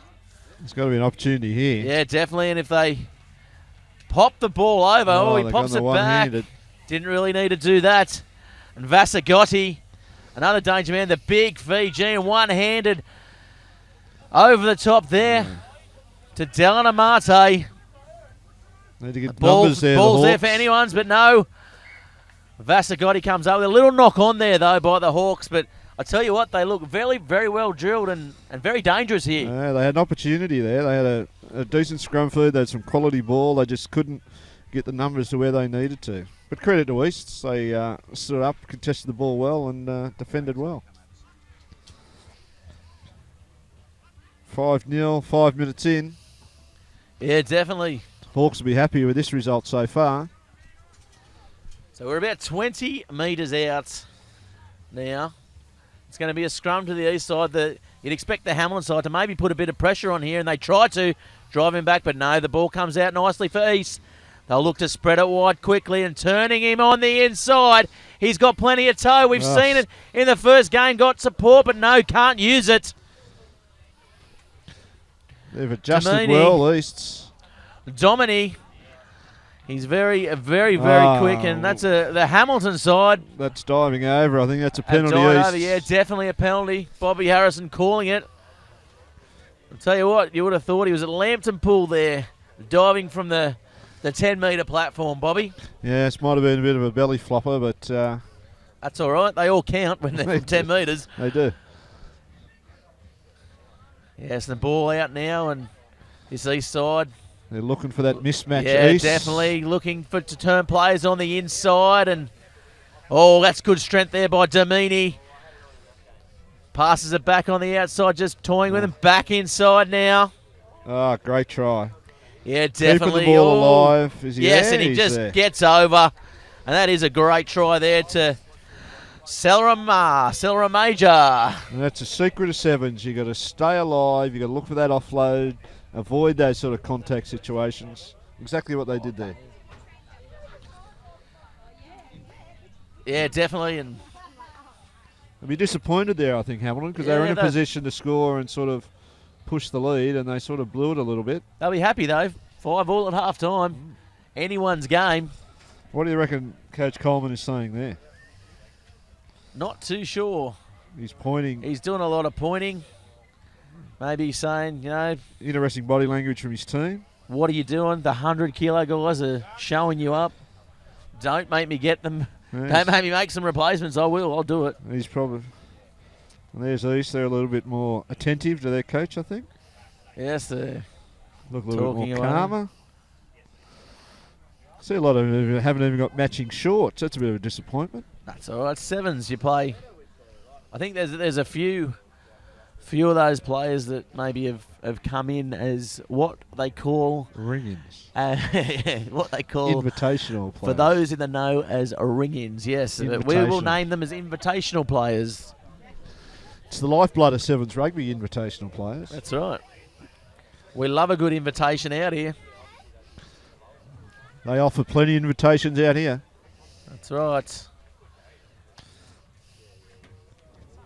And it's getting a little bit more humid here today, and it's we've been broadcasting now for nearly 4 hours.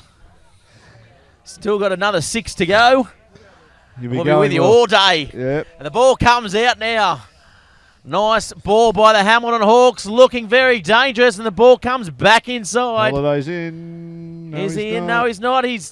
That's a nice ball over the top, and not finding his man, and East have come up with it. It could be trouble here as they make a break from inside their own half. The ball now coming out. This event attracts anyone that's anybody in Newcastle rugby. And here we go. There's a good breakaway try here for the number 22 from the east side. So they won't be happy there, Hamilton. Again, they were in a good scoring position. They've turned it over through ill discipline, and then East have just gone bang, bang up the other end of the field. And they've pushed ahead now by 7 points. Yes, I'm told that was Colton there that scores for this east side. Not listed on our team sheet, so One of one those might say invitational another players. invitational play. I'd like to get one of these invites. What do you think they come in? Are they like an email only invite, or is it something you get in the mail? Surely it'd have to be in the mail. I mean, do you have to bring the invite to get in? I don't know. It'd have to come from Officeworks, You one have of to those bring a printery places. It's got to have gold leafing on it somewhere, surely. Well, the ball comes in there. Referee not happy with it, though. Play had been halted. We're a minute 35 into this second half, and the game's still anyone's. It's 12-5, and Hamilton giving a really good showing. Yeah. I mean, Hamilton just need to control the ball a little bit here and get a little bit of continuity of that's possession. Not what they wanted, but I think the East players knocked on. He has. Just really need to control the ball here and The tap back in the line out's probably not the best move in 7's. take the either. ball. Take the ball down. Golden rule, the unwritten rule, isn't it? Yes. One of these unwritten rules that I haven't read. Because it's unwritten, that's why I couldn't read it. Is that why they call it Yeah. unwritten? Jeez. I tell you, I can read visible ink, so There's whatever. a few of those floating around in rugby, unwritten rules. They've got to go 95 metres here, the Hawks.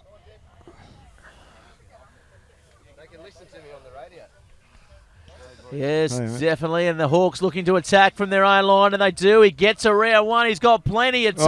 Oh, here we go. Bryce Madden, look at him. He's one to look out for. He is flying away. Is he going to get there? He is, I think. Yes, he is. And that's a good try Gotta get there under for the Madden. posts. Under the post, and this is going to 12 probably all. lock the scores up, Bobby. It is 12 all. Great try. Got on the outside. 1-on-1 miss by the East guy and just too much pace. Bryce Too Madden. much pace, I tell you what. Madden. And he's drilled it too. 12-12. He has nailed that kick because no one else was chasing him. They scored that deep from their own half. Now one of the most important aspects of 7's rugby, the kickoff. Either getting the What do ball you do? if you're the kicking kicker. it deep. I'm kicking it deep, Yeah, Bobby. you don't see that very often. I The am- good sides kick it shallow, but I am kicking the cover off. oh no, we've gone the short one. I hate that one, but it came But he's off. It's got come it. off for the Hawks. This could be trouble here for East. They've got numbers if they can use it. But no, they hold the ball there. Sam Brenner. Brenner, he's a Colt. Yeah, he's Captain coming of the Colts, through I the think. coming through the grades, and that's a good thing about Hamilton. Ugly using his breakdown there. feet. Oh, and holding the ball, and this could be a good chance here for East to. I don't actually know what that call is. I think not releasing is all I've got from that. No, Oh, he's got knock on. knock on. He has knocked the ball on. And I didn't see a knock on. Oh, I didn't see a knock on, but And of I've course got the referee's a lot pretty good closer eyes. than we are, Gareth. Okay. Well, you know what they say about referees. Never wrong. Yeah, well, that's not what I say, but yeah. Never wrong. That's right, and we thank the referees for doing a great job today. And we've all got a little half break, but no, East Oh, just getting taken down. And Hamilton now scrambling in defence here. Trouble if they can swing it out wide. 1-on-1 here out wide. They've got the pace the east side and just showing him the sideline, backing his ability, but he comes back in field. And that's a good good hit there by Vasagotti. Great hit, and the Hamilton side mauling it forward. We've been looking for that all day. It was. And And yes, effectively. nice pass there. They've got numbers on the outside, There we numbers on go. the inside. No, just taking down all the pop pass, they just not need to coming control off there. possession. But maybe a little knock on by the east side there. Yes, the east side just coming through and knocking that ball, but it would have been a try for all money if he didn't Absolutely. get a hand to that. But even in that situation, they just needed to control the ball and reset. They had the numbers there, but they just didn't do it and took the risk, and it's worked out for them in the end because they've still got possession in the last minute or so of the game, opportunity to win the game. But they've just That's got to be a little right. bit more controlled. Nice little tap there. Oh, it's gone over his head. Did not need to do that. Just ball in hand, through the hands, and oh, nice little step though. He's found a little bit of space. Just pulled up. Good defence there by these desperate stuff, and all good little Oh. short ball, but again knocked down by the east side. And I tell you what, that was almost intentional. You don't see that very often though now, the penalty for that intentional knock-on, No. do you? Unless they're playing against Wanderers, and then Wanderers tend to get penalised for it. Let it regularly. go, Bobby. Let it go. Okay, You're sounding well. more and more like another one of our colleagues, Jimmy Gardner. Another great man, Jim Gardner. Yeah, one of the Jimmy best and- rugby riders in for Fairfax, I reckon. And One of the best. I Yeah. would say the best. he's up there. The ball coming out. In the event of a draw, what's the situation? I think First it's just scorer? a draw. Yeah, they split the points as per usual in a draw. There's no, I mean, it's siren to siren stuff. So the games go on, and the whistle has blown, the siren has sounded, and that is game over. A very good effort by the Hamilton Hawks, throwing a spanner in the works against this east side. So I guess it's going to come down for points now. I And- certainly wouldn't have backed them to get that close and to get a draw, but a good effort. We thank you very much for joining us, Bobby. You've done a banger job. We'll get you back again later. Of course, we've got people lining up to get in the commentary booth with us. Right now, we've got Craig here from the Central Coast 7's. How are you, Craig? Very well, thank you, Gareth. How are you? Very, very well. Always a pleasure to meet up with someone who has set the benchmark for, I guess, 7's on a regional level. Anyway, of course, the Central Coast 7's, one of the sort of tournaments that all these sort of satellite tournaments are trying to emulate too. The Lake Macquarie International, of course, is looking to maybe emulate what you guys do. There's plenty of prize money up for grabs today as well. So. Yeah, we're here. Obviously, it's a very good tournament, and we're having a look at a few teams who have nominated for us. So, checking out the form. We have a qualification process, so we're assessing that at the moment. And there's some very solid teams here. I think the New South Wales side, Manly and Warringah in the men's, are looking very good, and Tribe 7's and the Are You OK Rams in the women's are looking red hot as well. Oh yeah, definitely. I mean, when we covered as I mentioned before, the Central Coast 7's, you know. Those OK Rams were very unlucky not to go a little bit further. I mean, obviously and that's a try off the kickoff after a few seconds. And that is a good try there by the Rams, of course. Just waiting on the team sheets to come across from our producer. I don't know what he's doing. He's the work experience kid, Craig, so you got to...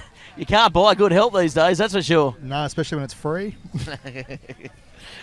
Yeah, that's right. I mean, we all do it for the love of it at the end of the day, don't we? Yeah, very much so, and that's what rugby's about. Yes, and the score here, 5-0. So we got the Are You OK Rams versus Newcastle Samoa. And this Newcastle Samoa side, pretty highly fancied. They've got a couple of pretty highly rated girls, actually, so maybe one to watch out for coming tournaments as well. Yeah, very much so. I think the Rams might be a bit strong here, but them and I think Tribe, it's my prediction to make the final. Oh yeah, the Tribe were absolutely unbelievable, weren't they? They were definitely. I mean, the Rams and the Tribe are definitely a class above. And no disrespect to anyone else, but I mean, they play a lot of 7's, they play a lot of rugby. And, you know, they've got good programs in place, which is brilliant for the women's game because Australia-wide, you know, 7's is gaining a lot of interest, obviously being in the Olympics. So, yeah, I mean, these programs, can you tell us a bit about, I guess, the programs that the different clubs have? And yeah, sure. Here we go now for another break. Sorry to cut you off. And the number 10 for the Rams is going to streak away under the post. Sorry, Craig. All good. The Rams are obviously aligned with the NRC outfit, and they've got an active movement on 7's at the moment, which is great to see. They performed very well at our tournament last year, and Tribe 7's, they're synonymous now with 7's. They travel around the world, have a number of big-name players, former internationals, current internationals, and developing internationals. They're a former champion of our tournament, performed very well again last year. But obviously, big competition last year with Canada, Australia, Brazil, and Fiji. Top of the pops. Oh yeah, definitely. I mean, those sides, they were an absolute pleasure to watch, weren't they? You know, like having teams of such international class. I mean, and it's well placed, I guess, this tournament here around sort of that Wellington tournament, which, you know, we can maybe attract a few of those teams to maybe come over to the Lake Macquarie International tournament next year. I guess Very much so. It's, New South Wales being here as well, great lead into the Nationals. Yeah, definitely. So, it's great preparation for them, so very good timing. Of course, and a little penalty blown there, just coming over the top, the Rams girls. A little quick tap there, or I wouldn't call it a quick tap, but a tap nonetheless. And she steps back into traffic. Good clean out there by the Rams. Nice work. So what goes into, I spoke to Shelley, who's the tournament director for this, but what goes into a tournament like this for someone like yourself? Is that it's an all year round process, Craig? Yeah, for us it's 12 months of the year. It's about building momentum, building the reputation of the tournament. They're very key to the success. So you've got to be non-stop with it. The social media presence and getting the word out there. Attracting the teams. That comes from developing prestige that teams want to enter your tournament. And obviously they've got some great teams here, so they're obviously heading in the right direction.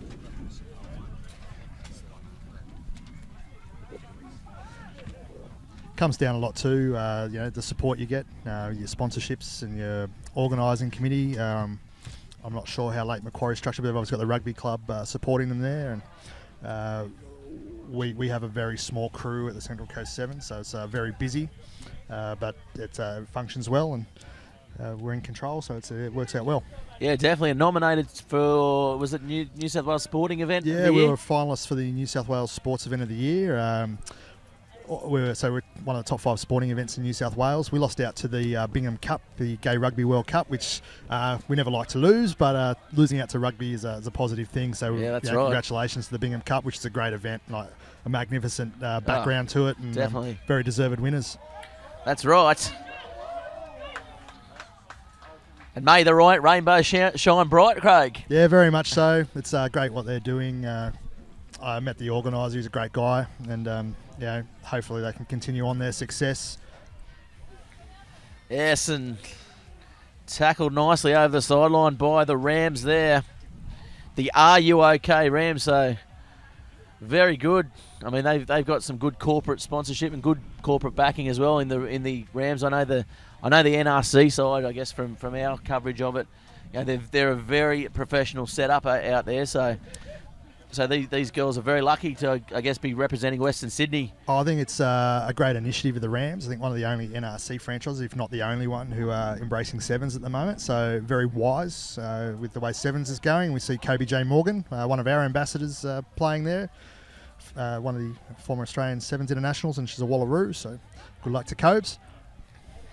Yeah, she's definitely, in the first game, she was definitely very impressive as, again, they streak away. Anna Root gets through, the number 18, flying away. And yeah, I'll tell you what, I guess we've got to say it again, but the Tribe and the Rams, definitely the two teams for our viewers out there who need to be watching this. 22-0 now, with a kick to come as well, and the hooter sound, so it's half-time, and a lot of points scored in that first half, but a lot of deserved points though, Craig. It's also great when teams get to play teams of other levels. I look at it and see when you play a team that's technically of a higher standard, it's a great development opportunity for, I suppose, the lesser ranked team, but also on an individual basis. When you play against some of these players, so as an example, Kobe, when you're playing against her, she's got a lot of international experience. So if you can outdo her on a one-on-one basis, and if the right people are watching, you can walk your way into the international program and the states program. So it's a lot of development opportunities and great for talent identification. Yeah, sure. And we go to half-time, and the coach just laying down the law there for the Rams. It's great that they're... keep it up, I guess, very much. It's great that they're supporting Are You OK too. It's a great cause. Definitely. Because I know if you do need to talk to someone out there, don't be shy to do it, because there's not enough talking goes on in the world these days sometimes. No, I think that's iPads and iPods. Cause the lack of communication. Yes, all the social media. I send a Twitter message to my wife when I want something to eat from the other end of the house, and let's just say she's not impressed about it. I'd love to see the reply. Yeah, there's no reply. Don't worry about that. There's no reply later on in the night either. Too much information. Oh, well, we do like to test the limits here at Bar TV, and Craig, you've shown us that I have found one of your limits. Well, here we go. Big kick here. She's got a bit behind that too, going deep. Nice little ball on the inside. Of course, 2 fields going here today where we're covering live from the main field. The Are You OK Rams, and they've made another little break down the centre of the field now. The big numbers. How good cover defence there by the Newcastle side. Oh, big palm there, and that's a good try by Foliaki going over. Great try. Yeah, I think the Rams are going to be a force in 7's over the next couple of years. I think it's excellent what they're doing.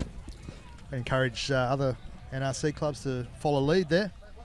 Yeah, definitely. I mean, why not? I mean, the Warringah Rathettes are here, so they're obviously part of the NRC. Like, you know, if they could combine with Manly and do a similar sort of thing and have a good presence over there on the northern beaches. And the Radettes are one of the top clubs in women's rugby, so very dominant in 15s and very talented in 7's as well.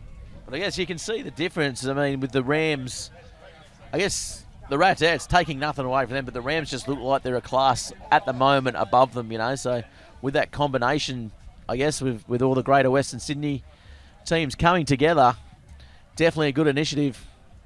Very much so. I mean, big pathway in 7's now, so giving opportunities across all platforms of rugby is very important, and yeah, it's great to see the girls out there because women's rugby, one of the fastest growing team sports in the world, and the athletes are first class. You just look at our Australian team, absolutely magnificent. Well, I know Liz Entwistle from the Stars, the jovial Liz. She's a big fan of Bar TV, so if you're listening in, Liz, don't be afraid to tweet us as you normally do. But she was saying that in the US, it is the fastest growing sport, both men's and women's. So 1.5 million registered US players, which is absolutely amazing. Because if you look at it, I think Australia's up around sort of 30,000 maybe, like across all grades. So yeah, I think the US is the waking giant of world rugby. They had a great result in Las Vegas, finishing the top 4. Their player base is growing. Excellent athletes. We were lucky having 3 American teams here in Stars men and women, and also the USA Olympic Development Program Tiger Rugby last year, where it was great. We had Martin Iosefo, who played for Tiger, was from the Central Coast 7's, was identified from the event and drafted into the USA World Series team. So it's nice. Great to see him on television. Yes, and of course Gordon Teachings was there, and there was a few All Blacks that played in that tournament as well. So here we go again. Sorry, Craig, I'm going to cut you off. Oh, just ball going to ground. Newcastle Samoa coming up with it.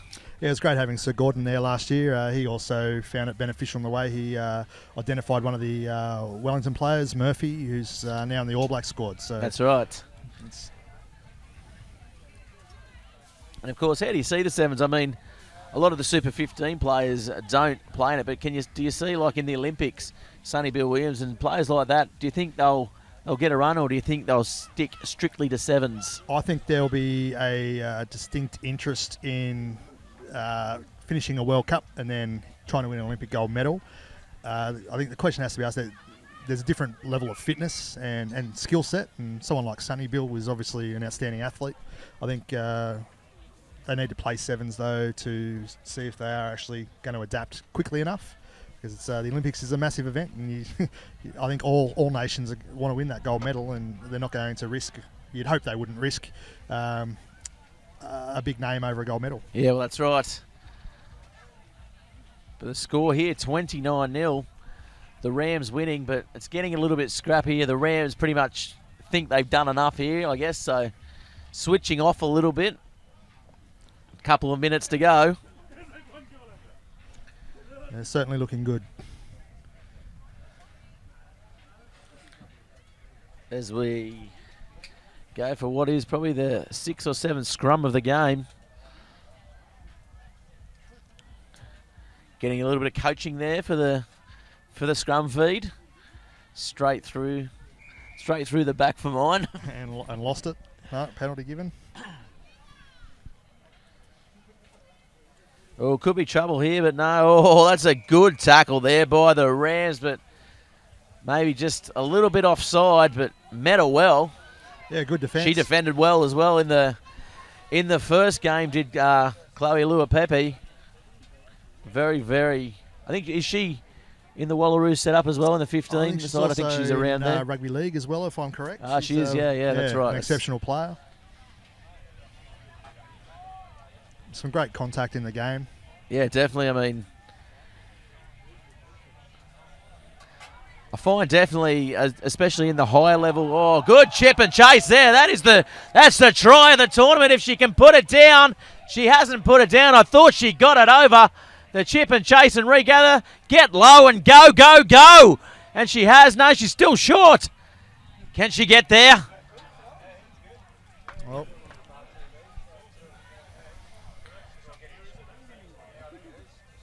played the penalty. Yes. It's not their penalty, though.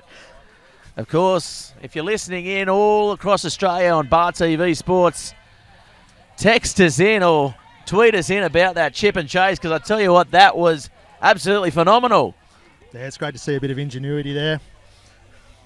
And that's going to be full time, and the Rams are winning, sailing away with that as we do at Lake Macquarie on 29-0. Yeah, sailing around past the Great Whites. Yeah, no great whites here. They've all left the lake and gone round to Merriweather. Surfet's on at the moment, so they like the taste of rubber.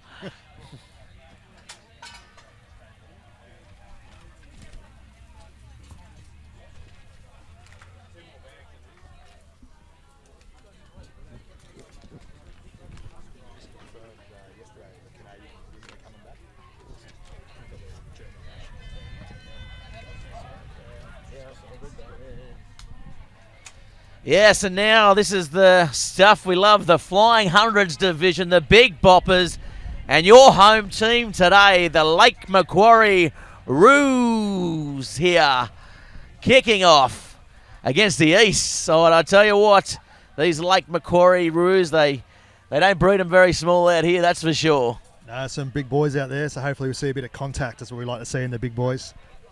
Yes, any thoughts of utilising that third field that you've got there at Wallingford? Third field's a bit small, but it may suit the big boys. Yeah, well, that's right. Not have to run so far. Yeah. Suit them, I'll tell you what, it'll suit them down to a T. And here we go, look at this east side. I tell you what, you can't be, this 100, they're taking away from it. They look too fit to be over 100 kilos. I do, maybe they need to make it the over 120 kilos. Everyone's over 100 kilos these days. Yeah, this is true. There was a time when the whippets of the game dominated, but of course the bigger sides now showing that they've got the toe. And here we go, the Lake Macquarie side finding a bit of space on the outside, ball inside, but going to ground. Lake Macquarie will pick it up though. Good hands there.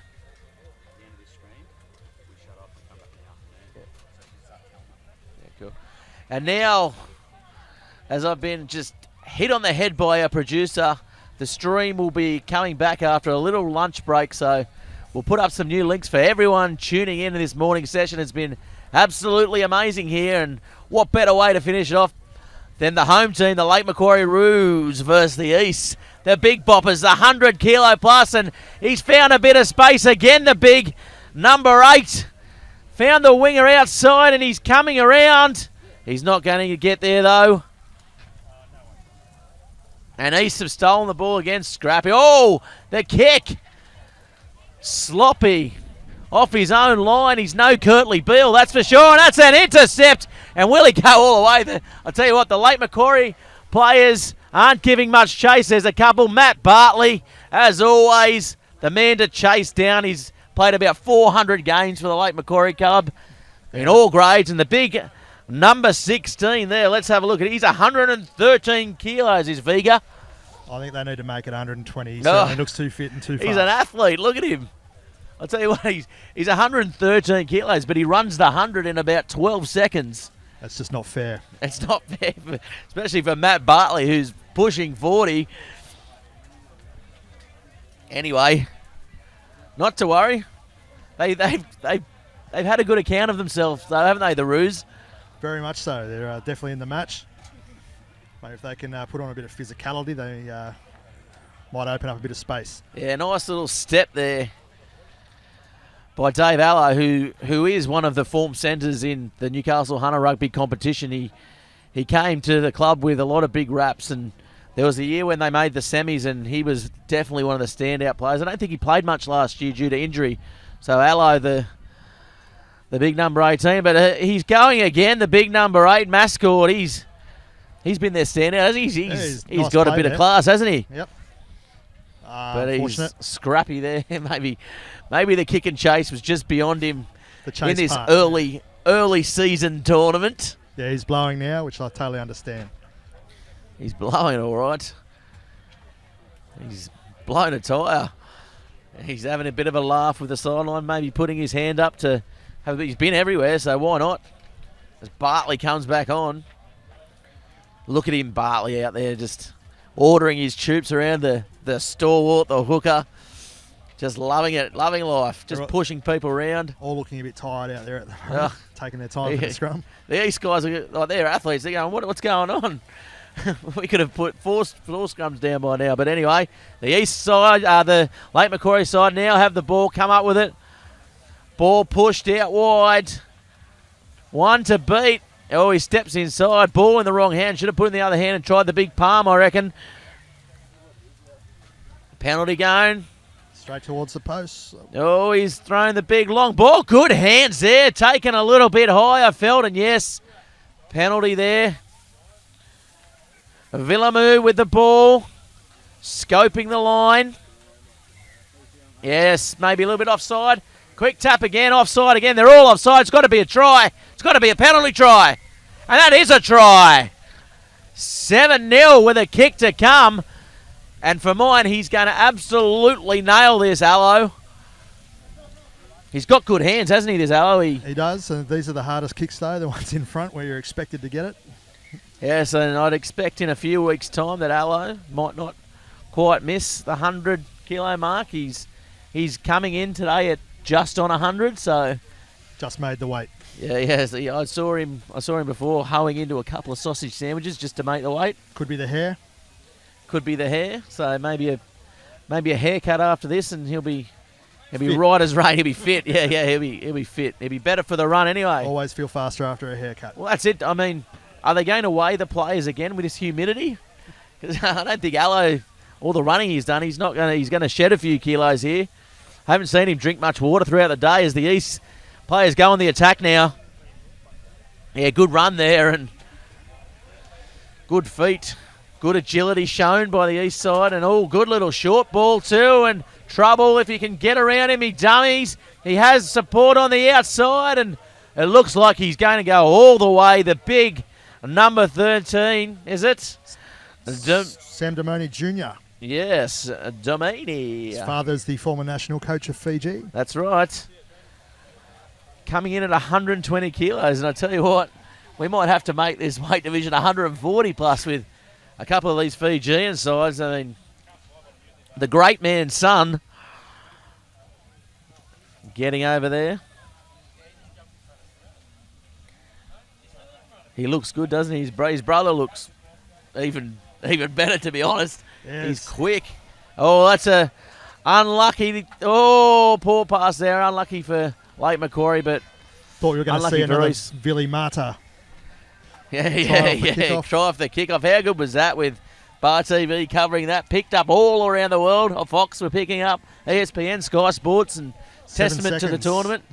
Yeah. Was it 7 seconds or was it 5? 7 seconds. Vili's a member of the Fiji National 7's That's side right, of the World Series, so brought the ball down straight off their own kickoff. It was unbelievable, wasn't it? Oh, it was amazing to watch. It was the best, one of the best things to watch, and calling it was absolutely amazing, especially...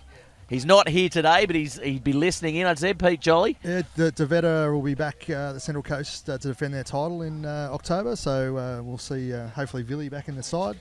Yes, and of course, the Coral Coast Championships comes soon after that. Yes, the winner gets an automatic entry. How does that work? Because, I mean, the Fijian side is already into it, aren't they? So yeah, so we this is basically the next best. We have a partnership, very great relationship with the Coral Coast 7's in Fiji, where our winner gets an automatic invitation to their tournament and their winner gets an automatic invite to us. So we'll see the Coral Coast champions, the Police 7's side, for the first time this year.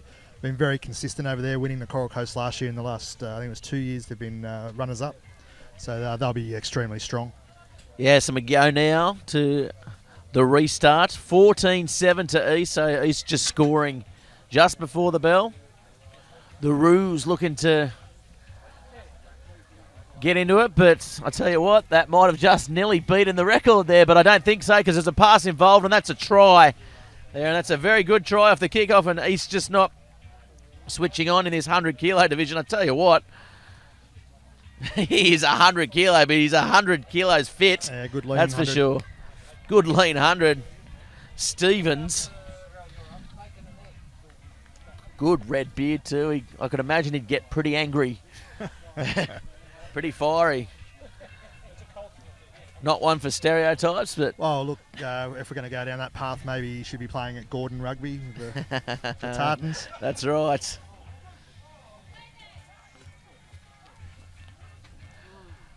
But instead, he's more eastern suburbs hipster, isn't he? We get into the coffees then, don't we? What's your poison? What's your poison anyway, Craig? I'll stick to a flat white. Yeah, I'm a Very flat simple. white man too. I don't know, all this triple soy latte, daffodil flavoured with organic sugar, with coconut organic sugar. It's crazy what you can get these days. And as the Lake Macquarie side, little chip through the big, swing and a miss. should have dived on it, but now it's unlucky there because he would have been away for all money.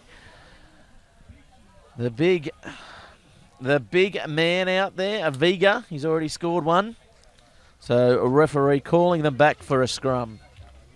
I think the Roos, they're going to have to use a bit of creativity to get along in this match. I think East definitely looking the stronger of the two. But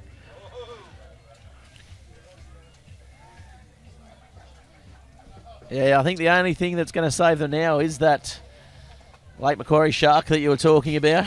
If he can maybe somehow across land, somehow beach himself. Maybe a bit of Sharknado happens out on the lake. I mean, there's cyclones everywhere at the moment. Yeah, so. This is true. Big shout out to everyone up in Queensland. Yeah, that's right. I hope everyone's safe up there. And if you are tuning into Bar TV, let us know how it's going on the live coverage. Great contact there. Oh, yeah, bumping a couple off. And that's what we like to see in this 100-kilo class.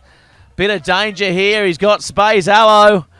Dummies inside, and wrong choice. A couple of years ago, he probably would have scored from there, but no. Taking the ball in, they're going to have to get over the East player off his feet, but good clean out there by the Lake Macquarie side. They know this ground like the back of the hand. Dummy inside, taking it back in, and advantage play, diving over, as we said. Quick tap, though, could be danger. They're still offside. Taken well. Just moving forward. I'll tell you what, if they get a try here, it's game back on, Craig. Yeah, they're plugging out the middle there, so if they can try and get the ball a bit out wide shortly, I think it'll be good. Why not? Why not just maul it? Yeah, that was a bit too slow there. 100 kilos. Oh. Let defence reset. They've got to try and make use right. of he's going to get the ball. He's off his feet. Nearly a clean out there. He's going to have to release the ball, the East player. I thought he held on to that for maybe a fraction too long. And, good little short ball. Could be trouble here. He doesn't want to wind up, though. I thought he had a bit more motor in him. There, the winger, but that's a good tackle in cover. Oh, and here we go. Here's the big bopper, bumping one off, bumping another off. That's a good effort here as he goes nearly all the way, but Bartley rounds him up. He had support. He might go all the way. It looks like he's going to go all the way. The number 2 in Lee Warner. He's an East stalwart, but the one who got everyone on their feet was the big man there. Is Colo? What was it, Colo there? I didn't get the number. Or Berthelot. That's a good 100-kilo name, isn't it? Berthelot, the heavier knight in the Knights of the Round Table. And we got 2 minutes to go now, so we're going to have a quick break here. And we're going to switch streams to get you into the afternoon session for everyone listening at home. Tell your friends about us. Tell us what you've thought about the tournament, especially this 100-kilo class. It's absolutely lighting the place up. Everyone's on their feet cheering the home side home. They're probably a little bit out of it now with a couple of minutes, but of course at Bar TV Sports, follow us on Twitter, on Facebook. We'll be posting the new link after this coverage, and we'll be coming back in a few minutes as we break for lunch here. I've had a great time calling this morning session here for Bar TV Sports. It's been a pleasure having you here with us, Craig. You'll probably join us in the after. Oh, nearly comes onto it, the captain, Bartley, but it's going to turn around and he's going to go all the way. Unfortunate there for the late Macquarie Roos. They played better than that, and Moore's going to go all around and score in the corner. Unlucky. All come off good contact. Very good contact. And that's going to be a try, and that's pretty much going to be game here. And as I mentioned, we are going to switch streams, so have a look on the Facebook page. Have a look, I think, on the Lake Macquarie Roos page. Have a look on Twitter at Bar TV Sports. We'll be posting the link very, very shortly for everyone to come back and tune back in to all the coverage here at the Lake Macquarie International Sevens. And it's been a great morning, Craig. It has. Weather's held off, which is really nice. Good atmosphere. Some very good teams running around. So encourage people to either get up here or tune into the stream. Yeah, crowd numbers wise, I mean, we're also streaming live on the NHRU side, who have been, very good at sort of promoting this event as well. And of course, promoting Bar TV Sports in the past. As we go forward now, and that's what we like to see in the big bopper class, coming into full time. And one last big contact just to say, look, you might have won on the scoreboard, but we won in the argy-bargy. Yes, look, I think every big fella loves to win the tussle up front, so love to see a bit of a few big hits and great contact. Yeah, thanks very much for joining us, Craig. And again, thanks everyone for the morning session. We'll be back very shortly in about 10-15 minutes.